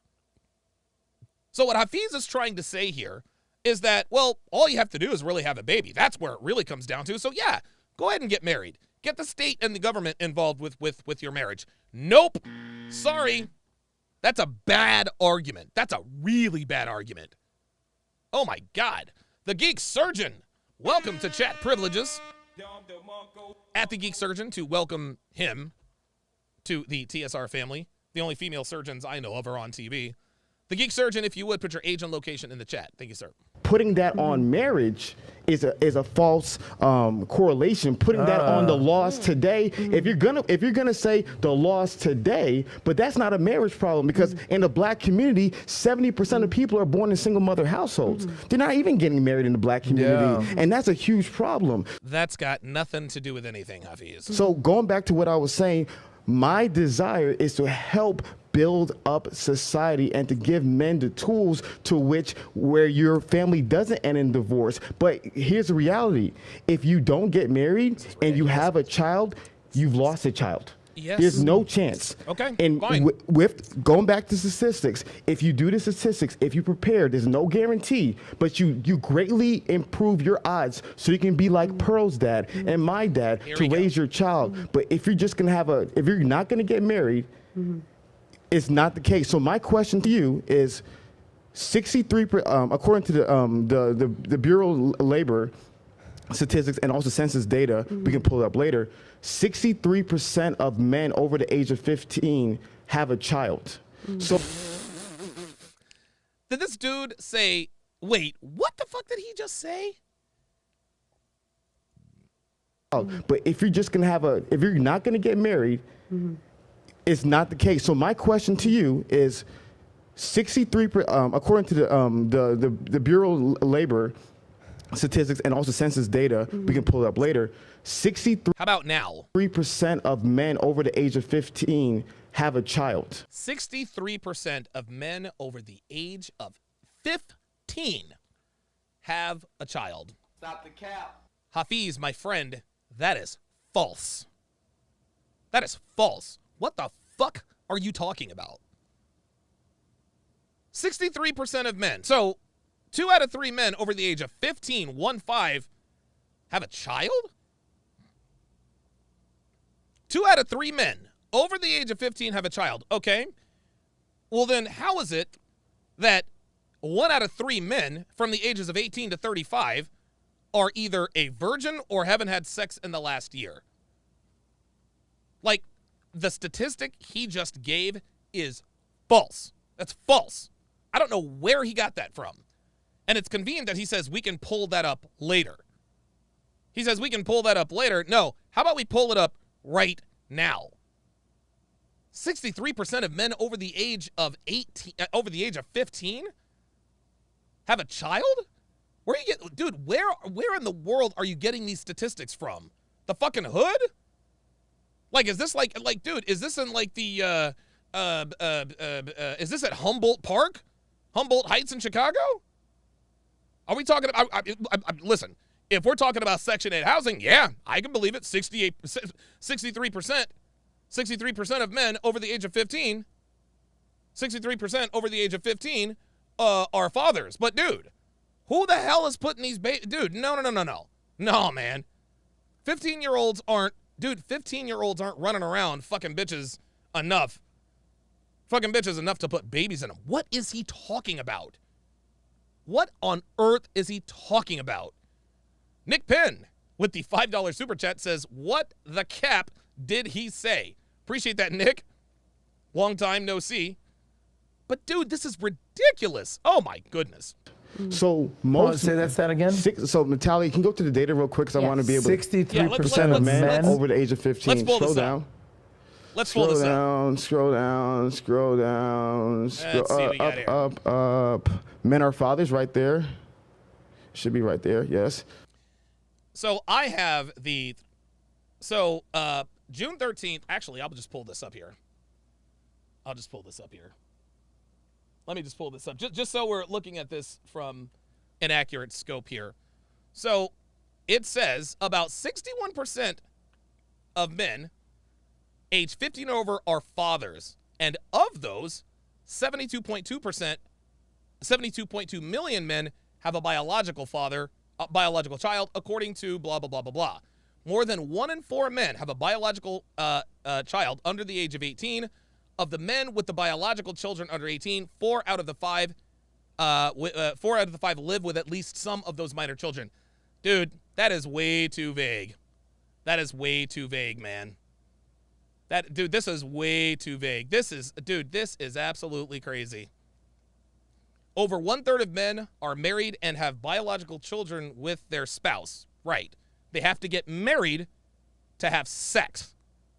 There are also 2.9 million men who are living with an unmarried partner and have this is while most fathers live with at least some of their biological children, they also live with a variety of other. Oh. So what they failed to leave out are children that were either adopted or stepchildren. He looked at the first line and didn't do a deep dive. He looked at the first line and didn't do a deep dive. This is all way too convoluted. They want us to believe that 1 out of 3 men over the age of 15 are biological fathers. That is not true. If that were true, there wouldn't be incel culture. No, we're talking about stepdads. We're talking about adoptive dads. Fuck out of here. Dre Raven says, maybe he means 63% of men named Chad, Tyrone, Pookie, Ray, and Daves in garage bands. Probably add Kevin's in the sales department as well. Ay. So we can go ahead and scroll down right here. This guy. Is up, purple right there. About 61% of men, 74.7 million men, ages 15 and over are fathers. And of those, 72.2 million men have a biological child, according to the new Men's Fertility and Fatherhood 2014 report released today by the Census Bureau. So how do they know that? How do they know that? What, did they take DNA tests of all of these children? Huh? Did he ever stop to consider the fact that that paternity fraud is also rampant? Did he ever stop to think that maybe some of the women lied on the census report and lied about who the biological fathers of their children were? Devin said it right here. This is a flawed data set. Clearly. Of course this is a flawed data set. Dude, here's the thing. Anytime you have to use statistics in the face of something that is obvious, what that tells you is that you don't have an argument against the empirical data. You just don't. Look, everyone knows that girls are out here hoeing around like it's going out of style. Most guys out here aren't getting laid. We know that's the case. Most men are unattractive to most women. Most men are sexually invisible to most women. So if that's the case, how is it that 2 out of 3 men ages 15 or older, how in the world do they have biological children? This is ridiculous. So most men are going to be fathers. Most men want to have children. My question to you is, if marriage is a bad idea for men, what do you tell the most men who are going to have children? Well, wait a minute. She doesn't give advice, Hafeez. Did you not just hear that? Like again, Pearl wishes to inform and entertain. That's it. So what Hafeez is, he's trying to put her on the spot. And make her give advice that he can then disagree with and say, this is why the red pill is wrong. Should they do? I don't give advice. Woo! There it is. Thank you. Pearl is like, sweetheart. He's like, bruh, I don't give advice. He's trying to put her on the spot. Well, what would you have them do? That's not what Pearl does, dude. Your channel's advice, Hafeez. I'm asking you personally. We're having a conversation. I know, here but we I'm go. saying that Here I'm we not an go. advice channel. I don't We're having advise a men on how to live their lives. What I'm saying is you should be aware of the laws today and make a decision accordingly. And I think a lot of times, like when the red pill will say this law, that law, this, like girls are like this, and this. It's like, they're just warning you. So and you I'm can do what asking you you- want with the information. I So love so it. I'm saying I love it. It depends on the guy. So my question to you, because I want to talk to H, not Pearl, the YouTuber. I want to talk to H. You know who H is. I know who H is. Let's talk to H. So he's trying to make us think that he's the only dude who knows that Pearl's first name is Hannah. You see, she's not taking the bait. What Hafeez wants to do, I think what he's trying to do here, he's trying to get Pearl to give advice so that he can disagree with it and chop it all up and say, this is what the red pill espouses. And as long as Pearl stands on the square that, hey, I'm not an advice channel.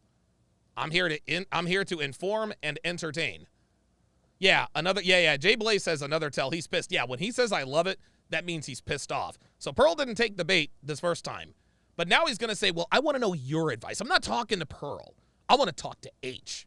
I want to talk to the real you. Do you know what he's doing here, guys? Do you know what he's doing here?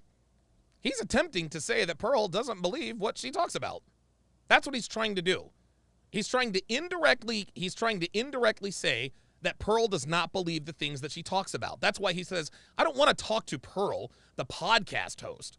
No, I want to talk to Hannah, the real person who's making all this money and doing this for the money. That's what he's trying to do. Okay. So I don't know H. Yeah. She knows who H is. H. Okay. My question is, if a man came up to you, say, yo, I love your channel, I love what you do, I just want a piece of advice. I know marriage is a bad idea, but I want to have children. What can you give me any piece of advice? What would you give that man? Personally, I don't give advice, Hafeez. So you tell him That's nothing, what I gotta go? I would say you should talk to the men in your life. Like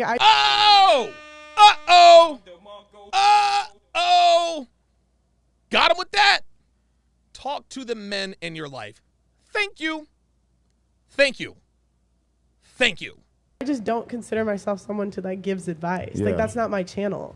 My channel isn't I to said like you as a advise. person. But I'm saying that's not me. I'm keeps not trying to giving get her. advice on What how if to your live son their asked you that lives. question and said, Mommy, Talk to your dad. okay. Got him again. Oh, destruction. I love it. So the point, Oh my God. Boom. Look at the look on his face. Yo, look at the look on this nigga's face. Look at the look on this nigga's face when she hit him with the talk to your father. Look at the look on his face. Watch this. Watch. Your son asked you that question. He said, "Mommy, watch his Talk face." to your dad. Okay. Oh, that's it. Talk to your dad. Hafeez is like, God damn it. I thought I was going to get her on this. He's trying to get her to give advice. He's trying to get her to give advice so that she can take the bait, so that she can take the bait so he can refute whatever it is she says. Pearl is absolutely not, dude. Pearl can't give advice to men. I love Pearl to death. Guys, don't take relationship advice from Pearl. She wouldn't be offended by that. She would commend you for that. Talk to your father, she says. He was not ready for that. Super Duper with the $2 super chat says, get him. Yo, she just bodied this dude. She just bodied this nigga for real. I love it. So the point. But it's interesting. Guys have a lot of interesting ways that they kind of try to get around it. So like one, I think his name's Aaron Cleary. I think that's who it is. He has his girlfriend pay the rent, and and they don't actually get legally married. Yeah, so that's right. there's some law he can like avoid. Wait, his girlfriend pays his rent. Yeah, like legally. So her name's on the lease and everything. So. But then she can leave. What do you mean? If his girlfriend pays the rent and they have a kid, he can leave. Number one, they don't have a child. That's the first thing. Number two, if she can leave, he's going to be okay because he's financially stable. Come on, what are we doing? He can leave. Same problem. What do you mean? That's not the same so you problem. said no, I'm saying so she legally can't seize his assets. Thank you. In the case, that's what I was saying. So men have different ways of getting around the laws today. I'm talking about the fatherhood thing because you're big. Aaron Clary's not a father. Aaron Clary's not a father, fam. Business example was losing your most precious asset. The most precious asset, as you communicated to me, was no, your most valuable assets. You see how he's switching the goalposts? Children are not assets, Hafeez. Children are not assets. Pearl made it tangible. Now Hafeez is trying to make it intangible by also virtue signaling. Your children are supposed to be your most valuable asset. Stop it. As a child. So my question to you is that for men who want to have children, as most men want to have children, what would He's trying to get her to give advice. He keeps trying to circle back. you say as an individual? So what happens, Adam, that I've noticed a lot of times in the space is they don't answer the question. So my question is, if we're giving... But I don't give advice. And that's what I'm saying. Like, my channel is entertainment. So you're saying, give advice. Why don't you give it? But that's not what I do on my channel. Me, if we're two human beings having so I just want to know what's true, what's untrue. So, and you could say like, and the point is the laws are bad for men. We don't even disagree on this. Okay, but you're like, you got like, I want to tell you guys how to do your channel. Thank you. No, I never said that. Like, no, you never said that, Hafeez, but you're indirectly implying this. What he's trying to do is he's trying to get a soundbite out of her that he can use against her. And she's too smart for this nonsense. And I mean, you told me that last time when you were telling me how to do wife school. And that's what like a lot of people on the other side will criticize us and be like, well, you should do it this way, you should do it this way. But our job, a lot of people, is entertainment. Mine is mainly entertainment. Other people have entertainment and education. It just depends on the channel. But I think it's important. We have 1 million channels of all the things that like women want from men and the problems with men. There's 1 million stuff. But then when the men do it, it's like we have to criticize and say that they're not doing it in the right way. There it is. She just cooked him. She just cooked him. She's catching on that Hafeez is trying to backdoor his way into saying this is how you should do your channel. He keeps trying to tell Pearl that she is in this for nefarious purposes. You're doing this for the wrong reasons. Jay Blaze says he is so pissed. Yes, he is. Yes, of course he's pissed. Pearl is not taking the bait. And if you want solutions, look, I got solutions right here, Hafeez. I got solutions right here. Hafeez, look at this. How to train your woman. How to properly vet women for relationships. 16 ways to immediately disqualify her for a long-term relationship. How to stop female manipulation. Womanese 101. The 49 Laws of Sharp. How to master the game. The Masculine Excellence Lifestyle Kit, Relationship Foundation Fundamentals, The Ultimate Shit Test Guide, How to Build a Quality Woman from the Ground Up, The Gold Digger Guide. This is what we do. Channels like Pearl's highlights the problem. Channels like mine give you solutions. Listen, I believe all the men who are creating content to help men, I love it. I love it. I love every single thing. All I'm asking for is once we know about the problems of women today, which we do. They can go to a different channel. They can go to a different channel. No, you can't fucking finish because you keep trying to pigeonhole her. You keep trying to pigeonhole her, bruh. Like you lost the argument, fam. She does not give advice. If you want advice, go to another fucking channel. That's what she's saying. Can I finish, please? Maybe. Okay. So since you said please. Thank you so much. You're so kind to me. So to me, all I'm saying is that I just asked you that question as an individual. It's nothing to do with your channel. I was genuinely curious your position if you were to give someone advice. One of the biggest things that I do is I want to give men the best solutions to be successful. And what I find in finance advice, right? If someone's having a channel to help people financially, right? You have to give them some pieces of advice of here are best practices to do to be able to optimize your finance. Yeah, fake laugh. I picked up on that too. He keeps trying to go back to you should do it this way. He keeps going back to this. If people point out financial stuff, they offer solutions. That's not what Pearl does. He keeps trying to apply what he is trying to apply here. He is applying the black pill standard to what Pearl does. The black pill channels do nothing but complain and not offer solutions. That's what they do. That's what they do. Dude, MGTOW Dictionary, whatever black pill channels. All they do is talk a bunch of shit. All they do is talk a bunch of shit about women, talk a bunch of shit about, grifters of the manosphere and this and that and the third. That's what he thinks. He's trying to put her in that group. That's not who she is. So one of the biggest things is that when it comes to the fatherhood question, I'm just very curious from a red pill perspective. For a majority of men who want to have children, what are you telling those individuals to do? And if there's no advice, then are they just lost? Do you think that men should listen to a woman more or a man when it comes to advice? 100,000% a man. Okay. I agree. I'm not talking. Oh no! Oh my God! Yo! Holy shit! What just happened? What just happened in the fight is the two fighters are in the middle of the ring, right? The action's a little low. They may be a little bit tired. Pearl feints a jab. Hafeez takes the bait, comes right over the top with that left. Boom! Oh shit! Out of nowhere. Oh shit! Out of nowhere. She asked him, do you think men should take advice from men? Yes, I agree. So what the fuck are we talking about, Hafeez? You keep trying to put her, like Hafeez is talking to the wrong person. What are we doing? So I'm asking even you a personally, question. I'm saying even in a personal situation, Good. I agree. I think men should advise other men. Thank you. So I'm saying this question's kind of pointless. Yeah. Got it. Because even in personal, I just think men teach men better.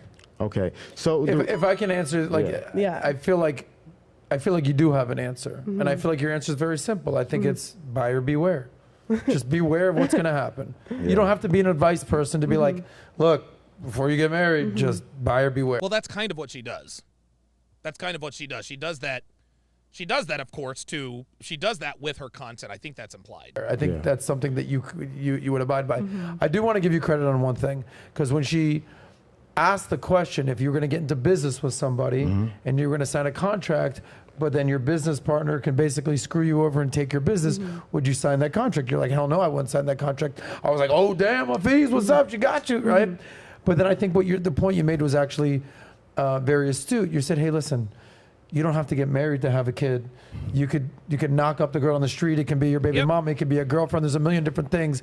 And the reality is men are having kids. Yes, men are having kids. But again, people get married because they want to have children, especially in this day and age. Ain't nobody getting married if they don't want to have kids. Women use marriage as an in to get the kid from you. That's what they do. Half of these Instagram hoes know that these NBA niggas would never, ever marry him. So what do? They try to have their kids. That's what they do. Anthony Richardson says, grand opening, grand closing with the $5 super chat. Appreciate that. Lele Zero, member for 13 months, says, will there be a trilogy, Pearl versus Hafeez 3? No. If the only time there's a trilogy in boxing or MMA is if both of the fights, is if one fighter wins one fight, the other fighter wins the other fight, then you go to a trilogy. Or if it was a close match in either way, no, that trilogy is not happening.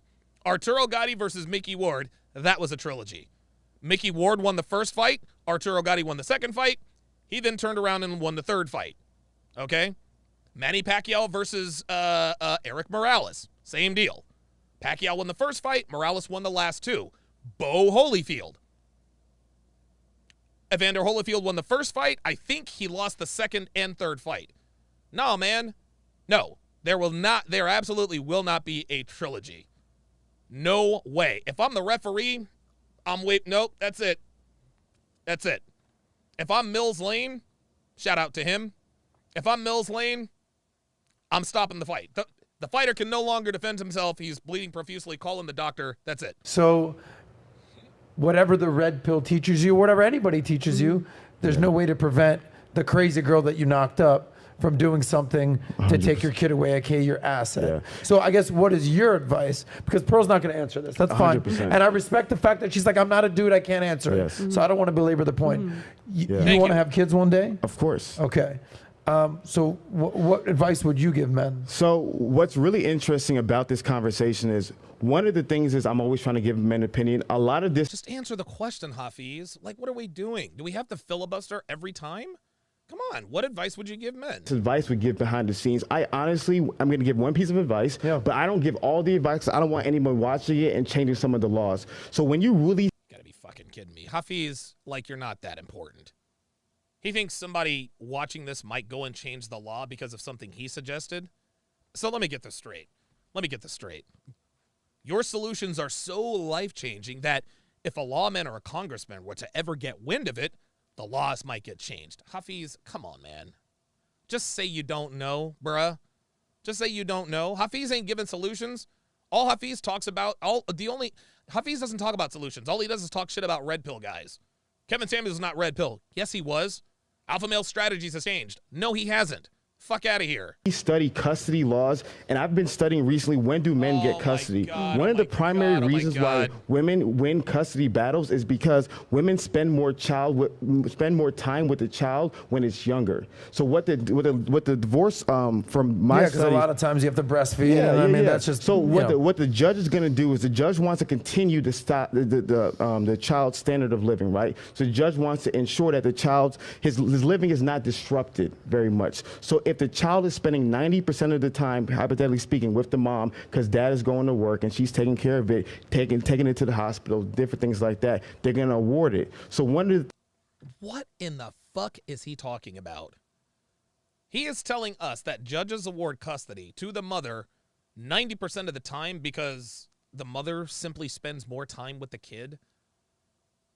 Is this nigga serious? Is this nigga serious for real with this? Oh my God, dude, he's talking about things that he knows nothing about. He's talking about things that he knows nothing about. He doesn't know what the fuck judges think. Judges aren't awarding custody to the mother because they breastfeed. No. Things that I've noticed when a lot of my friends who've actually received custody, one of the things that they did is that they've made sure that they spend equal amount of time with the child as much as possible during infancy. So there's a lot of small things you can do. I get it. So spend more time with the kid during infancy, and that will prevent a woman from divorce e-parring you and taking your kid. Got it. If knowing all your child's doctors, go as best as possible, being able to go to the doctor's visits. 2, late at night when a child is up, you take care of the child as well. So, and then the third thing, which is the most important thing, basically being a good father, right? Being a good father, right? Is to be able to have that child be very accustomed to your family. So instead of, the child, her mom babysitting, if your family is babysitting, if the child is always around your family and the natural and the most consistent environment the child is being around is your personal family, it's very hard for you to have zero custody. And so this dude, so what Hafeez is saying is be a good father, and the judge will give you joint custody. No, that's not what happens, Hafeez. That's not, what is he talking about? What is he talking about? Just be a better father, and the judge will look upon you favorably. No. Yeah, Sean Moore says he's just pulling stuff out of his, listen, dude, he's just talking to be talking. These are his solutions? Be a good father? No, man. Good fathers get their kids taken from them all the time. And the fact that they're given to the mother 90% of the time, does that mean that 90% of men are bad fathers? Fuck out of here. Yeah, the Level Up Man says he thinks the world operates on how it should be. Right. Those are some of the things that I've noticed, some of the things I researched, and there's a lot more things as well. And the only reason I brought that up is because it's so easy, Adam, and everyone does this cop-out. I don't give advice. I'm Charles Barkley. I don't give advice. I don't give advice. I just give you the information. But you don't give all the information, so you don't give all. So you just give some. See. He's still trying to shame Pearl for her channel. You see what he's doing? Once again, he keeps coming around to wanting to tell Pearl how to run their channel. I don't give advice. Who the fuck says that they don't give advice, Hafeez, other than Pearl? You gotta be kidding me. Yeah, Dre Raven, yeah, you know what? You guys know I'm not Tori's biggest fan, but she does make more sense than Hafeez. I will give her that. Some of the information. But my biggest 90%. Thank you. 90% of the time, they don't get custody. Only 5 states have 50-50 custody laws. So I understand there's reasons for it, but by and large, let me finish, Pro, because you interrupted me. No, so bro, you've been talking for 10 minutes, homie. You've been talking for 10 minutes. That's what this guy does, is he filibusters. He thinks that if nobody rebuttals anything, he thinks that if he makes a point without rebuttaling, he thinks that he made the point. Happens is so my thing is look at this. Wow, this is funny. This is actually a little bit of frustration here by Pearl. Custody laws. So I understand there's reasons for it, but by and large, let me finish, Pro, because you interrupted me. So what happens is see that if see that there it is. And keep in mind, Pearl, I don't know, she sounds like she's under the weather. But dude, she's getting frustrated, man. She's like, dude, this guy is doing it again. He's doing it again. What guys like him like to do is they like to rattle off a bunch of statistics and just da-da-da-da-da-da-da-da, and they want to finish all the way through. Okay? And he thinks that if a point is not directly contested, that must mean that he's right about that point. My thing is, let's analyze the data. Why do they get custody, right? And then give men the tools. Say, hey guys, here are 7. Whenever these guys go to the divorce court or whatever custody court, and they lose, here's the things that they say. Now men use this to be able to improve your life and to protect you. Recently, one of my you got to be fucking kidding me. Do you see how he just goes from topic to topic and protect you? Recently, one of my guys. He's not stopping to breathe. He's just filibustering. Guys had a child out of wedlock. He was very heartbroken by it. We got him with a lawyer. We connected him with information, and we told him exactly what he needs to do to protect himself as much as possible. It is so easy to just say, I give the information, but so many men need additional support. And my biggest thing is that I want to give men the tools to win. If that's not other people, that's not other people. But what I want in the future is let's give men more tools to win at life instead of just pointing about the issues today. You want to add to that? Which is fine. Your self-improvement channel, that's fine. But that's what I'm saying. There's different roles for different people. Thank you. So, okay, be a self-improvement channel. That's fine. Listen, but like, it's like, why are you going to these people and saying this is how you should run your channel? Who these people? There it is. You just were saying this is what we should do. When did I say that? See, Literally the last episode. We should be giving advice, or you should be saying we want to give people the tools. Okay, but so you are. see, this is funny. Do you see this? He's talking about her. He doesn't say her by name, but he's literally quoting what she quoted. But then he's like, "Oh, I never said I talked about you." This guy. You told me you're giving the people the tools. That's what you just said. You're just giving the people tools. They're free. No, she did. She didn't say tools. She said information. To do what they want. That's what you just said. No, I said my channel's about entertainment. Thank That's you. what I said. No, Thank not you, but you said in regards to the red pill. You said they're just giving people the facts, they're giving them the tools. No, They're free I to do said whatever red they pill is want. the study of human behavior. Boom! But you also brought it up. But is. let's not get lost in the sauce. Oh, no. She's bodying him, dude. She's fucking him up. Every time he tries to change directions with the goalpost, he's right with her. It's almost like he's got the basketball and he tries to go one way, she slides over, he goes another, she slides over. He keeps trying to go back and forth, and she's just not here for it. No, I'm let's not not telling. get I'm lost not. in the sauce, okay? Come on, man. Yeah, welcome to Sauce, guys. That's a free plug right there. Shout Hot out Sauce coming Cast, soon, get all right? lost in the sauce. So to me, the biggest thing is that what I'm really excited about, Adam, and I would love to spend more time doing this, is that there's so many men today who are hurting, going through difficulties. Now he's through going obstacles. macro. They want to make money. I love what you're doing about making money. They want to have a family. They want to be able to live a legacy. Let's give those men more tools and let's give men more practical advice. That's my rule of thumb. Let's learn from men who have healthy marriages, men like your father, men like Patrick Bet David. I've learned so much about parenting and being a husband from Patrick and Dr. Peterson. So to me, I'm all about let's give the men name dropping. My father, your father, Patrick Bet David. Solutions, because just simply knowing about the problem does not give you a better life, and that's what I want to see all of us do in this conversation. I mean, I think knowing about the problem can help men avoid mistakes in the future. So I think self-improvement's fine. That's if you want to do self-improvement, that's great. But red pill is the study of human behavior. Thank you. So that's just a completely different. Let's clarify. So let's say red pill is a study of human behavior. So let's say we have a red pill alien, right? So a red pill alien? Yes. Can we play the game? Okay. All right. So we have a red pill alien, right? So all he wants to do is study human behavior. Adam, human behavior, I assume it's going to be men and women, right? So therefore, if the alien was just studying human behavior. Wait a minute. A red pill alien? What are we doing? What now we're talking about ghosts and goblins? Rocker21 with the $2 super chat says Pearl is cool like her dad, a killer businessman. Ay. This has gone horribly wrong. A red pill alien? Ay.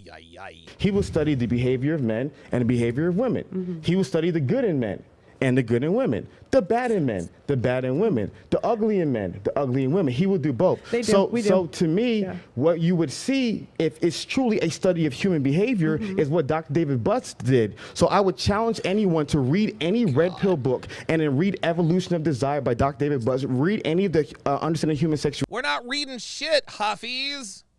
Ain't nobody trying to read this shit, man. You can talk about all the scientific studies and this all you want to. You're not going to learn about women unless you actually get out there and do it. What are we talking about, fucking aliens and shit? Like, dude, this is ridiculous. Sexuality textbooks, and they do a great job. The good, the bad, and ugly in men, the good, bad, and ugly in women.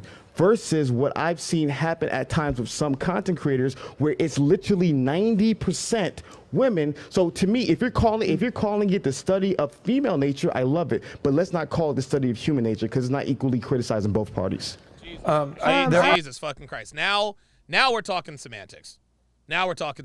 Well, you said it was the study of human behavior, but we got to include men in that too. Like, dude, that's 1 minute and 41 seconds I will never get back. That made absolutely zero sense. He told the red pill alien story just to refute the fact that she said it's the study of human behavior. That was something that he rehearsed, and it did not work. Sheldon Ross, $5 super chat, says she should have called him out on it, that he likes to talk too much without saying anything, and made a joke about getting him a timer. Elvis305, $2 super chat says, love the commentary, but Hafeez is a straight NPC. Yeah, I think you make he's making a very good case for it now. The non-player character. I would like to say they've talked about things like saying that women are socially inept to men. So I've heard them say positive things about women. I mean, you know how the internet works. The more controversial stuff, negative stuff. I never said they didn't say positive things about women. Oh my God. You said that they don't study both sides, the good and the bad. Oh my God. And so they're equally studying both sides? This dude, okay, now he's arguing like a woman. We have gotten to the part. We've gotten to the point where Hafeez is so frustrated, he's not going to even agree. He's not going to agree on anything. He's not going to agree to anything. Anything Pearl says, he's going to disagree. I never said this. I never said that. Ay, ay, ay. He's not, dude. Well, the sky is blue. No, wait a minute. Let's clarify that. Ay, ay, ay. They study both sides. Are they equally studying both sides? I would say certain things go viral more. Are they equally studying both sides, yes or no? I would say that, the research and develop, yeah. Thank you. Okay, so I would challenge anyone, go to any Red Pill channel, to go to the past 40 videos, analyze all those videos, and tell me what the topic is about. Watch the video, tell me the theme, and tell me which one they're studying. But go ahead, Adam. Yeah, sorry, Hafeez. I'm not going to change the way I run my channel to get your approval, bruh. Like, dude, get the fuck out of here. This dude's a clown. I also would like to say, like, there's a million channels that talk about what women want from men and Thank vice you. versa. It's just not the same. So I think, He's again, not the Red listening. Pill... See, he's not listening. He hears her, but he's not listening. He's literally just listening to respond. The stuff about women go viral more because it's just not that talked about. I'm not talking about the viral content. Don't interrupt me. I thought we sorry. were. I'm I sorry. thought we weren't I'm sorry. interrupting. Please, crying I'm again. sorry. Crying again. There it is. There it is. Let's just make a rule here. If someone's speaking, make your point, but make it quick so the other person doesn't feel the need to interrupt. That's for both. Yeah, King Life says Hafeez sounds like an entitled black pillar. Yeah, that's really what he sounds like. Jackson Doss with the $10 super chat says, what the hell is he talking about? That's a very good question. Ara Kiriyina with the $2 super chat says, yo, this guy is more a woman than Pearl. Dude, oh my God. Oh my God. EP Signature, member for 9 months. Appreciate that. Says he doesn't watch F&F day shows, NPC. Okay, very good. Both of you. Pearl, you go. Hafeez, don't interrupt. When Hafeez is speaking, don't interrupt. And I will just, that way I don't even need to talk. You guys do your There thing. it is. Do it. So, Pearl, it's your turn. See, I lost my train of thought. I forgot what But I think I was just saying, like, again, the stuff about men is known more, I would say, than about. See, that's what the point Pearl is trying to make. Hafeez thinks that we should talk about the bad things women do and the bad things men do, right? What Pearl is saying is that there are a million more channels that talk about how shitty men are than channels that talk about how shitty women are. Here comes Hafeez again. Let's bring balance. My nigga, the red pill is the balance. The red pill is the balance. Women have been shitting on men unobstructed and unchallenged for decades. There are plenty, dude, can you imagine a red pill magazine? It would never go into publication. This is what Pearl is trying to say. The red pill is the balance that brings, it's the balance that brings the balance to the force or whatever the case may be. He wants them to show, you got shit on women, should shit on men too? No. Men, we get shit on enough. Fuck out of here. Omega Kong, welcome to chat privileges. Said I had to. Appreciate that. At Omega Kong to welcome him to the TSR family. Omega, if you would, put your age and location in the chat. Women. So that's why that stuff goes viral, because this type of content is new. Thank you. But if you read it, they study both sides. Here's what I want to do. There's like 10 more topics I want to get to. I feel like we've spent a lot of time talking about the pros, the cons of marriage, pros and cons of red pill, respect. I feel like you guys are doing great. Do me a favor, just dap each other up real quick, just so we can just get one dap. This is it. That's Pearly, men and women. That's black. That dap that just happened right there. That dap reminded me of the beginning of Rocky IV. You remember the two gloves on either side, the United States versus Russia? That's what that reminded me of. Manny Lara with the $5 super chat. Appreciate that. The Science of the Cobra with the $2 super chat says, all she has to say is men aren't delusional. Exactly. Black and white, to that's you. it. That's up and we're all here. Yes. Amazing. Malaysia Guitars says, Hafeez points out when Pearl interrupts him and she holds frame. Pearl points out that Hafeez interrupts and then he makes an overblown, sarcastic comment. Dude, that's who he is, man. That's who he is. Bro. Pearl, what I want to actually talk to you about is, this is something that I'm very obsessed with these days, is the role of a man and a role of a woman in society today. There's no doubt that what is happening is that women are becoming way more non-traditional. Shout out to Bryant Horsley with the $25 Cash App. Says, for the GOAT of video breakdowns. Appreciate that very much, Bryant Horsley. Thank you very much. I appreciate that. You know, modern women, whereas they still want a traditional man. Right. This is, I don't think that's even a controversial topic. Right. So in your opinion, obviously you're more of a traditional woman. You're not a feminist No, whatsoever. I wouldn't say I'm traditional. I feel like traditional is a 22-year-old virgin. I wish I was, Okay. but I wouldn't say I'm traditional. All right. So Shout out to Pearl. See, this is one of the many reasons why Pearl is blown up. Is because she's honest. She's like, guys, I'm not a unicorn. I'm not a,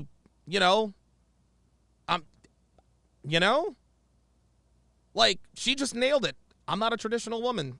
Traditional women are 22-year-old virgins. There you go. Good for her, man.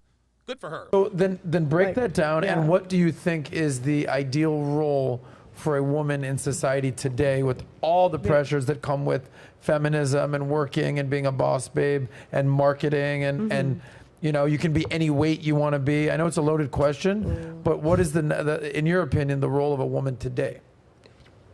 What do I think the role of a woman today should be? I think women should follow men's leadership. There you go. So I would say the ideal relationship is where you're following a man's lead. Boom. So, but are you following a man's lead right now? I'd like to be. Okay. But no, I'm single. Yeah, I will say I follow my dad. Like, I would say, like, but that's not a relationship. That's I mean, it's not a relationship, Pearl, but your father is a big reason why you're here now. You were raised by a strong masculine father, which is why you're not losing your shit, unlike Hafeez. Daddy Dame with the $5 super chat says, what a big role reversal. Pearl holding masculine frame, Hafeez arguing, deflecting, not being accountable. Much like the first time, Daddy Dame. You should check out the first video. But so you're saying that the role of a woman, so Natalia over here, she's a 25-year-old girl. Oh boy. All right. 21 apparently. All right. Any woman that's watching us out there, you're saying that their role should be to latch onto a man and just follow his lead. Is that what you're saying? yeah, ideally, yes. But okay, so dude, as a dude, I I'm you like, trust. Has to be a good, it's got to be a good, and listen, There you go. Right. Women aren't just going to follow and submit to anybody. They're going to submit to a man who can lead them. Absolutely. as a dude, selfishly, I'm like, hell yeah, Pearl. Yeah. You bitches fall in line, follow. Ice Dragon Kid says Pearl is not with it this time. I agree. And listen, I'm not going to make excuses for her, but it sounds like she's a little bit under the weather. Which is fine, but she told me that she had lost her ID and her luggage. She lost her luggage, yesterday. So, yeah, I mean, listen, man, you're not going to be at your best all the time. But even though Pearl is not at her best this time, she's still fucking this dude up, man. She's still fucking this dude up. Like, Hafeez can't hang with this chick, man. Hafeez cannot hang with this chick. And the thing, dude, if I were him, I wouldn't want TLA in there either. My lead, I get it. But there's going to be a lot of women out there that are like, what are you talking about? I'm 18 years old. I'm 21 years old. I don't even have a man. I'm going to school. I'm trying to make something out of my life. I've been encouraged to get an education, get a job, not rely on a man. Thank you. That's what a lot of women have been told by their mother, by their grandmother, by whoever. So put yourself in the shoes of a 21-year-old girl. And Pearl, I kind of selfishly like your answer. But what would you say to a 21-year-old girl out there who's like, what do you mean follow a man? I don't have a man, and I want to make something of my life. What would your counter argument to that be? I mean, you can do what you want. I just think outcome-wise, I just don't think women are generally happy when men follow them. Thank you. Like, how else would you be in a relationship? Someone's got to lead. Someone's got to follow. That's right. Yeah. So, But I feel like that's step 2. Okay. So hear me out. I feel like step 2 or step 3 is, all right, cool.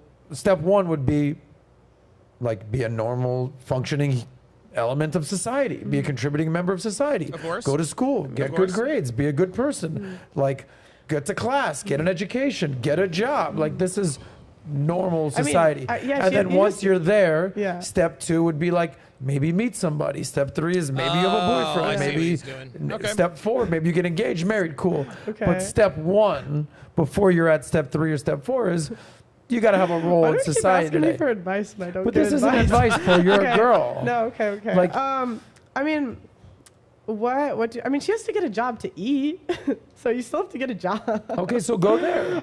So go say, hey, if your advice is, hey, get good in school, get good grades, and get a job, that's a decent starting point. Yeah. Rather than, like, I see what you're saying. Figure out Follow what a man. Figure out what type of guys you want and where are they. Okay, there you go. we go. You know what I was thinking? I got box seats the other day. Shout out, Dad. Shout out, Dad. Okay. Dad. And I was thinking, I was like, you know, it'd be so interesting if you wanted to, like, get, if you were into rich guys, right? Yeah. I was like, Which most women are, but okay, go ahead. I was like, you could be one of the girls that serves the dessert in the bar carts. I'm like, 2 birds, 1 stone, baby. But that makes sense. That makes sense, what she just said. Okay, So, like, who are the guys you want? Where are they? Thank you. Guys, listen, what she just made, listen, that was a tongue-in-cheek joke, but she's on point. She's on point. Ladies, let me give you some free game here. If you like doctors, if you want to be married to a doctor, become a nurse. Become a nurse. Or at least get your CNA, your certified nursing assistant. If you're into lawyers, if you want to marry a lawyer, get a paralegal degree or a paralegal certificate. If you want a guy who's a baller or an entrepreneur, get an accounting certificate. Handle his books for him. If you're his woman and you want to make yourself as indispensable as possible, become an asset. If you want to be, if YouTubers are your thing, if you like guys with big YouTube channels, learn to code, learn SEO, get a social media certificate. So what Pearl just said, hey man, if you know where the men that you want are, then educate yourself to the point to where they can notice you. Devin right there, say be a webmaster. There you go. Dr. B84 says, I'd avoid being a nurse if you want a doctor. Okay, fair enough. I will, yeah, that's a good point. Don't become a nurse. Just get your certified nursing assistant certificate. Just become a CNA, right? There it is. Jay Belay says, become a hairstylist and you will find a high-value man. Exactly. Like, dude, men are looking for women who can add to their life. Men are looking for women who can add to their life. If you're into doctors, get your CNA. If you want to marry a lawyer, become a paralegal. If you like entrepreneurs, if you like go-getters, get an accounting degree. That's how you do this. So, by the way, I'm glad that I pressed you a little bit because your answer of just follow a man sounds great in theory, but it's not realistic. Well, you have to find Not realistic. What are you talking about, Adam? Space Orc with a $5 super chat says, I'm catching up, but Pearl destroying Hafeez. Talk to your dad, bro. Benjamin Banks, $2 says, he argues like a female with a PhD. Yep. Yes, he does. I think step before that would be where are the guys you want. Okay, so let's stay there for a second, Pearl. This is good stuff. Yeah. This is Yes, Baker 19, the card girl at a golf course. See? Now we're thinking. That's what you do. Dude, that's perfect. Dude, you can meet all kinds of rich guys on the golf course. Be a server at the country club. That's where the rich guys are. Become a personal trainer. The people who hire personal trainers are men of means. Right here. I hired a personal trainer. Broke people don't hire personal trainers, man. Broke people I'm not saying that if you have a gym membership that you are broke, but broke people don't hire personal trainers. If somebody wants to get in shape and they're broke, they go to the gym. No, Become a personal trainer. Train men of means. That's how you do it. Actually, advice for women, but also advice for men, because I want to get your perspective on the flip side. You're saying, hey, listen, the number one priority a woman should have is secure a high-value man. That's right. Is that essentially your answer? You're saying follow a man to lead. No, so you want him to be... Yeah, he doesn't have to be... I mean, high value is like, what, 5% of men? So find a guy that you trust. I mean, again, your advice isn't follow some loser. You want him to be a good man. Okay, fine. I'm not. This isn't a gotcha question. Find a man. So your advice is, hey, where do high value men hang out? AKA box seats at the game. All right, cool. But I like your advice. It's find out what type of man you want and put yourself in a position to find that type of man, and then find that man, and then be the COO to his CEO. Right? Men lead, women follow. Is that essentially, I know you don't give advice, but that's kind of the praxeology that you're conveying? There you go. No, that wouldn't be a praxeology. Right, that would be an advice channel. Okay, that would be advice. That'd be wife school. You know, that's actually going to be an episode on wife school. Okay, so let's go to wife school. Yeah. What advice do you have to be a good wife? Again, the wives do. But I would just say, like, in that perspective, like, you talk about where the guys you want. So first, you probably have to look at, like income demographics. So if you have a certain income, you look, where are they? There you go. How do you get them? I mean, I think that's just. I have a question, if you don't mind. Do you want to get married? So I'm wondering if a man is like, let's say a man loves your content, he's hearing like marriage is a terrible decision for men today. Why would he want to marry you? Oh, now we're getting personal. Why would he want to marry you? So now he's going to try to get her. He's going to try to get her to contradict what she says about men. Let's see if she takes the bait. I'm okay with not getting legally married. That's Boom! fine. There it is. Okay. Gotcha. Is your dad okay with that? Oh, this motherfucker. He doesn't care. There it is. Live your life. Oh, that's cool. There it is. There it is. Dude, he keeps trying to ask these gotcha questions. Did you hear that? Oh, what does your dad think? He doesn't care. This guy, all he is trying, dude, he has lost this argument, man. It's over for him, dude. Like, at this point now, he's just trying to insult her. So I see what you did there. It's actually a good question. She wants to get married, but also she's kind of like... I'm okay with just like a ceremony or something. I mean, I'd like to like do a ceremony ideally, but I would understand, like, honestly, if a guy didn't want to do the legal... Like, I know so much about it, and I think if I was in a guy's point of view... So you want him to do like the ceremonial marriage? I mean, I did. Why do we go personal though? It's like, what? I'm just curious. Yeah, okay, I want to learn about you. Okay. We're friends now, right? Oh my God. Yeah, I thought we were. Pearl's like, are we? Huh? Yeah. See, Pearl, every once in a while, she breaks up the tea. She's like, nigga. Everyone's getting along here. We're cool. All right, same question to you. Yeah. You're married now. I assume, being the type of person that has gone through this growth pattern and actually improved, and you said when you were 18, 19, struggling, getting no girls, making no money, you got to the point now where you've developed the roommates and now the standard, and you were able to lock down a beautiful wife, and that's amazing. Same. Yeah, Hafeez's wife is attractive. I will give her that. She's attractive. Question to you is, what do you think the role of a modern woman should be? I think the role of a modern woman should be to fulfill her purpose that God has given her. And for a lot of women, that purpose is going to be some man's wife. Not every woman. So to me, I think it's to fulfill that purpose. And most women's purpose is to be a wife to her husband.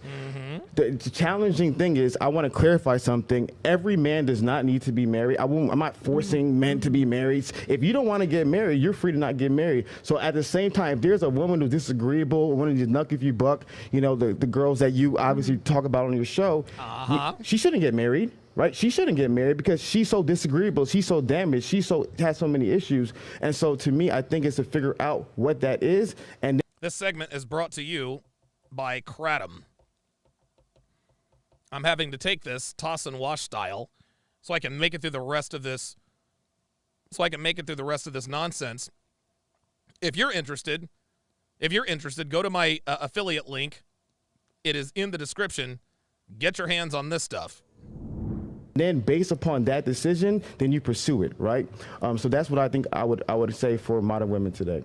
I think. Can I ask a question? Go ahead. What do you advise your men in the standard to get married? So great question, Pearl. So one of the things for me is that a true enough story, the answer is yes and no. Depends on the guy. Yes and no. Dude. Unbelievable. This guy can't give a straight answer. Can't give a straight answer. I don't believe, and I want to clarify, I do not believe every man should get married. If I'm 18 years old, I'm with my high school sweetheart, we're broke, we're living in freaking West Virginia, should we get married? Heck no. Of course not. You have a 99.9% divorce rate. It is the dumbest thing on planet Earth. So what I like to do, we're actually working on this process. I'm glad that you asked me. We're working on like this marriage evaluator where we take all these different variables in the individual and see what is the projected divorce rate, right? Oh we're still fixing it. We're still playing around with it. So these guys are going to try to predict divorce based on science. I'm breaking down. I have just concluded breaking down a show called Married at First Sight. It's a reality TV show where a man and a woman, they get married the first time they see each other. They don't know anything about each other. They just get married. And they're put together by these so-called experts based on all of these psychological and all this other kind of stuff. Kind of like eHarmony, where Dr. Neil Clark Warren promises true love because you're connecting on 29 different levels and this and that and the other. Guess what, man? Men use eHarmony to bang hoes too. You can't, you can't live life. You cannot live life through research. I'm just going to try and look at this and statistics. No, you have to go out and do it. That's what you have to do.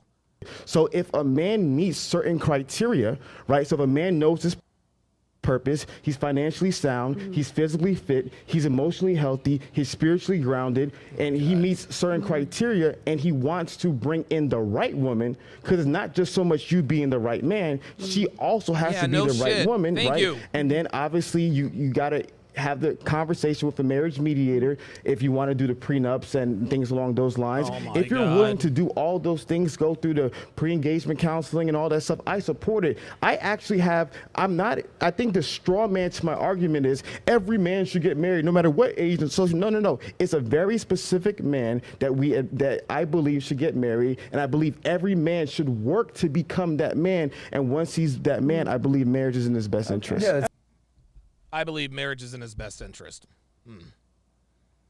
But you want to see men win, yet you think marriage is in a high-value man's best interest.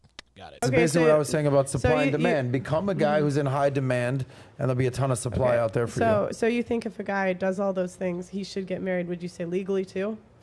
It's up to him to decide. So for me, I have guys who are Christians. See, she just bodied him again. I have guys who are Muslims. I have guys who are atheists, Buddhists. So me, I'm never going to tell you how you choose to get married because so you don't want to tell men how to choose to get married, but you want to tell women how to run their YouTube channels. Is that it? The reason why I obviously... So you don't advise on that? Because that's a religious conversation. He's not answering the question. No, but remember, like the majority of the world... Stay on him. Like what % of America is Christians, like, and actually practicing? Majority of Americans practicing. That's different. Okay. There you go. Let me give you an example. Even though people aren't practicing... Can I finish my question? Go ahead. There it is. Pearl's got him. She's got him. She's not letting him go. I like this. So that was nice. Look at us. Go ahead. Teamwork. If a guy gets to a certain percentage... Like, do you advise him to get legally married? So when it comes to the legality... I just want legally, yes or no? Thank you. No and yes. It depends on... He will not answer the question. The person, because it depends on the person. If somebody's an atheist... So some guys you advise yes if they're religious, and then otherwise no. So in regards to them choosing... Dude, do you see the inconsistency she's pointing out? He can't say he does advise guys to get legally married. He can't say that because he's legally married and that makes him look bad. He can't say, no, I advise guys to not get legally married because that then goes against his brand. That's why he's saying no and yes. Listen to how shaky this dude sounds. This is insane. He will not give her straight answer. Why? Advise him to get legally married. So when it comes to the legality... I just want legally, yes or no? Oh, no and yes. Really? Really, nigga? Like, no and yes. on the person, because it depends on the person. So if somebody's an atheist, some guys you advise yes if they're religious, and then other ones so no. in regards to them choosing about marriage, it depends upon the person. I have Muslim people who they say, like, my name is Hafeez. Hafeez means one who memorizes the Quran. Bruh, but you're Christian. Don't bring up your name and what the fuck it means. Now he's just talking to talk. Nobody gives a fuck what your name means, bruh. Stop all that. I'm the only Christian in the entire Baoku lineage, and who's a male. Most of my family are Muslim, so a lot of my you know what? Don DeMarco to you. Don DeMarco to you for becoming a part of a religion that literally castrates men. This dude rejected being a Muslim for being a Christian. Muslim family, they get married, and in Islam they don't get married via the state. I'm not going to say no, you should follow my Christian ideas and get married to the state. You're free to do whatever you want, because in Islam you believe what you believe. And so to me, that's why I said depending on the religion, depending on the background, I give different advice for different people. That's why one of the things I want to add, one last thing, people don't realize I've stopped doing videos. I've stopped doing content in 2022. Literally in 2021, I did 81 individual videos. In 2022, I did 5. Why? I've stopped doing content. Yeah, because you suck at what you do, Hafeez. That's why. Right now, all we do is we have these conversations with real life men. We get to know them. No, the reason why you haven't done videos, is because people don't want to hear you anymore, bruh. That's why. That's exactly why. Yeah, there we go. King Life nailed it. He got henpecked by a Christian sister. Yeah, that's what it was. Oh my God. Do you realize what we just found out?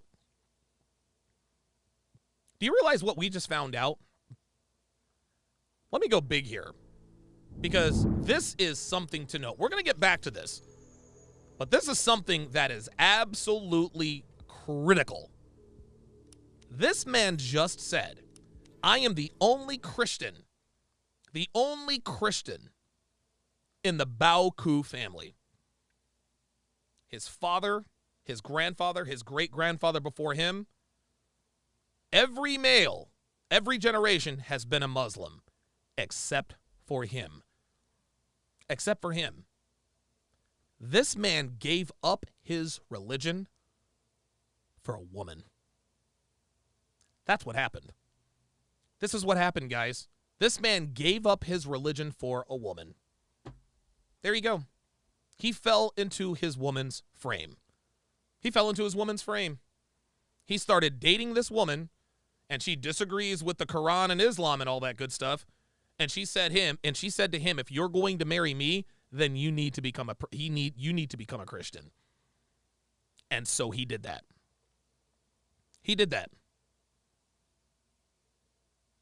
This is what Hafeez just said.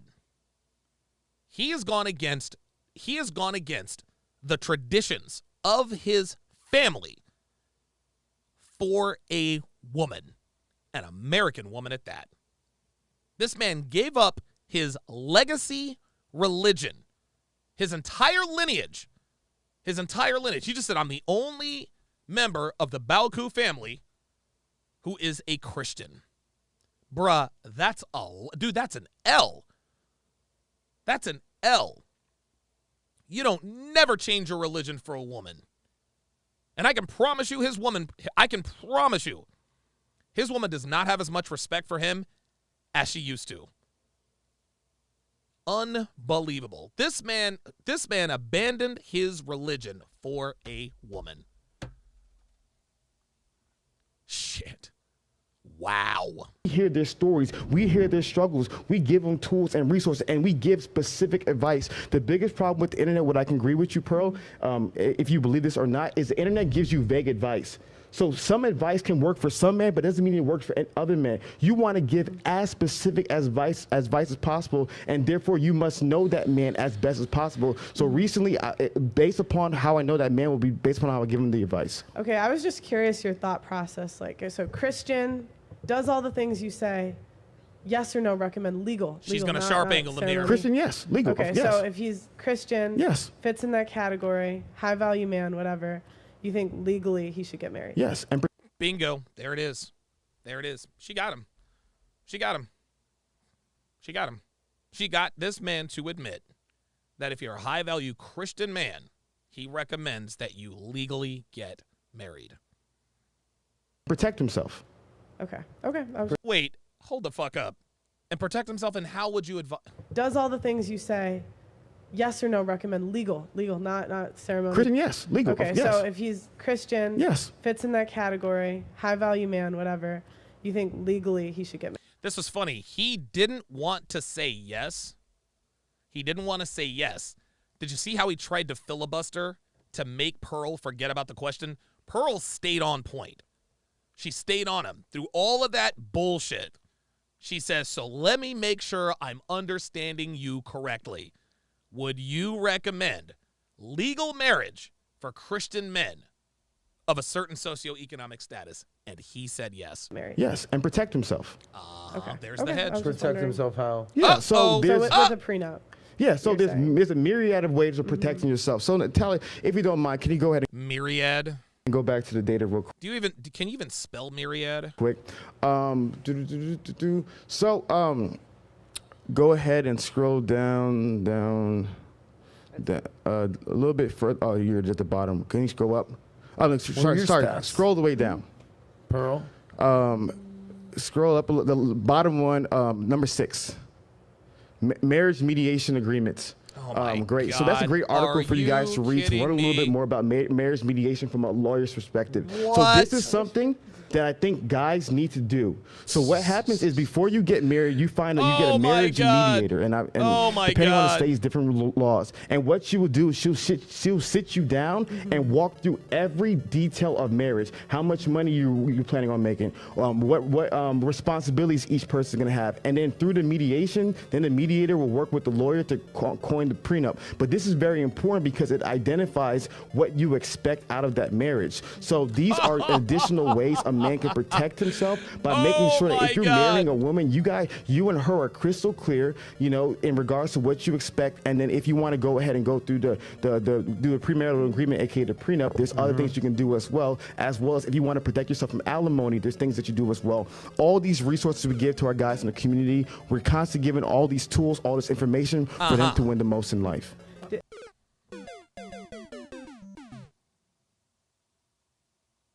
This man literally just said, negotiate your marriage. I expect sex 3 times a week. You think a woman is going to stick with that? No. Of course not. This is ridiculous. This is terrible advice. This man thinks that you're going to protect yourself with marriage mediation, premarital counseling, and a prenup. And by the way, prenups are routinely thrown out of court. There are law offices dedicated to getting prenuptial agreements overturned in court. And yeah, Mr. C73 says, such a disservice that TLA wasn't invited to this segment. Dude, this is why he didn't want TLA there. Because TLA would have sliced and diced this all up. Did you get a prenup? No, I didn't. Did you get a prenup? No, I didn't. Wow. Why? Because in my personal, because you'd recommend the guy to get the prenup. everyone is different. Okay, I'm not going to force anybody to do it. Some people believe it, some people don't. Wait, I personally, this is Hafeez's person. This is not God's. This is not my best advice for men today. I personally believe for my wife, the 50-50 makes sense. For my wife, it makes sense to me. Oh. So would you be willing to say that you're the exception, not the rule? 100%. Oh my God. And like I said, I would never. I would never advise anyone to do what I'm doing.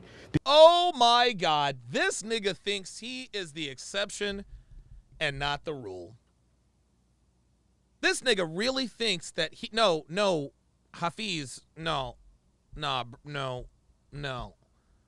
Oh no. Oh, this is bad. Oh, this is real bad.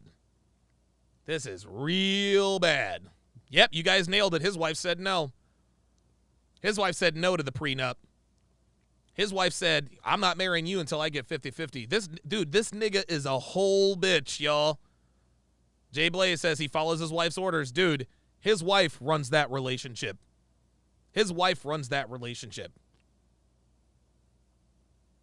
He converted his religion for her. She wouldn't sign a prenup. So she's going to get 50-50. Oh, my God. Oh, my God. This is going to be, oh, my God, this is going to be bad. I'm starting to feel bad now because this dude is going to get blindsided. Are you kidding me? So do as I say, not as I do? Is that what it is? Do as I say, not as I do. I tell you guys you need to train your woman. Well, Donovan, did you train yours? No, but I'm the exception to the rule. How stupid does that sound? I teach men to do something that I'm not doing myself. That to me sounds hypocritical. Am I wrong? If you're advising men to get married and to go through all of this marital counseling and to get a prenup, but you haven't done it, that makes you a hypocrite. Am I wrong? Blackest Panther with the $5 super chat says, genuine question, how many times do you think he's had to sleep on the couch? Jesus Christ, God only knows. Super Duper with the $2 super chat says, get him out of here. Dude, he is dude, this is really bad. This is really bad. And you want to know what? Pearl is the one. She applies this gentle pressure here and there. She's the velvet hammer. Wait, I just want to make sure. So you would advise men to get married, even though and get a prenup, even though do you have a prenup? And he said no. She got him. She got him right there. This is unbelievable. This is my personal conviction. Okay. These are things that I prayed about. What if it ended up that it was less than 50-50? Like money? Mm-hmm. Let me tell you the secret, Pearl. No, so I'm just Go ahead. say, and I don't wish this on you, so don't, but in 10 years, right? And it's not 50-50. She takes 70-80%. Let's do 99. Okay. Let's go freaking 99. 99. Let's say she takes 99% of the money. Know what I have, Adam? This. What's really interesting.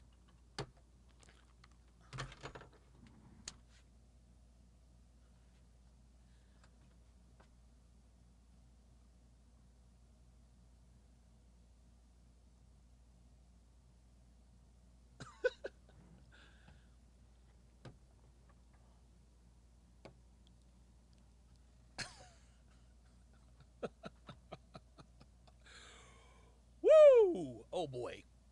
Oh boy.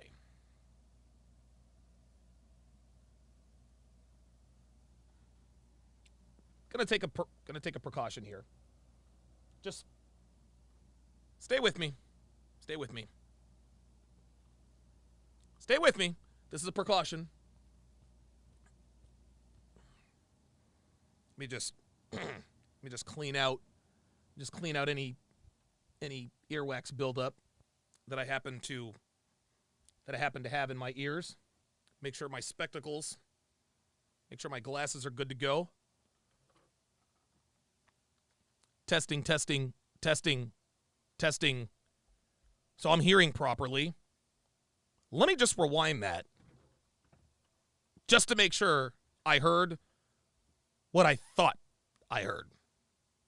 Conviction, these are things that I prayed about. What if it ended up that it was less than 50-50? Like money? Let me tell you the secret, Pearl. No, so I'm just Go ahead. say, and I don't wish this on you, so don't, but in 10 years, right? And it's not 50-50. She takes 70-80%. Let's do 99. Okay. Let's go freaking 99. Let's say she takes 99% of the money. Know what I have, Adam? This. What's really interesting. Ay.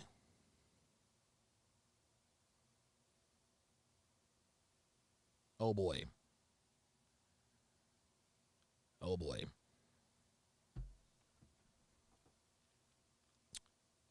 Houston, we have a problem. We have a major problem. Hafeez's whole contention with the red pill community is that all we do is complain but not offer solutions. That's fair. Most red pill channels, a lot of black pill channels, all they do is complain. I get it. I understand where he's coming from.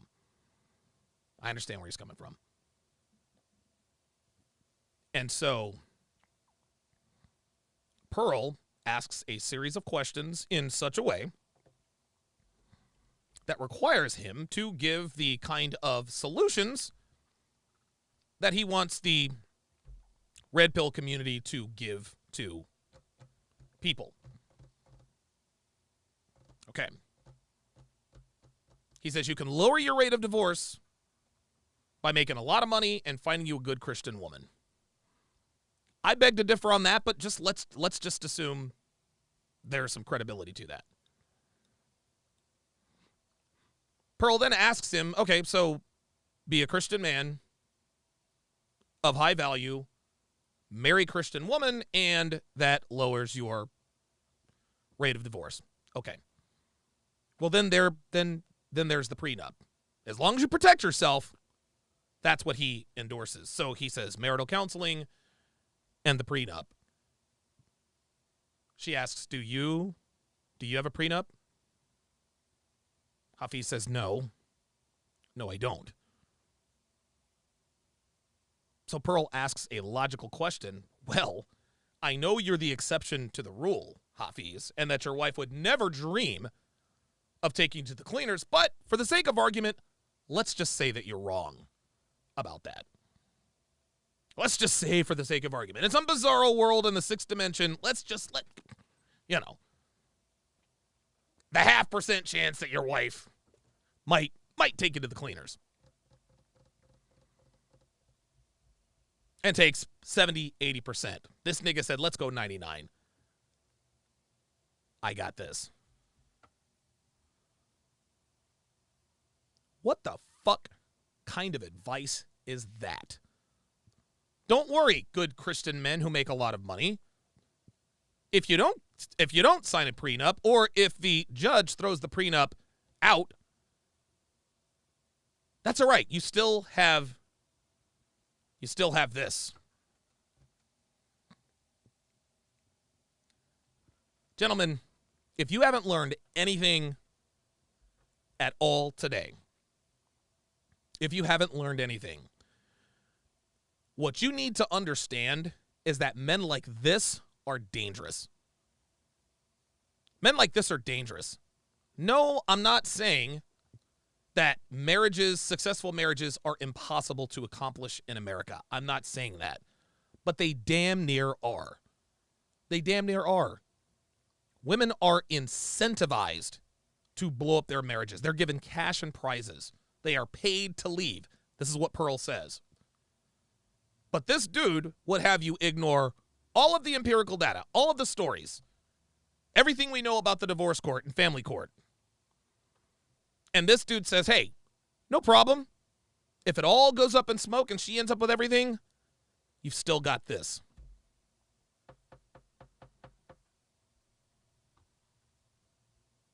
Like, that's it, man.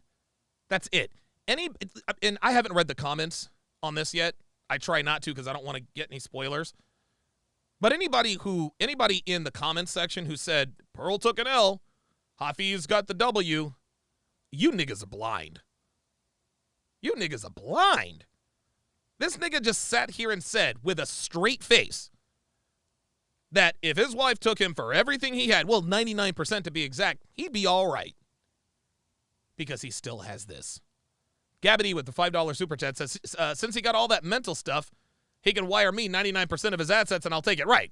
Shoot, since he's still got his mind, right? What the fuck is that? Oh my God. Interesting is I would advise people to look up top divorce the top divorce payouts in U.S. history. And see the guys who had the top divorce payouts. You know what happened to almost every single last one of those guys, Adam? They became even richer after their divorces. You know why? Because you can take away their money. You can never take away the man's mind. Oh, you can take away God. Tiger Woods' money. Oh, never mind. They did take his mind, too. but Michael Jordan, you can't take away his mind. What's the dude's... the Amazon dude. Jeff Bezos. Jeff Bezos. Yeah, they took $37 billion away from him. That was, what, a third of his net worth? That shit hurt. So what happens is, to me, the mind of the man, you will always be successful. That's me personally. Yeah. Guys, don't apply this to your life. So I personally believe, me personally, I'm not a big money guy. I'm a very simplistic guy like you. You know, if my family's taken care of, everything is good. You can give me, let me hit ground zero. Take all my YouTube subscribers, take all my YouTube followers. Heck, give her the freaking house. Give her everything. Guess what's going to happen in 3 years? I'm going to be right back. That's the kind of mindset I have. I got it. Oh, my fucking God. Oh, my fucking God. This dude knows that what he said, this dude knows that what he just said is so asinine. This is why he was like, hey, don't do this. Don't do what I've done. Don't do what I've done. I'm the exception to the rule. But here's what I did. Jay Blaze with the $2 super chat says, who looked worse, Marnie or Hafeez after the Saucecast? Definitely Hafeez. Like, I expect Marnie to lie. She's a woman. That's what she does. I expect her to cap. Holy shit. Dr. B84 with a $5 super chat says, Hafeez does not speak for the black delegation ever. Hell no. Hell no. Devin says, Hafeez's solution is don't be afraid to lose it all. I'll make it back. What in the actual fuck is happening? This is incredible. I got to give you some pushback, brother. Go ahead. Ah, you know Adam is. You know you're my guy. Yeah, Oh my I'm God. sure the chat's going wild. Get in there, Adam. Get in there, because Adam's got a lot to lose. Yes, sir. Now, see, Adam's the moderator. He's like, all right, now I got to jump in. Over here. Yeah. And I'm glad, before I even give you the pushback, I'm glad that you're saying this is me. I'm not advising this for you, because I think no man should do this. So for me, like I Isn't have that friends that are going. Isn't that hypocritical? Oh, got him! Oh, that's it. Boom! Isn't that hypocritical? So she won. Pearl's already won this debate. What, 3-4 times? She keeps not. See, at this point, this is okay. So this is Tyson Fury versus Deontay Wilder in like the 5th round, right? Like we all knew after the second round, when Wilder started getting gassed, we all knew that this was going to be a one-sided affair. The referee didn't step in until the 7th round, after Tyson Fury just beat him to a bloody pulp. They should have stopped the Fury-Wilder fight after the 3rd round. Nope, they allowed it to keep going. And Deontay Wilder was made to look stupid. Pearl just did it again. She says, isn't that hypocritical? 1,000%. I'm glad she said it. He's saying, do as I say, not as I do. No, because everybody's different. Now you're interrupting me. So, I'm sorry. I'm sorry. I did it. I'm sorry. Yeah. I'm sorry. Go It's ahead. all good. Go ahead. Okay. Adam just saved Hafeez. He just saved Hafeez. Hafeez was lying on the ground. He got to his feet, but he's a little wobbly. Adam gave him the standing 8 count. He grabbed his gloves. Hafeez pushed down on the referee's hands just hard enough to let the referee know that even though I'm not all the way here, I might still be awake. That's what Sosnick just did. Blackest Panther says, no man who works for his money wants to lose even $1 of it. I don't care how much money I have. I'm not giving it to someone who doesn't deserve it. Real talk. Omega Kong, $5 says, Hafeez, one thing you can't replace is time. Oh! Woo! Time is your most valuable asset. Rashad Smith with the $2 super chat says he's a maniac. It's official. Like, dude, this is clown world type shit. Like, Hafeez, what the fuck are you doing, dude? Like, fam, like this is getting bad. I'm messing with you. Yeah. But so for me, like I have friends that are going through a divorce right now. One really close friend. And I know what he's built. Okay. And he's given the wife half the house. And rightfully so. They raised a family in the house, 50-50. Cool. Right. They're splitting the house. It's worth a And listen, man, if you decide to leave your wife, let's just say you meet a pretty young thing and you decide to leave your wife after 17 years, she's giving you 4 kids, guys, listen, we're fair. Guys, we are fair-minded creatures, guys. We're fair-minded creatures. We listen, man, if you've been with a woman for almost 2 decades, she's giving you 4 kids, and she was at least a decent woman to you, break her off, man. The least you can do for replacing her with a woman who's probably right around the age of your youngest daughter, the least you can do is take care of her. She birthed and raised your kid. She was a good woman to you. Take care of your girl. But if she decides to leave, no, she doesn't get shit. Fuck her. Handful of $1 million. It's in Miami. Great. Awesome. But now she's getting 50% of his business. Oh. This guy is a successful business. Yeah. This woman, she didn't do shit There it is. to help with the business. No, okay? sir. And for me, that is a very, very tough thing. Let me go deeper, bro. Please Let's do. say that I'm worth $10 million. Okay? And my wife, like you gave the 99% number. By the way, it was extreme number, I know, obviously. I know. Oh, now he's doing the math. That was extreme number. Obvious, yeah. It sounds extreme now. That you actually put a fucking dollar figure to it. Jesus Christ. But that's why I'm giving you the pushback. Yeah. And I want you to think about this. If I'm worth $10 million and we get a divorce and I'm left with $100,000. Thank you. and my wife gets $9.9 million, It's ridiculous. Adam. that's where as a dude is going to go jump off a fucking bridge. 100%. And I want to clarify. I was being facetious. Yeah, I was being facetious. guys. It was extreme. It was Yes. extreme Yes. number. The point that I made is that when it comes to the prenuptial agreement, everybody's prenuptial agreement is different. Whatever you feel comfortable with, that's what you should have. My point is that if some men feel comfortable with 50-50, some men say, hey, if we get divorced, you get this stipend, you get whatever you want to come up with. Me personally, this is my opinion. I'm not saying it's fact. I'm saying this is my personal opinion. Oh, People are going to use this to go against me. It's how I feel. Dude, I don't have to use that against you, bro. Like, trust me, you don't need me talking shit about you for you to feel the sting. Rashad Smith, $2 super chat says, Jesus, he's literally a walking hypocrite. I mean, yeah. Anthony Baker with the $10 super chat says, blue pill Hafeez. Fam. Wow. That's just what I think the 50-50 for my wife, for my particular wife, I believe it makes sense. I'll say one thing and then I'm going to turn it over to our friend Pearl. Yeah. Hafeez, you've been making content about men's self-improvement for how long? I writing or videos? Everything. Probably for 13 years. So meaning, when you got married, you knew exactly what you were doing. 100%. You weren't like, well, it's just that's it. No. Adam's letting him off the hook here. He's letting him off the hook. You were very intentional. You said, I'm doing this for a reason. Yeah.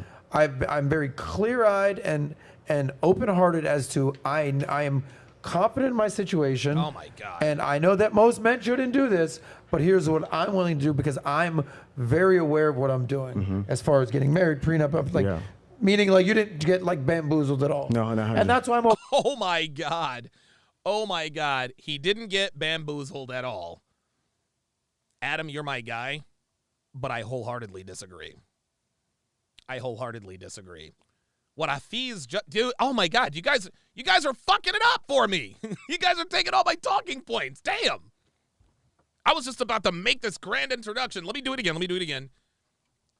What Hafeez just told Adam in indirectly is that he found a unicorn. Yes, Black Lemur 2009 says he met the special woman.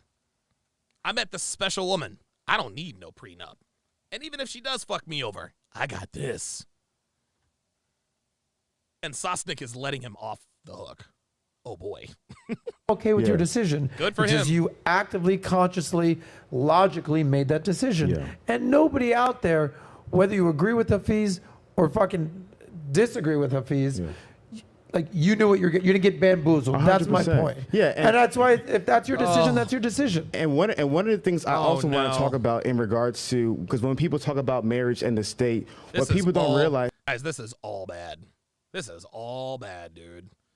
Guys, don't listen to this dude. Please don't listen to this dude. Is that when it comes to marriage and the state has almost always been in marriage. One of the common misnomers is that the state was never in marriage, and all of a sudden in a Western marriage, the state all of a sudden went into marriage. If you go back to one of the oldest ancient laws, which is Hammurabi's codes, there is literally codes and rules, literally rules in ancient Mesopotamia, where there's rules that. Bro, we are not in ancient Mesopotamia, fam. We're in the United States of America.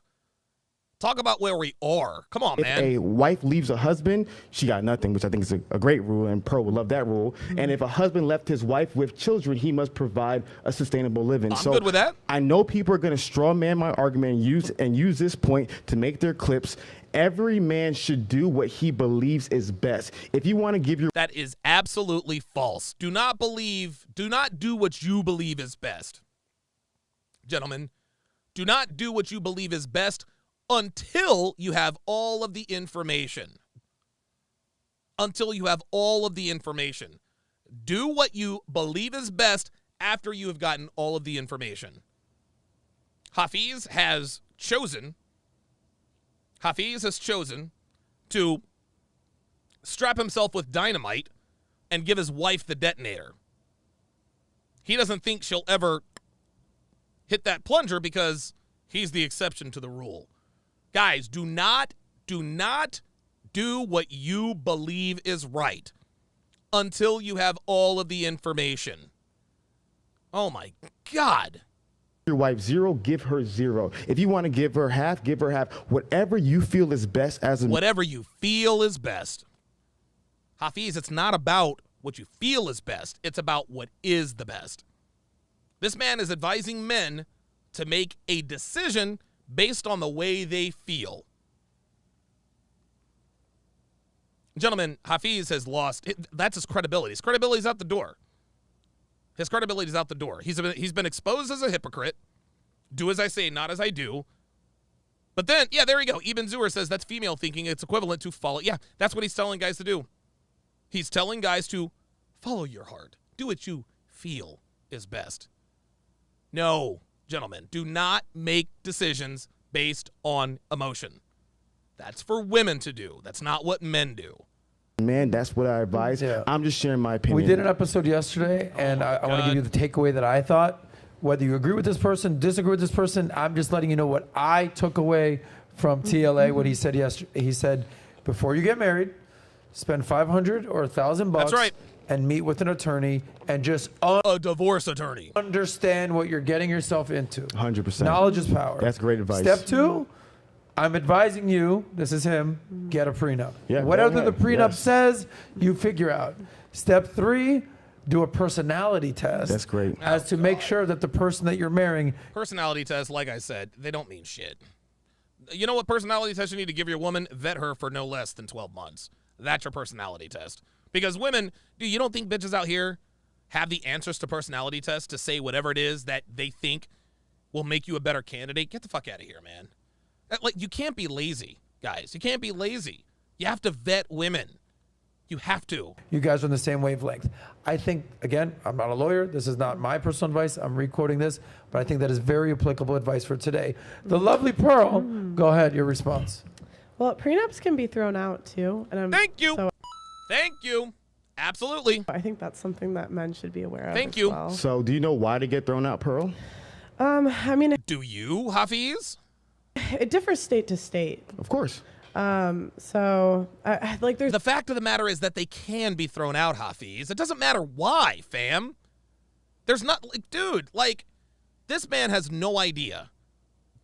This man has no idea that prenups can get thrown out. He like most men out here, just get a prenup. No, man. No. As I said before, there are law firms that are dedicated to getting prenups thrown out in divorce court. Oh, my God. But now he's going to try to put it back. Well, why did they get thrown out, Pearl? You don't know why they get thrown out. There's one that if they do the prenup like too close to the marriage, basically they'll say she was under duress. Of course. Basically. There it is. So there you it is. can't like throw your girl a prenup the day before. There's ways to do there's ways to do it right and there's ways to do it wrong. I love that. And Pearl, that's fantastic, guys. I hate when he does. I love that. That's fantastic. This dude is so disingenuous. The Level Up man says, get a prenup. Hafeez, I love it. Then why didn't you get one, Hafeez? Yeah, great question. Listen to what Pearl said, because that's what we both can agree on. It's very important that you educate yourself on the prenup, educate yourself, because each state is different, as well as educate yourself how it is thrown out. Because like I said, my biggest thing is I want to help men win in this environment. We know these laws that educate. No, you don't want to help men in this environment, because if you really wanted to help men, you would not be giving them this ridiculous advice. Yourself, okay, if we know that prenups are thrown out these 7 different ways, protect yourself in these 7 different ways. Unbelievable. Oh, yeah, so they're throwing that in these 7 different ways. Protect yourself in 7 different ways. Fam! Again, law firms, dedicated, focused on throwing out prenups. If they protect themselves in 7 different ways, Hafeez, you get the right lawyer and the right law firm, they will come up with reason number 8. Sir Cuckold the Third. Sir Cuckold the Third with the $5 super chat says, hey, Donovan, just showing some support. Love watching your long breakdowns. Keep up the great content. Oh, yeah, Jada is a 304. Oh, yeah, of course she is. Of course she is. However, the problem still is it's up to the judge. Thank you. Judges differ. Yes, sir. And you can't really predict what judge you're going to get. So, That's which goes back to what I was saying. There it is. Do you see? He got frustrated. Pearl's like, okay, you can protect yourself, but there are variables. What Pearl is trying to get at is that there are things that are outside of your control once you sign the marriage certificate. Hafeez is trying to tell us that if you do X, Y, and Z, that you can completely protect yourself from getting divorce e-pard. That is incorrect. There is no foolproof way to get married without the risk of getting divorce e-pard. I don't care what anybody says. I understand why men just avoid this chaos. My question to you, Pearl, is how many % of prenups done the right way are thrown away? Nobody knows what that. percent? Yeah. I don't know. I don't actually know. Exactly. So the fundamental reason you don't know. But it's not. Let me finish, Pearl. Hold on. Pearl, can I finish? No, Okay, cut me off. Go ahead, cut me off. Thank you. I will. Thank you. See that? She finally pushed back. I like that. It's not that every woman will. It's that every woman can. Oh! Got it. There it is. There it is. It's not that every woman would. It's just that every woman could. There it is. There it is. She pushed back. He tried to interrupt her. He tried to double talk. He tried to filibuster because he knew she was about to make a point. Well, there you go. There you go. It's not that every woman would, but every woman could. And that's the point. A lot of times they're talking crickets. about. It's like that's a lot of power to give someone because it goes back to you're signing a contract where the other person is benefited to leave. You could do this. You could put the prenup in and help avoid a situation, and maybe most of the time it will. But the whole point is they're looking for a reason to throw it out. Thank you. And there's even lawyers that have come forward and say, I don't believe prenups work. Oh! Final thought. Oh! Dude, she won that one. She got him. That's it. On to the next topic in 1 minute. My point is this. When we're giving people, we have to give them practical advice. No, you do on your channel. You do on your channel. Go ahead. I'm sorry. Stay in there, bro. Go ahead. Again, I'm sorry. we're not giving advice. We're not giving advice. You give advice. Thank you. Sorry, go ahead. That's a fair statement. Can I She's not an advice channel. She's an I'm sorry. entertainment. There it is. Can I Thank you. talk now, Pearl? Is that okay with you? Yeah, More condescension. Can I talk now, Pearl? Is that okay with you? got you. Thank you so much, Thank Pearl. So to me, one of the biggest guy. things in regards to that statement is Oh my God. people can do anything. Right? Don't get friends because they can stab you in your back because a friend stabs you in your back. Don't drive a car because you can get in a crash. This is Anything can happen. absolutely My desire ridiculous. is to help men. Oh my God. Did he really just compare everyday activities to not signing a prenup or signing a prenup? And alleviate the risks that happen. Yes, is there a percentage of 1% chance you could throw the prenup can be thrown away? 1%. Of course, there's always a risk. I want to give men the best odds possible to win in this environment. And so, men, if you're looking to get a prenup, make sure you go to your individual state, understand the specific laws for your state, understand what cases in your state the prenup was thrown about, protect yourself to be able to have the best life possible. That's my advice for men to win the most in life. Prenups can be thrown out if the judge sees something that makes them deemed unfair. And if we're going to use the car analogy, so Adam, I got a question for you. Oh, she was waiting for this one. Let's go. Look at this. It says here, admittedly, prenups are not perfect and don't account for the passage of time, adding they are invalidated by the court a little less than 50% of the time. A little less than 50% of the time. A little less than 50% of the time they are thrown out. So let's just call it 40. Let's call it a little less. Let's call it 45%. Let's just call it 45%. If you had a parachute that had a 45% chance of failure, would you jump out of the plane with that parachute? Oh, hell no. Well, then there you go. This dude thinks, oh, it's just 1% of da-da-da-da. Bruh, if the parachute had a 10% chance of not deploying, I'm not jumping out that plane. Not doing it. If there was a 5% chance, still not doing it. Still not doing it. If there was any possibility that that parachute could fail, I'm not jumping out of the plane. Not doing it. This dude ridiculously believes he probably didn't even know that prenups were thrown out. And if he does, shame on him. But a little less than 50%. No man in his right mind is going to take a chance on that. So, okay, if you were driving your car, right, and you found out that at the intersection, they're paid to hit you. Oh! They're paid. They're given money to hit you at the intersection. Thank you. you. Understand if guys maybe were like, you know what, I'm going to stop at this light and not go through. Thank you. Well, full disclosure, I haven't had a car in 10 years. I Uber everywhere, I don't have a car everywhere to avoid nonsense like this. But to address your actual question, yeah, I'm not looking for drama. I'm going to avoid that. But and I think that's like the perspective. But it's like, why do all this when they can just avoid? Right. A man are built to protect and provide. That's the purpose of man. Patrick Bet David. We're built to protect and provide. Yes, true enough. But we're not built to just build shit for someone who can just take it from us on a whim. And now he's going to, Patrick Bet David, da-da-da-da-da. We love Patrick. Shout out Patrick. I know you're not watching this, but I love you. Shout out Patrick Bet David. Dude, this dude is such a fucking panderer. Patrick Bet David said, what is that Jewish proverb? Every man should do three things. Yeah. Write a book, plant a tree, have a son. Yeah. I believe that men are living their fullest potential when they're protecting, providing, leading a family. Yes, anyone cannot drive the intersection, but are we telling men to never have families, never to live their potential, never to experience? No, I'm not telling them to do anything because you're accusing. Can I finish my conversation? Go ahead. Thank you, Ro. Thank you. I have five more topics I want to go to. I just want to help men be able to have those things that Patrick Bet David advised. Go ahead, Adam. No. Yeah, there you go. You see that? I just want men to have those things that Patrick Bet David provides. You see how he tried to bring in the host? Like, bruh. Yeah, exactly. He just moved the goalpost. Like, the intersection analogy was perfect. Why would you drive through an intersection where you know that people are paid to hit you? That is literally what you are doing whether you sign a prenup or not. That is literally what you are doing when you sign a marriage contract, when you involve the state in your marriage.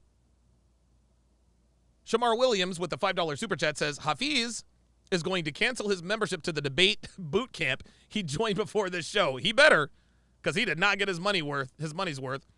Mr. Monty Fontaine with the 20 British pound super chat says, love these deep dives, Donovan. Thanks, man. Absolutely. I do it for y'all. All good. We're going to switch topics here. I think we've exhausted the marriage and divorce content. Of course. We're going to have short clips about marriage and divorce for the next decade. We're good. We're good. Let's move on to a couple of things.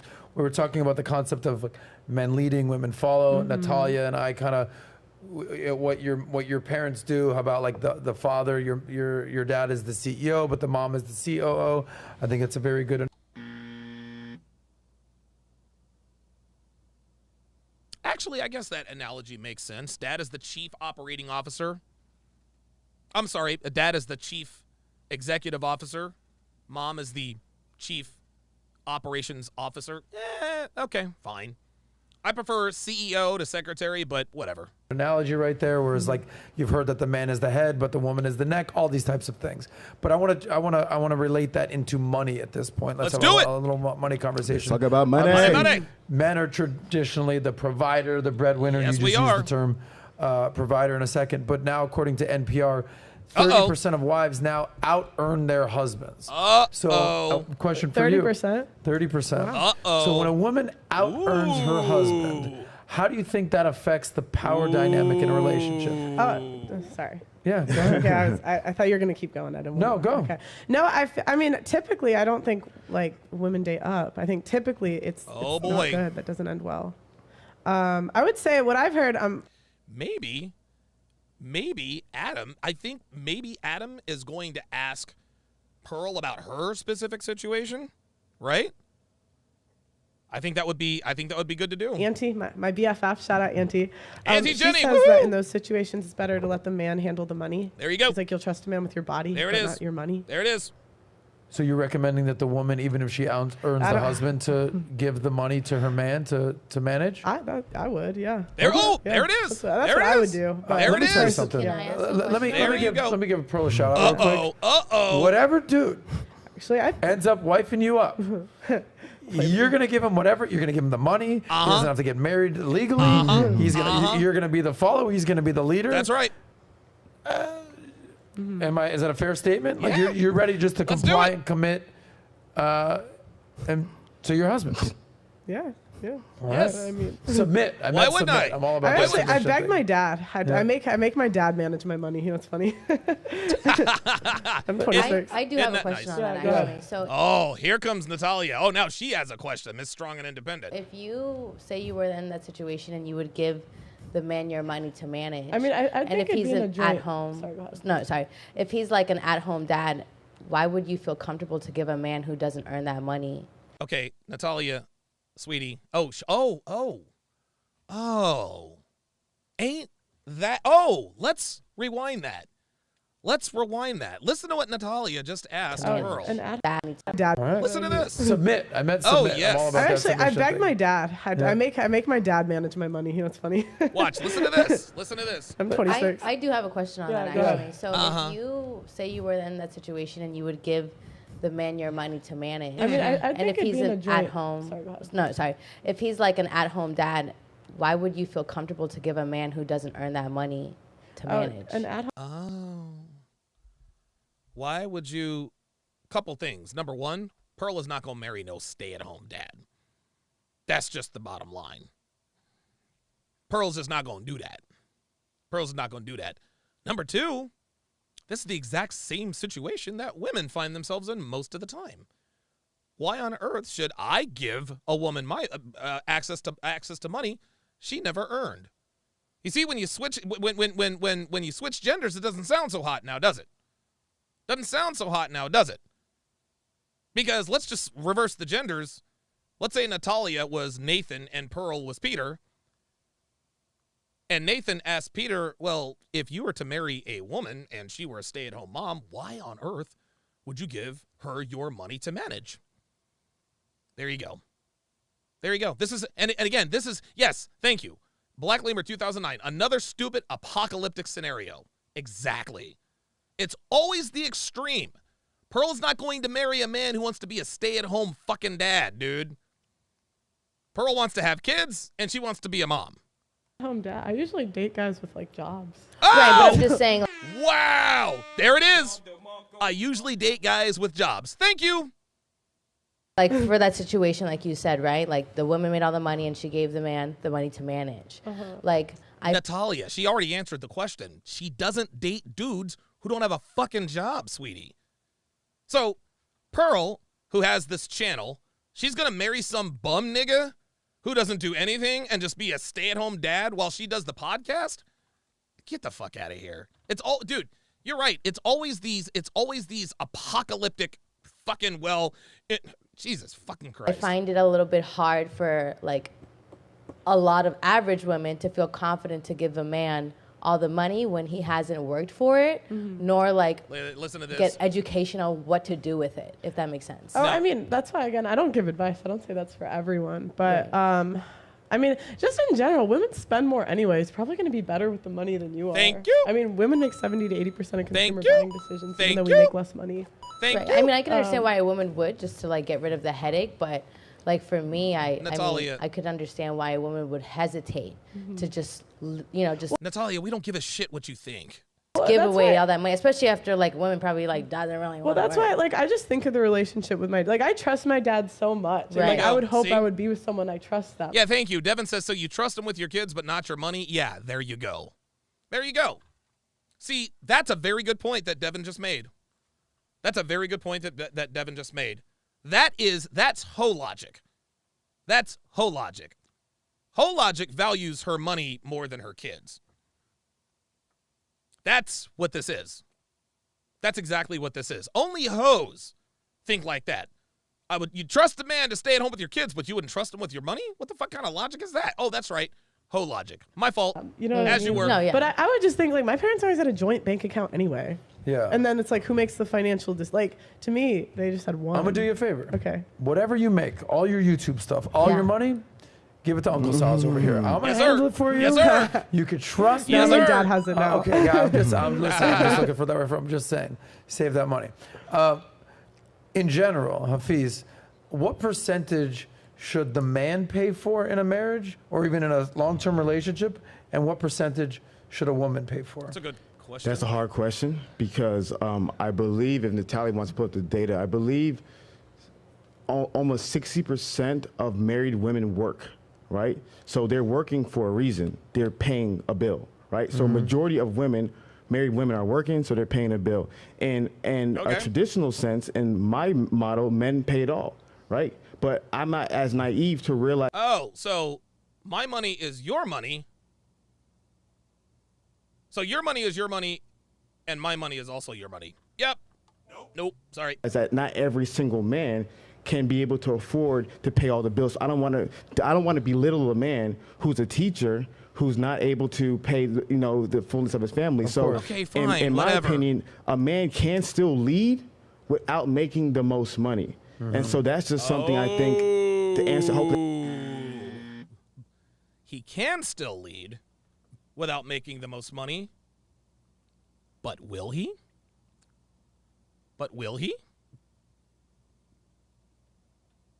I remember I did a segment, Tell Me Why I'm Wrong. And I remember when I asked a woman that women who make more money than their men don't respect their husbands. She says, well, you're wrong because blah, blah, blah, blah, blah, blah, blah, blah, blah. Right? Devin, find me that clip. Find me that clip with the teacher, the Tell Me Why I'm Wrong. I don't know if you can or not. I might have posted it. But I asked her, I said, so let me get this straight. Let's just say that you make all the money and your husband is a stay-at-home dad. Your husband's a stay-at-home dad. She was with it. You pay all the bills, you're going to work 9 to 5, dad stays home to take care of the kids. Let's just say that you came home from working and he says to you, honey, I know you've been working all day. But it would be nice if you would do the dishes every once in a while. Would you do the dishes? What did she say? No. I said, well, why would you say no? She said, because I pay the bills. Because I pay the bills. Gentlemen, women are not suited to lead relationships. Women do not respect men that they have to lead. Women don't respect men they have to financially women don't respect men they have to financially support. They don't. They really don't. There are dude, minuscule circumstances where that could happen. Minuscule circumstances where that could happen. And that is the outlier of the outlier situation. The outlier situation. So no. Could a man lead? He could. But will he? Don't think so. Shout out to Devin. She got me the "Tell Me Why I'm Wrong" segment. Hence why I'm. Okay, so this is the "Tell Me Why I'm Wrong." This is the "Tell Me Why I'm Wrong." I'm gonna find the spot. Where I'm referring to, and we'll continue it. That answers your question, because percentage, it matters. Like, it depends, right? If you're a guy and let's say your purpose in life is to be a 5th grade teacher, that's your purpose in life, right? And then all of a sudden you're dating a woman who's a teacher, then she becomes a principal. Now all of a sudden she's making more than you, right? So you can still be the leader, the master. Okay, but again, he's talking about these circumstances as though they happen all the time. They talk about it as though they happen all. No, it doesn't work like that, Hafeez. Shout out to the lovely and talented Devin, who actually found the spot. God almighty. This is why I love Devin, dude. This is why I love Devin. This is why I love Devin. Listen to this conversation. Listen to this conversation. Here we go. Appreciate you, Dev. This is why I love Devin. She's the fucking best. She really is. Just watch. Another statement for you, Kendria. Wives who are the breadwinners do not respect their husbands. Tell me why I'm wrong. No, that's not true. It's, Okay. I think that's all about agreements. If you guys agree and everybody's comfortable with the agreements, and the wife is the breadwinner, and the husband is, I guess the caretaker of the children, the caretaker of the house, and you all come to an agreement, then everybody's happy. It's a win-win. But when the wife is like, well, begrudgingly or sacrificing or doing something that's against what she feels like. Just listen to how I walk this woman down. Watch. Like is her role in the household to take care of the husband, and the husband has decided that's exactly what she wants. I just saw it. Oh my God. Devin just told me she just got done roasting a chicken. Holy shit. She brings me bottled water, comes up with this stuff, less than 30 seconds, and she's got a chicken roasting in the oven. Jesus fucking Christ. Let me just give Devin a Don DeMarco for that. Unbelievable. Unfucking believable. And she's not even feeling her best. On a television show the other day where he decided for them that he wasn't going to work. He decided it. Okay. She makes enough money for the both of us, so I don't have to. I'm like, well, they didn't talk about it. Clearly, that's not an agreement. So it's going to cause resentment on her end and problems in their marriage, because she's doing something where she feels, hey, wait a minute. I don't mind taking care of the household, but you need to come to me, as a man. So as long as everyone agrees, I think it's a situation that can be successful. Okay. And no, it has nothing to do with her not respecting her husband. Okay. If they respect each other, then they will come to that agreement. I'm not talking about mutual respect. I'm talking about her respecting him. She should respect him. Yeah, she that's should. That's okay. your man. Okay. Y'all Very married? no. Just because he's a man does not entitle him to respect. Just because you understand what I mean, you must be. You must. Okay. Well, then there we go. Look. Yeah. I absolutely know what it means. All right. You must be respectful in order to get respect. So would you respect a man who made less than you? If you're in a long-term relationship with a man, would you respect him if he didn't make as much as you? I would. Let's take it. Let's take it even more. He's a man that's respectable, and he respects. And what is a respectable man? Oh, just somebody who takes care of himself, takes care of his kids. Is responsible. What if he's broke? I've dated them. Trust me. And did you? Okay. And where are they now? Well, we're not together. Well, that's another country. Well. So all of the men that you dated who were broke moved. So he was broke, but he moved to another country. Is that what you're saying? He did. He went home and went to another. How did he? Come on. At this point, I didn't know she lived in Dubai. So if these men were broke, how did he have the money to move to another country unless he was deported? I don't know about deported, but I live overseas. So these men that we transit, you date men sometimes, and then they go back home.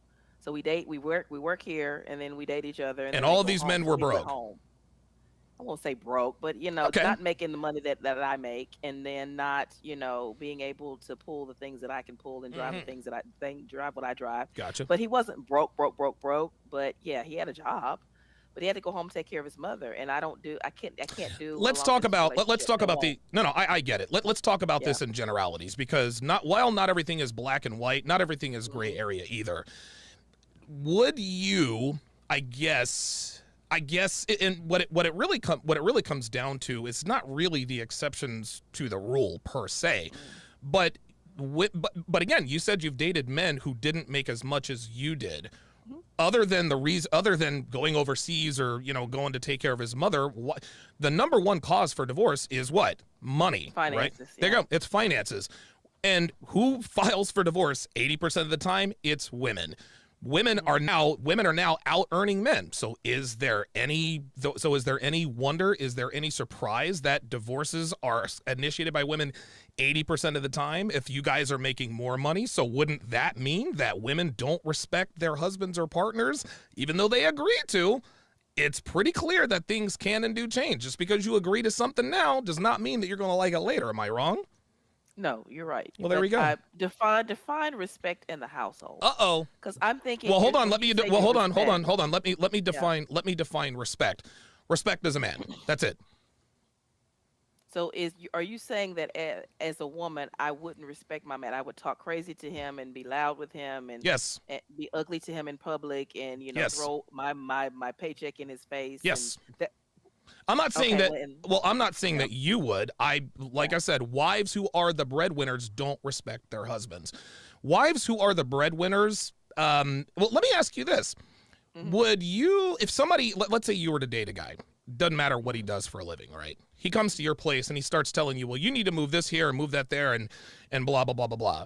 Would you do what he told you to do in your own home? No, of course not. And why wouldn't you? Because I paid for everything. I pay the bill. There we go. So if we use, and again, we have to use extreme examples to illustrate this stuff, but a stay-at-home dad, okay, yeah, he takes care of the children, but women, when they make that much more than their men, they think, well, you're not going to tell me what to do because I'm paying the bills. Then the guy responds with, well, I'm the father and I contribute around the house. Yes, but I pay the bills. There you go. So if you had a man who didn't do anything for a living, you completely supported him. He took our house and home, and he made dinner. He made sure that the garbage was taken out. And I don't know how old your child is, but just assuming that they're still at the age where they can live at home with you, and you came home and he said, hey, it'd be real nice if you would do some cooking around here every once in a while. Do you think you could help me out? Do you see that answer right there? That answer right there. And you have a beautiful smile, by the way. Holy smokes, you've got some chompers. She did have some. Wow. Thank you. Okay, so yeah, there it was. Well, what is your dental plan? Wow, beautiful. Pay the bills in this motherfucker. Right. You would tell him, nigga, are you serious? I pay the bills in this motherfucker. I just got done working, and now you want me to make dinner? I can't speak from personal experience. That's another question that you're asking me about. So you've never called the black dude the N-word? No. I'm messing with you. But you guys see the general concept. It's great to say, oh yeah, as long as he's a respectable man and as long as you agree to it. But dude, just because you agree to it then doesn't mean you're going to agree to it later. That was easy. Masculine dominant leader in your home, though she's making more. Is there going to be challenges? 100,000%. Of course there are. But a man can still lead, though he's not making all the money. Does your girl work? Excuse me? No. She doesn't work. Oh okay, my so God. you take care of what percentage of the All of bills? them. Okay, and does that work for large expenses and small expenses?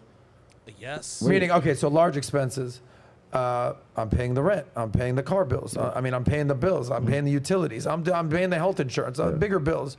But you're also taking care of like nails, hair, clothing. Yeah. That shit gets annoying, doesn't it? Well, here's a reality. Like I said, every man needs to understand who you're marrying. Yeah. If I was dating a girl who has a $3,000 hair and nail budget, best believe I would never marry that woman. You know what I mean? Like that's why, like I said, you have to be wise enough to $3,000 hair and nail. Oof. Oh boy. Ay. Realize, is she a spender? Is she a saver? Ice Dragon Kid says, so how are they doing 50-50? There you go. There it is. He makes 100% of the money.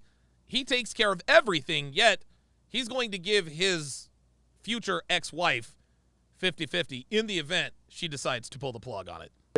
What is her standard of living? What is her expectation? All these things that you got to really investigate through pre-engagement counseling, really investigate by using your wisdom and discernment. Use your parents, look at her parents. It takes a lot of investigation. And if she's an individual who knows how to save that money and smart with money, you're not going to have those bills. Respect. I mean, I just think in marriage, like you're treating it like a unit, like you're one. And so I don't understand, like, and if he's making the decisions, like, I feel like you should be able to trust him with that. Well, there you go. Fair enough. Respect. I hear conflicting. Maybe you have stats on this. This is just. I'm going to throw this out there. You guys pick this up from where. Let's do it. On one hand, I hear men lead, women follow. The men pay the bills. Women, give the man the money. A woman shouldn't have to work like in this situation. And on the other hand, I hear dual. Like you got to have like dual incomes just to get by. But there is no dual income in the Baoku household, Sosnick. So I guess what I'm saying is this. There's a lot of people who are like, no, the woman needs to work in order for us to make $100,000 so we can survive. Because I make 60 and she makes 40, we make 50, make 50.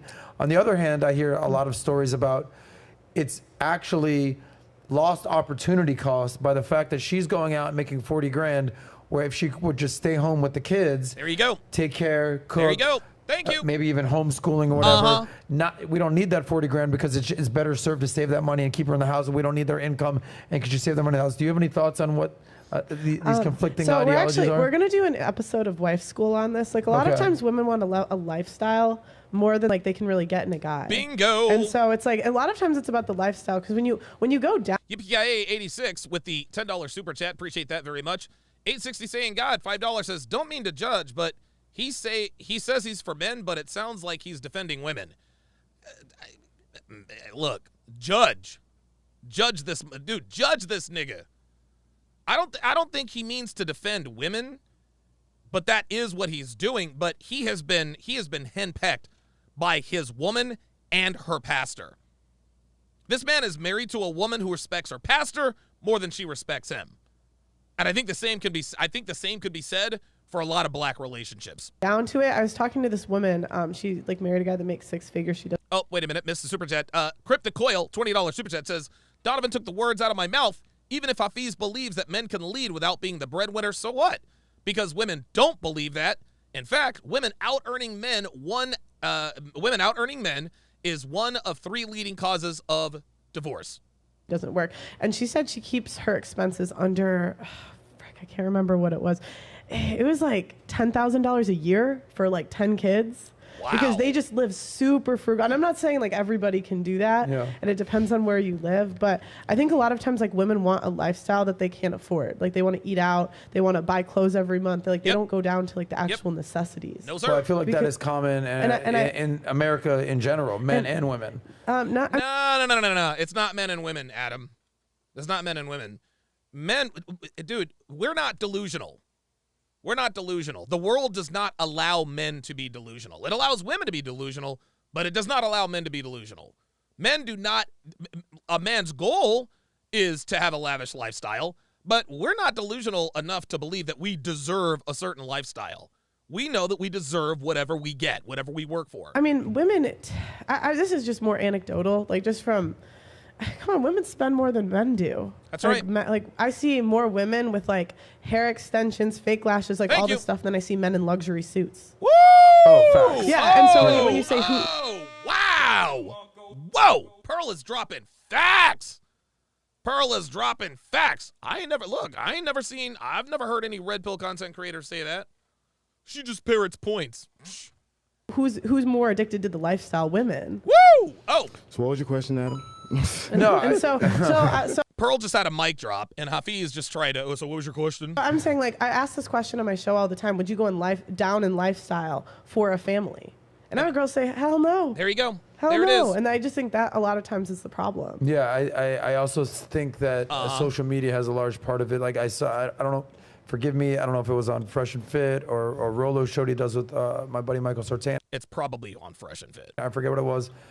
And they went, I think it was on Fresh and Fit, and they went around and they asked a group of women, and they said, would you rather a boyfriend or Instagram? Ooh, and they all said the all gram. went around, they're like, give me the gram, hook me up with the gram, there it IG, is. baby. There it is. Because all the attention that they're getting and the opportunity and whatever, like, obviously these girls are OnlyFans type girls and these types of situations, and they all chose the gram, not a man. Yes, and that's kind of indicative of what your society with this lifestyle and everything that kind of comes with that. And I know you said that you're not traditional, but in essence, you kind of are. Yeah, I mean, I would say I'm a modern woman. I have some traditional values, but again, like I think all women in 2022. This is what I like about Pearl. She doesn't try to act like she's some unicorn, right? Like Adam's like, hey, you're a traditional. She's like, no, like I'm a modern woman. Like I have traditional values, but like I'm not special. Like, dude, that kind of humility is attractive. Like that kind of humility is attractive. The fact that dude, Pearl is self-aware. I don't know. I mean, like I said, she's going to be engaged by the end of this year. To have been influenced to some extent by feminism. There you go. Like, you know, I used to be obsessed with volleyball. Like, that was the only thing I cared about, volleyball. And I just think on some level, like everyone's been influenced a little bit. Oh, isn't that cute? She compared. Girls are obsessed with Instagram. She's obsessed with volleyball. That's cute. That is very cute of Pearl. That's very cute of Pearl to think that makes her a modern woman. It's hard to find traditional women in 2022. There it is. Yeah, it's tough out there. Like a girl with her own cookbook. I just started one, but I haven't finished it yet. Pearly Things cookbook. Yeah. Coming your way. There it is. I want to ask this another question. I want to Go get this ahead, one to you. yeah. So, with that being said, with this OnlyFans culture and women being able to monetize their sex, and you know, it's basically the barriers to entry. You used to have to literally get out of your house to go be a stripper or a hooker or a woman of the night. Now you can just do it in the comfort of your home with a webcam. That's right. Okay, so women are able to monetize their sexuality like never before. Combined with, I say this all the time, guys. Most 8s, 9s, and 10s are monetized in some way, shape, or form. with that are the hookup culture that's basically pervasive in society, marital sex, you know, body counts over there. By the way, do you know what the average body count for a man versus a woman is in America today? Oh my gosh. Wait, can I guess? Yeah. Okay.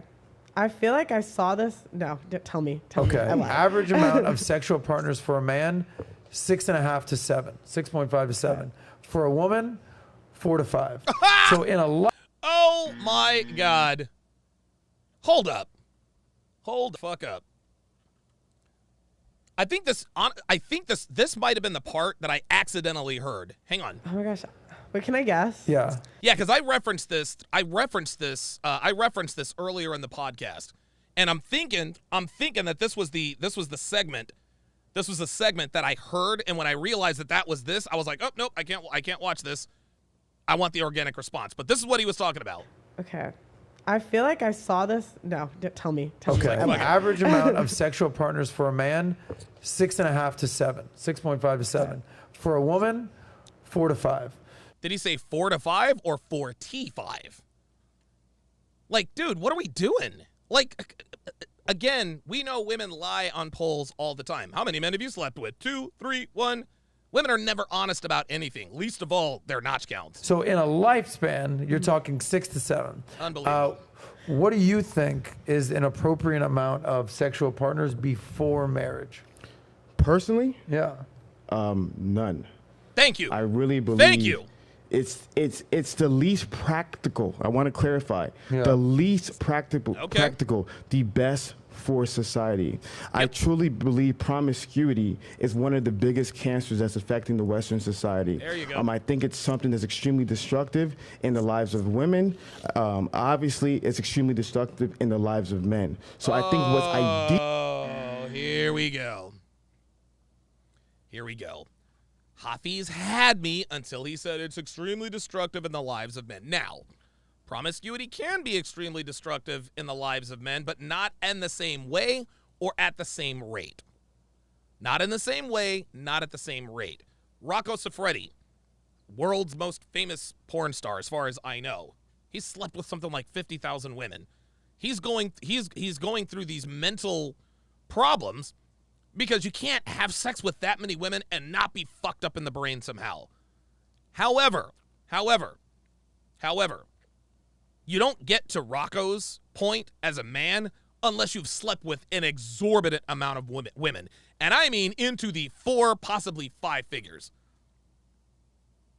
If a guy has slept with 300 chicks, he's good. If a guy has slept with 500 chicks, he's good. He's good.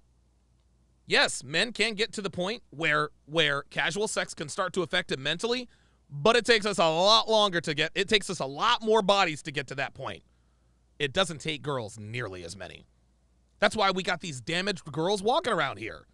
Girls out here with lay counts of 50, 60, 75. They're dude, that's it. They are damaged beyond all repair. Any man with a lay count of 75, rock solid mentally. Any woman with a lay count of 75, that's it. She's done. So for Hafeez to try to compare a body count of a woman to a body count of a man, sorry, bruh, not the same. Deal for both individual partners is for individuals to build their lives, find someone that they want to be with, and do deep investigation, and then be with that person. Statistically speaking, virgins and women who, especially women who have the least amount of sexual partners, I don't have that data, I apologize, guys, have the most stable and healthy marriages. So I don't think promiscuity is good. So you're an advocate of 2 virgins riding it out. Oh my no God. sex till marriage. So here's what I will say. Married. Like I said, it's not practical. So I'm gonna be honest, because I didn't do that either. So it's not practical. All right, okay, I'm good with. Okay, right. It's not practical, but that's the way it is. No, guys, get your cock wet, man. The only way, dude, listen, man, the only way to make yourself impervious to the wiles of a woman is experience.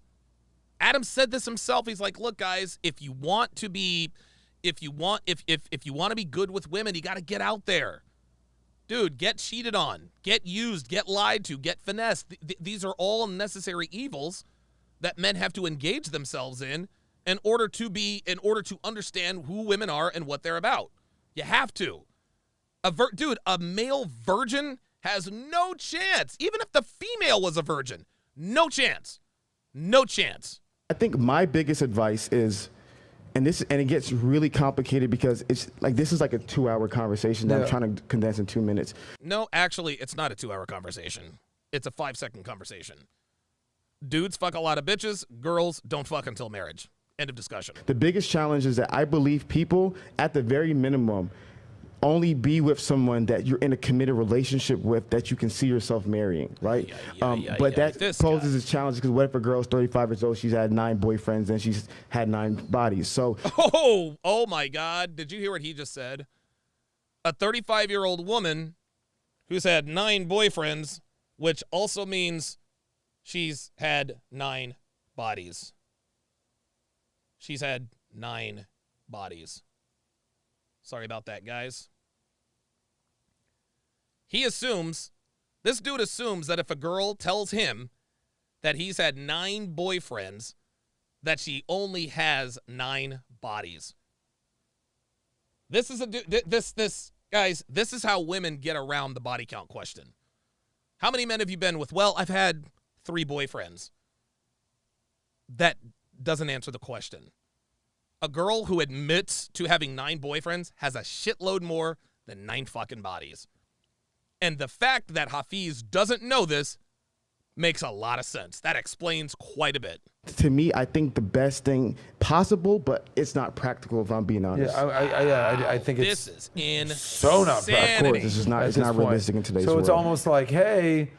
Blackest Panther with a $5 super chat says, how can you say you've learned from the RP, but also believe in blank slate equalism? Men and women are not the same. Would you apply the same rule? Hell no. You know, so you should do this. Yeah. I didn't do it. But I don't think you're going to do it either. But you should kind of do this. Let me clarify. Yeah. For me, like I tell people all the time, my story is very true. I probably had the least amount of sexual partners. And whenever I go in the room, I guarantee you, like 99% of the time, I have the least amount of sexual partners. Well, that explains everything. That explains everything, guys. That explains literally everything. When I'm in a room, I'm always the guy with the least amount of sexual partners. Hafeez, you don't think your wife picked up on that? You don't think your wife picked up on that? Hafeez thought it was a good thing to tell his wife, hey, just so you know, I haven't had that much experience sexually. Dude, this explains everything. This explains everything. Oh my God. Wow. Oh my God. Wow. And so as an individual who really, only time I really had sexual intercourse was with my wife. Like consistently, I know it's hard as crap, but I can say I did attempt as best as I could to do so. I was. Oh no. Oh my God. Oh no. Oh no. Guys, this is not good. Listen to what this man just said. Whenever I go in the room, I guarantee you I've always, like 99% of the time, I have the least amount of sexual partners. Oh. And so as an individual who really, only time I really had sexual intercourse was with my wife.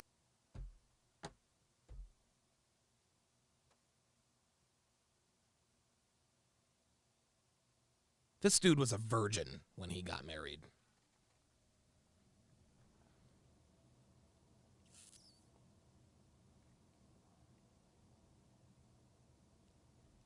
This dude was a virgin when he got married, guys. This dude, this explains everything. This explains everything. This explains why he's anti-red pill. This explains why he decided to marry this woman without a prenup. This explains everything. This explains everything. A lot of our red pill, a lot of guys who hate the red pill are guys who thought the red pill was the shortcut or the cheat code. And when they figured out that it wasn't a shortcut or the cheat code, they decided this red pill stuff is bullshit. This red pill stuff is bullshit. Look at me. I found a woman. I'm married. Oh my God. And listen to what dude, something else that he just said. He said, I tried my very, very best. I tried my very, very best to have sex with women. But he couldn't do it. Listen. Like consistently, I know it's hard as crap, but I can say I did attempt as best as I could to do so. Oh my God. Oh my God. Guys, this explains everything. This explains everything. He admits to being a loser when he was in his late teens, early 20s. He admits all of that. He admits this. Said he was a loser. He probably tried to use red pill game. It didn't work. He became frustrated with the red pill. Jay Blaze says she saw him coming a mile away. 100%. She whispers sweet nothings in his ear, convinces him, along with her pastor, not to get a prenup. And the first time he ever had sexual, I'll bet you his, oh my God, I'll bet you his wife told him, we're not having sex until we get married. Guys, this explains everything. This explains everything, guys. This explains everything. This dude honestly does not know. He has no idea. This dude was a virgin when he got married to his wife. And I promise you, she told him, we're not fucking until we get married. And that's why he married her. And while we're at it, you're going to convert to Christianity. You're not going to sign a prenup. And we're going to go 50-50 in the unlikely event of a divorce. Oh my fucking God. Gentlemen, let this be a lesson to you. This is why we tell you guys.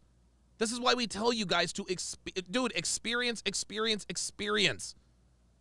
This is why we tell you guys to get as much experience as possible. Because if you don't, and you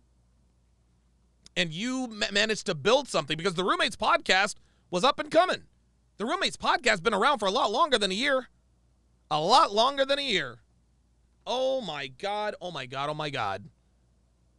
She says, we're not fucking until we get married. We are not doing a prenup.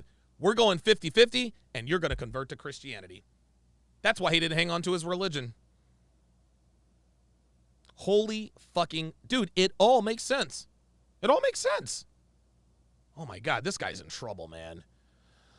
Dick Maximus, $2 super chat says, I told you he was pussy whipped. Oh my God. Blackest Panther, $5 super chat says, this is why he didn't get a prenup. He is whipped, hypnotized by average box sucker, idolizing mediocre pussy, a.k.a. simp. Oh my God. Oh my God, oh my God, oh my God. This dude is in big trouble. Oh. I was not perfect. I made a lot of mistakes. I slipped up a ton. But you can at least... Dude, getting a blowjob does not mean you've had sex, fam. Oh. Pursue to not be as promiscuous and to at least try to live as a self-controlled life as possible. I think you can try that. How does that look? I don't know, but I think we should at least try a form of self-control. Don't be hard. Bruh, self-control, it's not self-control if you can't get laid. On yourself, bro. I'm happy for what you did before your marriage. You're good. By the way, do you think what's the most appropriate number body count before marriage? Oh my God, this is insane. Oh, I mean, for men and I think women. the rise in promiscuity is on the women more than the men, to be honest, because like 1 out of 3 men are either virgins or haven't had sex in the past year. Sir. So it's definitely the women. And it's a very small percentage of men that can actually even get sex. That's right. And I would say an appropriate number. I mean, ideally, like if you're a young girl and you can wait till you're married to have sex, I totally would advise that. And I don't really give advice, but I love how you caught yourself. But I just think like the less the better. Like I just think hookup culture isn't. I just don't think it's beneficial. Hafeez is basically saying, hey, I know it's not practical, I know it's not ideal, and I know it's not easy to do, but you should wait till marriage to have sex. Are you saying something similar, or are you saying... I just say the less the better. There you go. The less the better. Less the better. What do you consider... Oh my God, dude. What do you consider a lot for a girl? I mean, I think the data says it switches around like 5 to 7, where it's like the numbers drop off, where like the chance of a happy marriage statistically goes down. But I mean...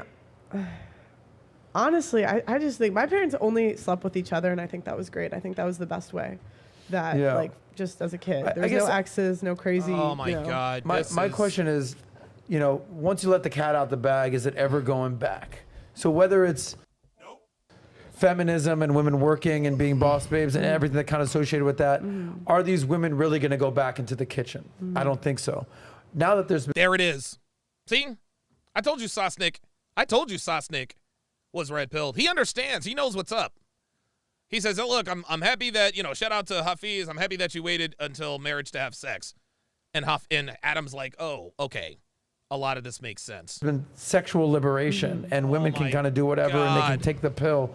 Are they going to start going back to being virgins? Hell no. I highly doubt it. So no, there's like this, probably not. there's this like idealistic, lifestyle and like way of life that was for centuries, but we're no longer there. Can I give some pushback to that? What? Pushback? Pearl, would you say you're a traditional modern woman? Oh my God. Are we still... No, I would say I'm a modern woman, unfortunately. You're modern, but are you... Unfortunately. Are you the typical modern woman? Am I the typical modern woman? Hafeez, dude, this is starting to get pathetic. What does this have to do with the conversation? See, all he's trying to do, he's trying to ask these gotcha questions. It depends. I would say I have. Am I the typical modern woman? I would say there are some things yes, some things no. Okay. And in general, are you the typical modern woman? Is there more yeses than no? I don't know what your point is. Okay, could you just I'm just curious because from what you've communicated to us, you're like, I'm not like these women. Yeah, Devin just picked up on that. Yeah, he's going to ask her body count. Yeah, that's exactly what he's getting at. Hafeez knows he was a fucking loser because he lost his virginity to his wife. So now he's gonna try to paint Pearl as a slut. He's trying to indirectly ask her what her body count is. That's why he asked her, Are you the typical modern woman? Are you the typical traditional modern woman? Are you a slut? This guy. Yeah, Blackest Panther says he's looking for a gotcha moment. I'm trying to improve. I'm trying to change my life. So what to me makes sense is you saw the filth in society and you wanted to change. So my point about it is that yes, we see society is getting crazier, but there are people who are like, yo, the results for my parents, what I'm looking at today, that mug is disgusting, right? Is it the majority? Of course not. But what I do see is that there are people who are looking at this toxic, promiscuous hookup culture, and they're finding disgust in it. And I think that's important. Can you do a poll from our audience should you wait till marriage to have sex? I just frame it however. Yeah, Roderick Thomas says, why is he trying to embarrass her? What does that say about Hafeez? Yeah, he hates Pearl, guys. This is incredible. Pearl, this is bad. This is all bad. You want to frame it? I didn't say that, but I think that like the majority, I just think it's gonna get worse, not better. And like I don't say this happily. And, you know, I have my wife's school. I hope it gets better. It'll probably get better for individuals. But if we look at, like, every generation of girls is doing wilder shit than the one before. 100%. Yeah, and so it's like, ideally, sure, I would hope it would get better. But I just, the realist in me is exactly. Are there going to be less girls on OnlyFans in 10 years? Probably not. Yeah, and that's essentially the premise of why I wanted to ask that question, because we're no longer in like the biblical days where it's like you're going to hell if you have nobody believes that. No. And nobody, I think, is waiting till marriage to have sex. Nope. I think people hear that, they're like, okay, Hafeez, like I hear like respect, I get it. Like there's stats out there that the less partners you've had, the more likely you are to stay married. There's stats that kind of associate with that. I just don't see it changing. Yeah, I think if women wanted it too, it could, but women won't, and that's the problem. Yeah, there and you the go. men that wait, they're like, oh, I can wait till I'm like 30, or the average age of first marriage in the UK, which is where I'm at, it's 31. I can wait till I'm 31. She said this. There you go. That's the average age of marriage in the UK. Yeah, and it's like, it's there not it like, is. dude waiting till he's 30 to have sex. And that's the thing. It's not like there's a shortage of men that are like, oh, I hope I don't want to marry a 22-year-old. So okay, that's the woman's choice. Yeah. So to me, one of the biggest things is I'm always looking at what is the most tangible solutions for the lives of men. Yeah. One of the biggest things that I know is that promiscuity wrecks women. We know that. But we choose let me finish. Let me finish.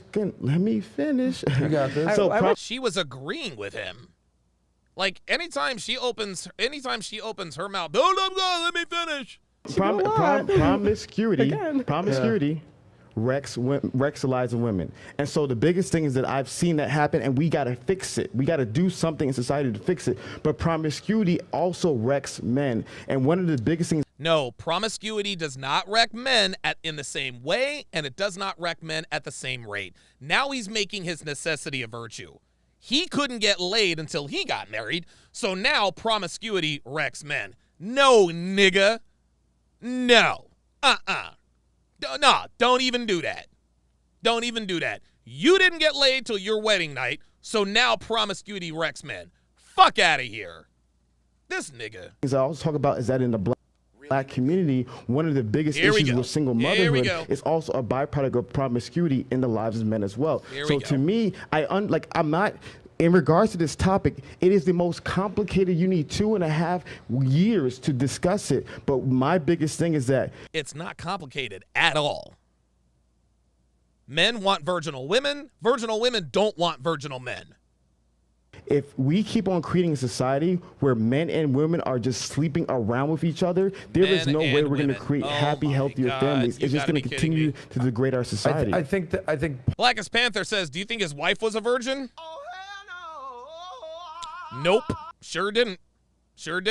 And he stopped short of saying that. Part of what you said about women is accurate. I think that the larger a woman's body count, the more dudes she has sex with, I think that is not tenable for a long-lasting relationship. Guys are a little bit different, bro.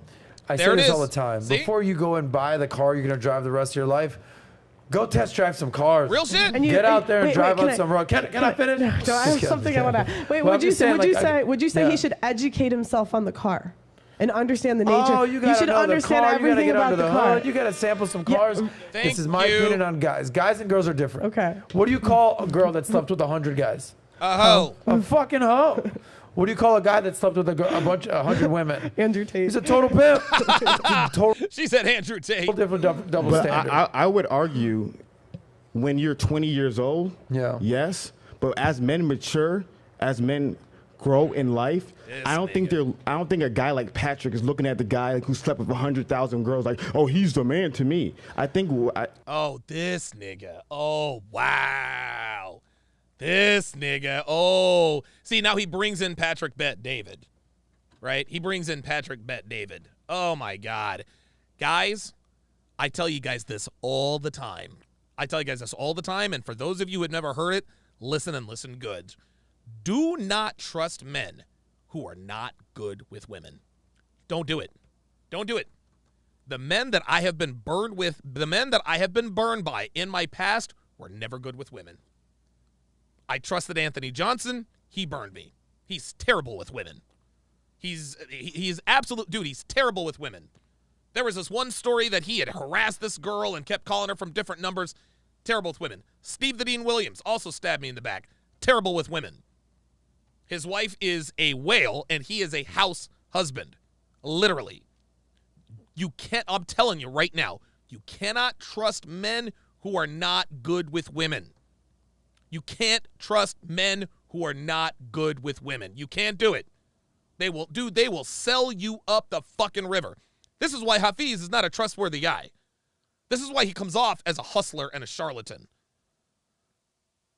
Unbelievable. I think, and the point that I want to bring up in regards to that, the promiscuity point is that Jesus Christ, this guy is when lost. we're asking about what's best for society, we have to talk about the consequences.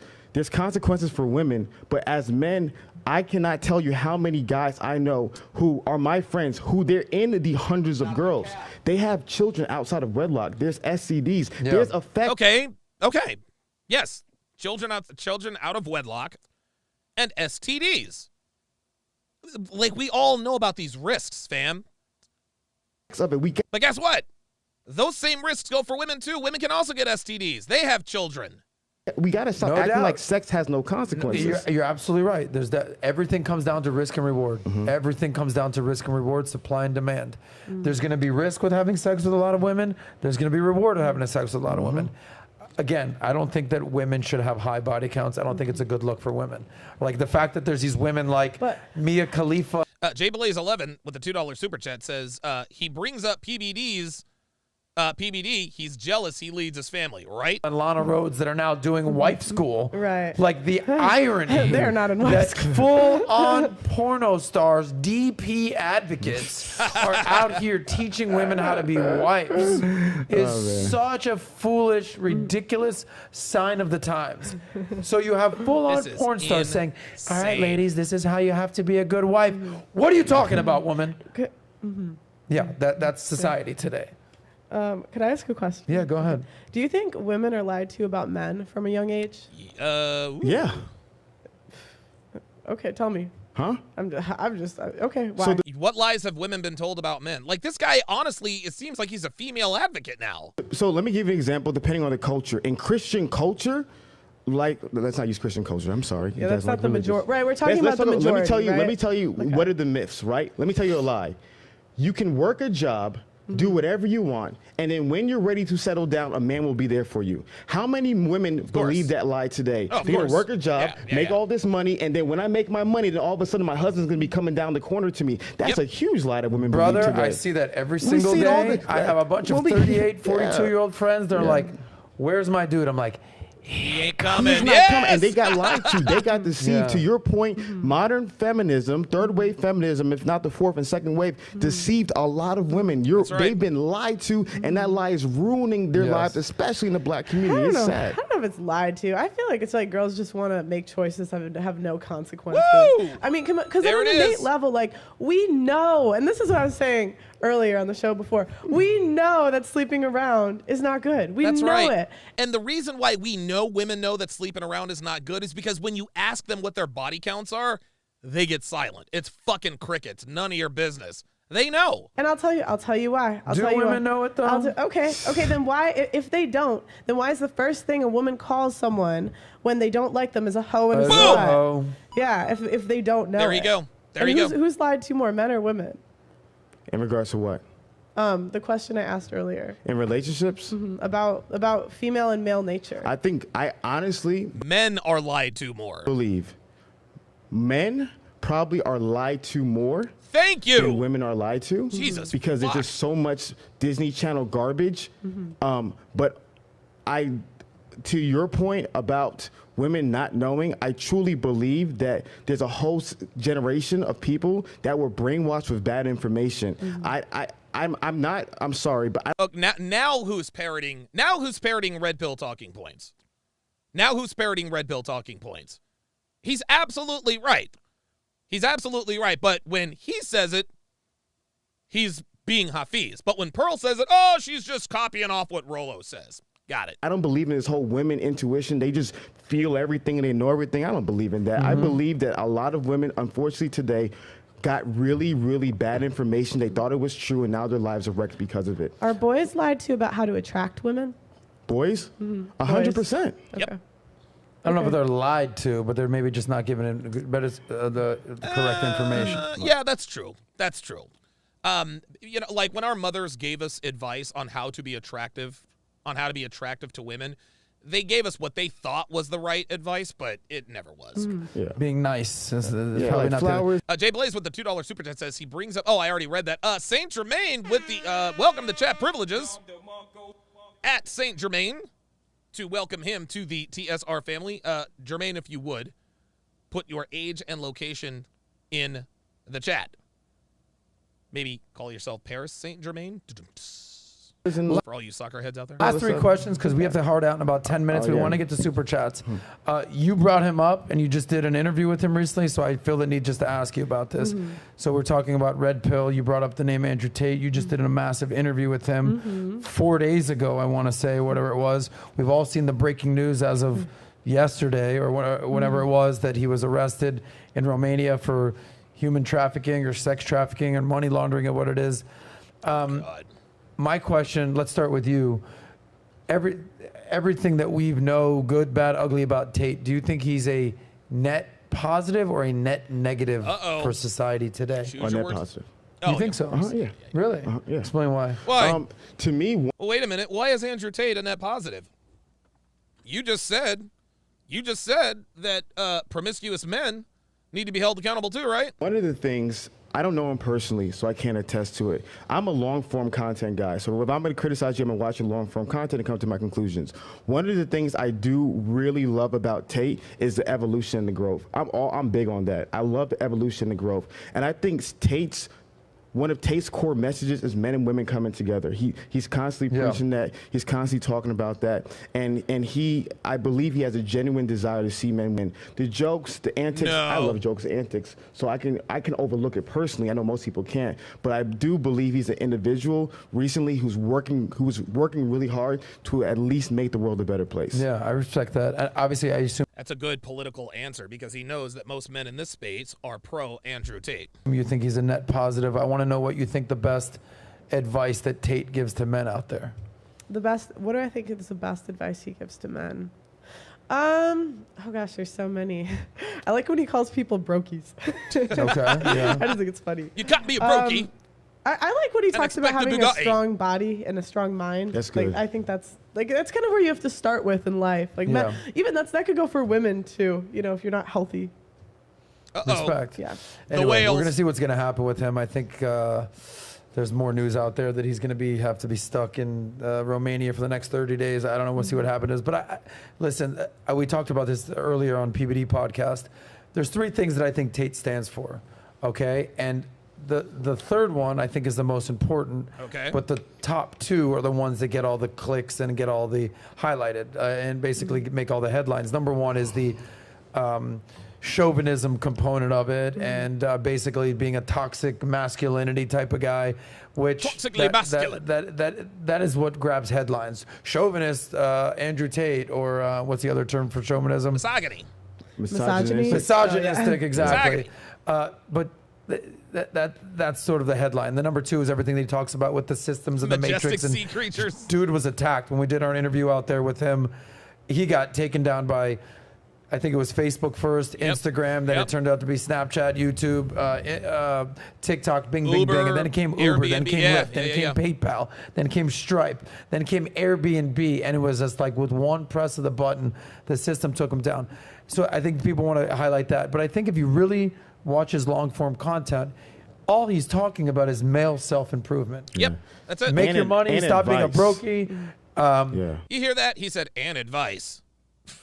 He's always taking shots at Pearl. Dude, like, Hafeez, bruh, just take the L. Take the L, man. Like, dude. Work out, deal with some shit. Like, be resilient, be tough, be strong, be a badass. Like, be the dude that the woman wants, not the dude that you think that the woman wants. You see what I'm saying right there? Of course, yeah. And I think that advice gets lost for the common viewer. They don't really appreciate what he's actually doing. So I fully agree that he's a net positive for society. Male improvement. Next question. Yeah. I want to know real quickly, because we have a few time. Male improvement. How do you think male improvement and the male improvement space has evolved, and where do you see it headed from here? Oh boy. I personally am very, if I'm being honest, I don't think the male improvement space has evolved. I think it's devolved. I think what's happened is you have a lot of these new actors who are in the space for clicks, views, and attention and money. That's why they're in the space. Okay. They're actors in the space for clicks, views, and monies. And money. What's wrong with that? What's wrong with that? What's wrong with making money in the manosphere? The people who make the most money in the manosphere are the people who either tell or highlight the truth. So what's wrong with that? See, this is black pill thinking. This is black pill thinking. The only reason why you create this content is for clicks, views, and money. What's wrong with that? Sometimes people say, "Oh my God, the views must be bad. The views must be bad if he's talking about X, Y, and Z." Yeah, maybe it is. Maybe that is. It's so funny. It's so funny how content creators get shamed for talking about a topic that could get eyeballs. Oh boy, but tell you what, his or her views must be low. Yeah, that's kind of what it is. So here he goes, shaming people, now including Pearl, for the audacity to make money on purpose. Genuinely not trying to see men win. They're kind of like CNN, right? Is CNN trying to build America together during the Trump era? No, it's just trying to make dollars and get clicks. Eyeballs. So what's happened is we have a whole generation of these new influencers who's entering. He's indirectly talking about Pearl. And it's funny because he's indirectly talking about Pearl. And when Pearl calls him on it, he's like, did I say that? Did I say that? Bruce Roberts, welcome to Chat Privileges. At Bruce Roberts to welcome him to the TSR family. Bruce, if you would, put your age and location in the chat. Into the space who really don't have the best interests for men. And so to me, I'm really excited about content creators like a Hamza and individuals who genuinely want to see men's lives improve. So there is some good things in the space, but I definitely see the space evolving because you have a lot of these new characters who just want clicks, views, and attention. And I believe it's not best for the society as a whole. Gotcha. You want to weigh in on that? I know you don't give advice to men, but you kind of are peripherally in the men's advice space. Where do you see it headed? I mean, I would look at more of what you're saying as a caution sign. So be cautious. Okay. I think that there's a lot of great guys in the space that are helping men, and they're very passionate about it, and I think they do a good job. Very good. Pearl is going to run for some sort of political position. Wow. The diplomacy on you is Pearl, amazing. Are you familiar with a guy by the name of Derek Jackson? Oh, God. Where are you going with this? I'm just curious. Yeah, I've heard of him. Okay. Okay. What about him? No, I think he's trying to compare me to him. That's like, why? I feel like it's like a passive aggressive. No, I was curious if she was familiar with Derek Jackson because one of the criticisms that they gave about Derek Jackson was a guy who did. Yeah, he likes to say that I don't mean what I say. Like that's what he said last time. One of the criticisms that people gave with Derek Jackson. Oh, Pearl. Oh, yeah. This is, guys, this right here. Yeah. See, now Pearl, you can tell Pearl she is visibly upset. She is visibly upset. This nigga just indirectly compared her to Derek Jackson. He's not going to do it directly so that he can get out of that. But the reason why he's comparing her, the reason he asked her, have you ever heard of Derek Jackson, is so that she could draw the conclusion. He's trying to tell everybody that she doesn't believe. This is unfucking believable. Guys, this is why Hafeez lost. This dumb, pathetic nigga who's been henpecked by his wife and her pastor couldn't hack it You got used and abused all up and down now 2 podcasts. And now you want to try to compare this girl to Derek Jackson? And do it indirectly? Yeah, she's had, dude, Devin says it. She's had enough. Wow, she is really. One of the criticisms that people gave to Derek Jackson was he was a guy who went crazy hard on guys. Wow. So he would say every single point that women believed women would say about guys, but because he was a man, he would say it, and people were really upset about him. So to me, it was just like there was. See, he's not going to directly compare Pearl to Derek Jackson, but the message is obviously there. Like, the reason he put it out, oh my God, this nigga. I'm just very curious if she ever heard people, like, heard about him or heard comparisons, which she obviously told me she did. Because yeah, from you, nigga. From you. Thank you. Oh. Thank you. Okay. Right. Look, from me? Oh, well, who knew? This nigga. Look at him. Look at him. Look at that smile on his fucking face. Look at that smile on his fucking face. You fucking weak-willed this nigga. And you know something? This is the first genuine smile he's had on all day. The first genuine smile he's had on all day. He finally pissed Pearl off. And now he's happy about it. This is unbelievable. This right here. He thinks he's won. I got her. She got pissed off at me. I finally cracked her frame. Okay. Yeah. Listen, before we wrap up, Nat, you've got some super chats? Oh, no, we are not staying for the super chats. Unbelievable. This nigga said, have you ever heard of Derek Jackson? Unbelievable. Dude.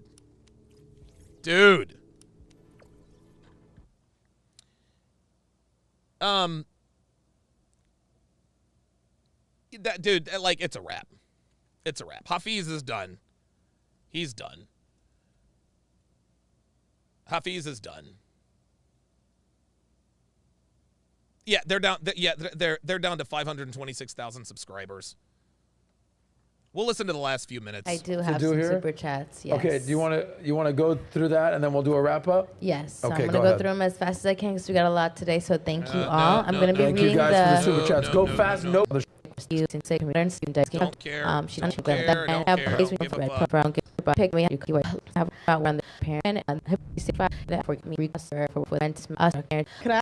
Here's what I will say. I don't know if you're on Team Hafeez. I don't know if you're on Team Pearl.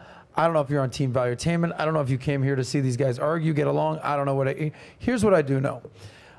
You have to respect people who put themselves out there. No, I don't. I don't have to respect people who put themselves out there. I don't respect people who put themselves out there, especially when they're passive-aggressive nimwits like this guy. This dude. You have to. One of my favorite quotes is from Teddy Roosevelt. You familiar with The Man in the Arena? Mm. It is not the critic who counts. There's a lot of haters out there. It is not the critic who counts. It's not the man who points out how the strong man stumbles or where the doer of deeds could have done better. The credit belongs to the man or woman who actually is in the arena. And then the quote goes on. So whether they know victory or defeat. Yeah, we're Team Pearl. We're Team Pearl over here. It goes on, but the point is, because I was short. Blackest Panther $5 super chat says, genuine question: what is Hafeez advocating that is different from Derek Jackson? You want to know something, BP? That's a real good question. That's a real good question. Of time, I don't want to read the whole quote, but I want to say how much I respect the both of you for being here. Stop the cap. Adam's capping. Whether you agree, disagree, putting yourself out there and starting something. When we met, you had less than 50,000 subscribers a year ago, and you're about to hit 1 million. Yep. Fuck yeah, Pearl. Amazing. Thank you. When we met, you had like 500,000 on the roommates, and now you don't even do content that much anymore because you're working on something else. Oh, Adam had him hurt. He had him hurt in the corner. He had him hurt. He's hitting him. Dude, he's stealing him, hitting him in the face. And he could have knocked him out, but he said, nah.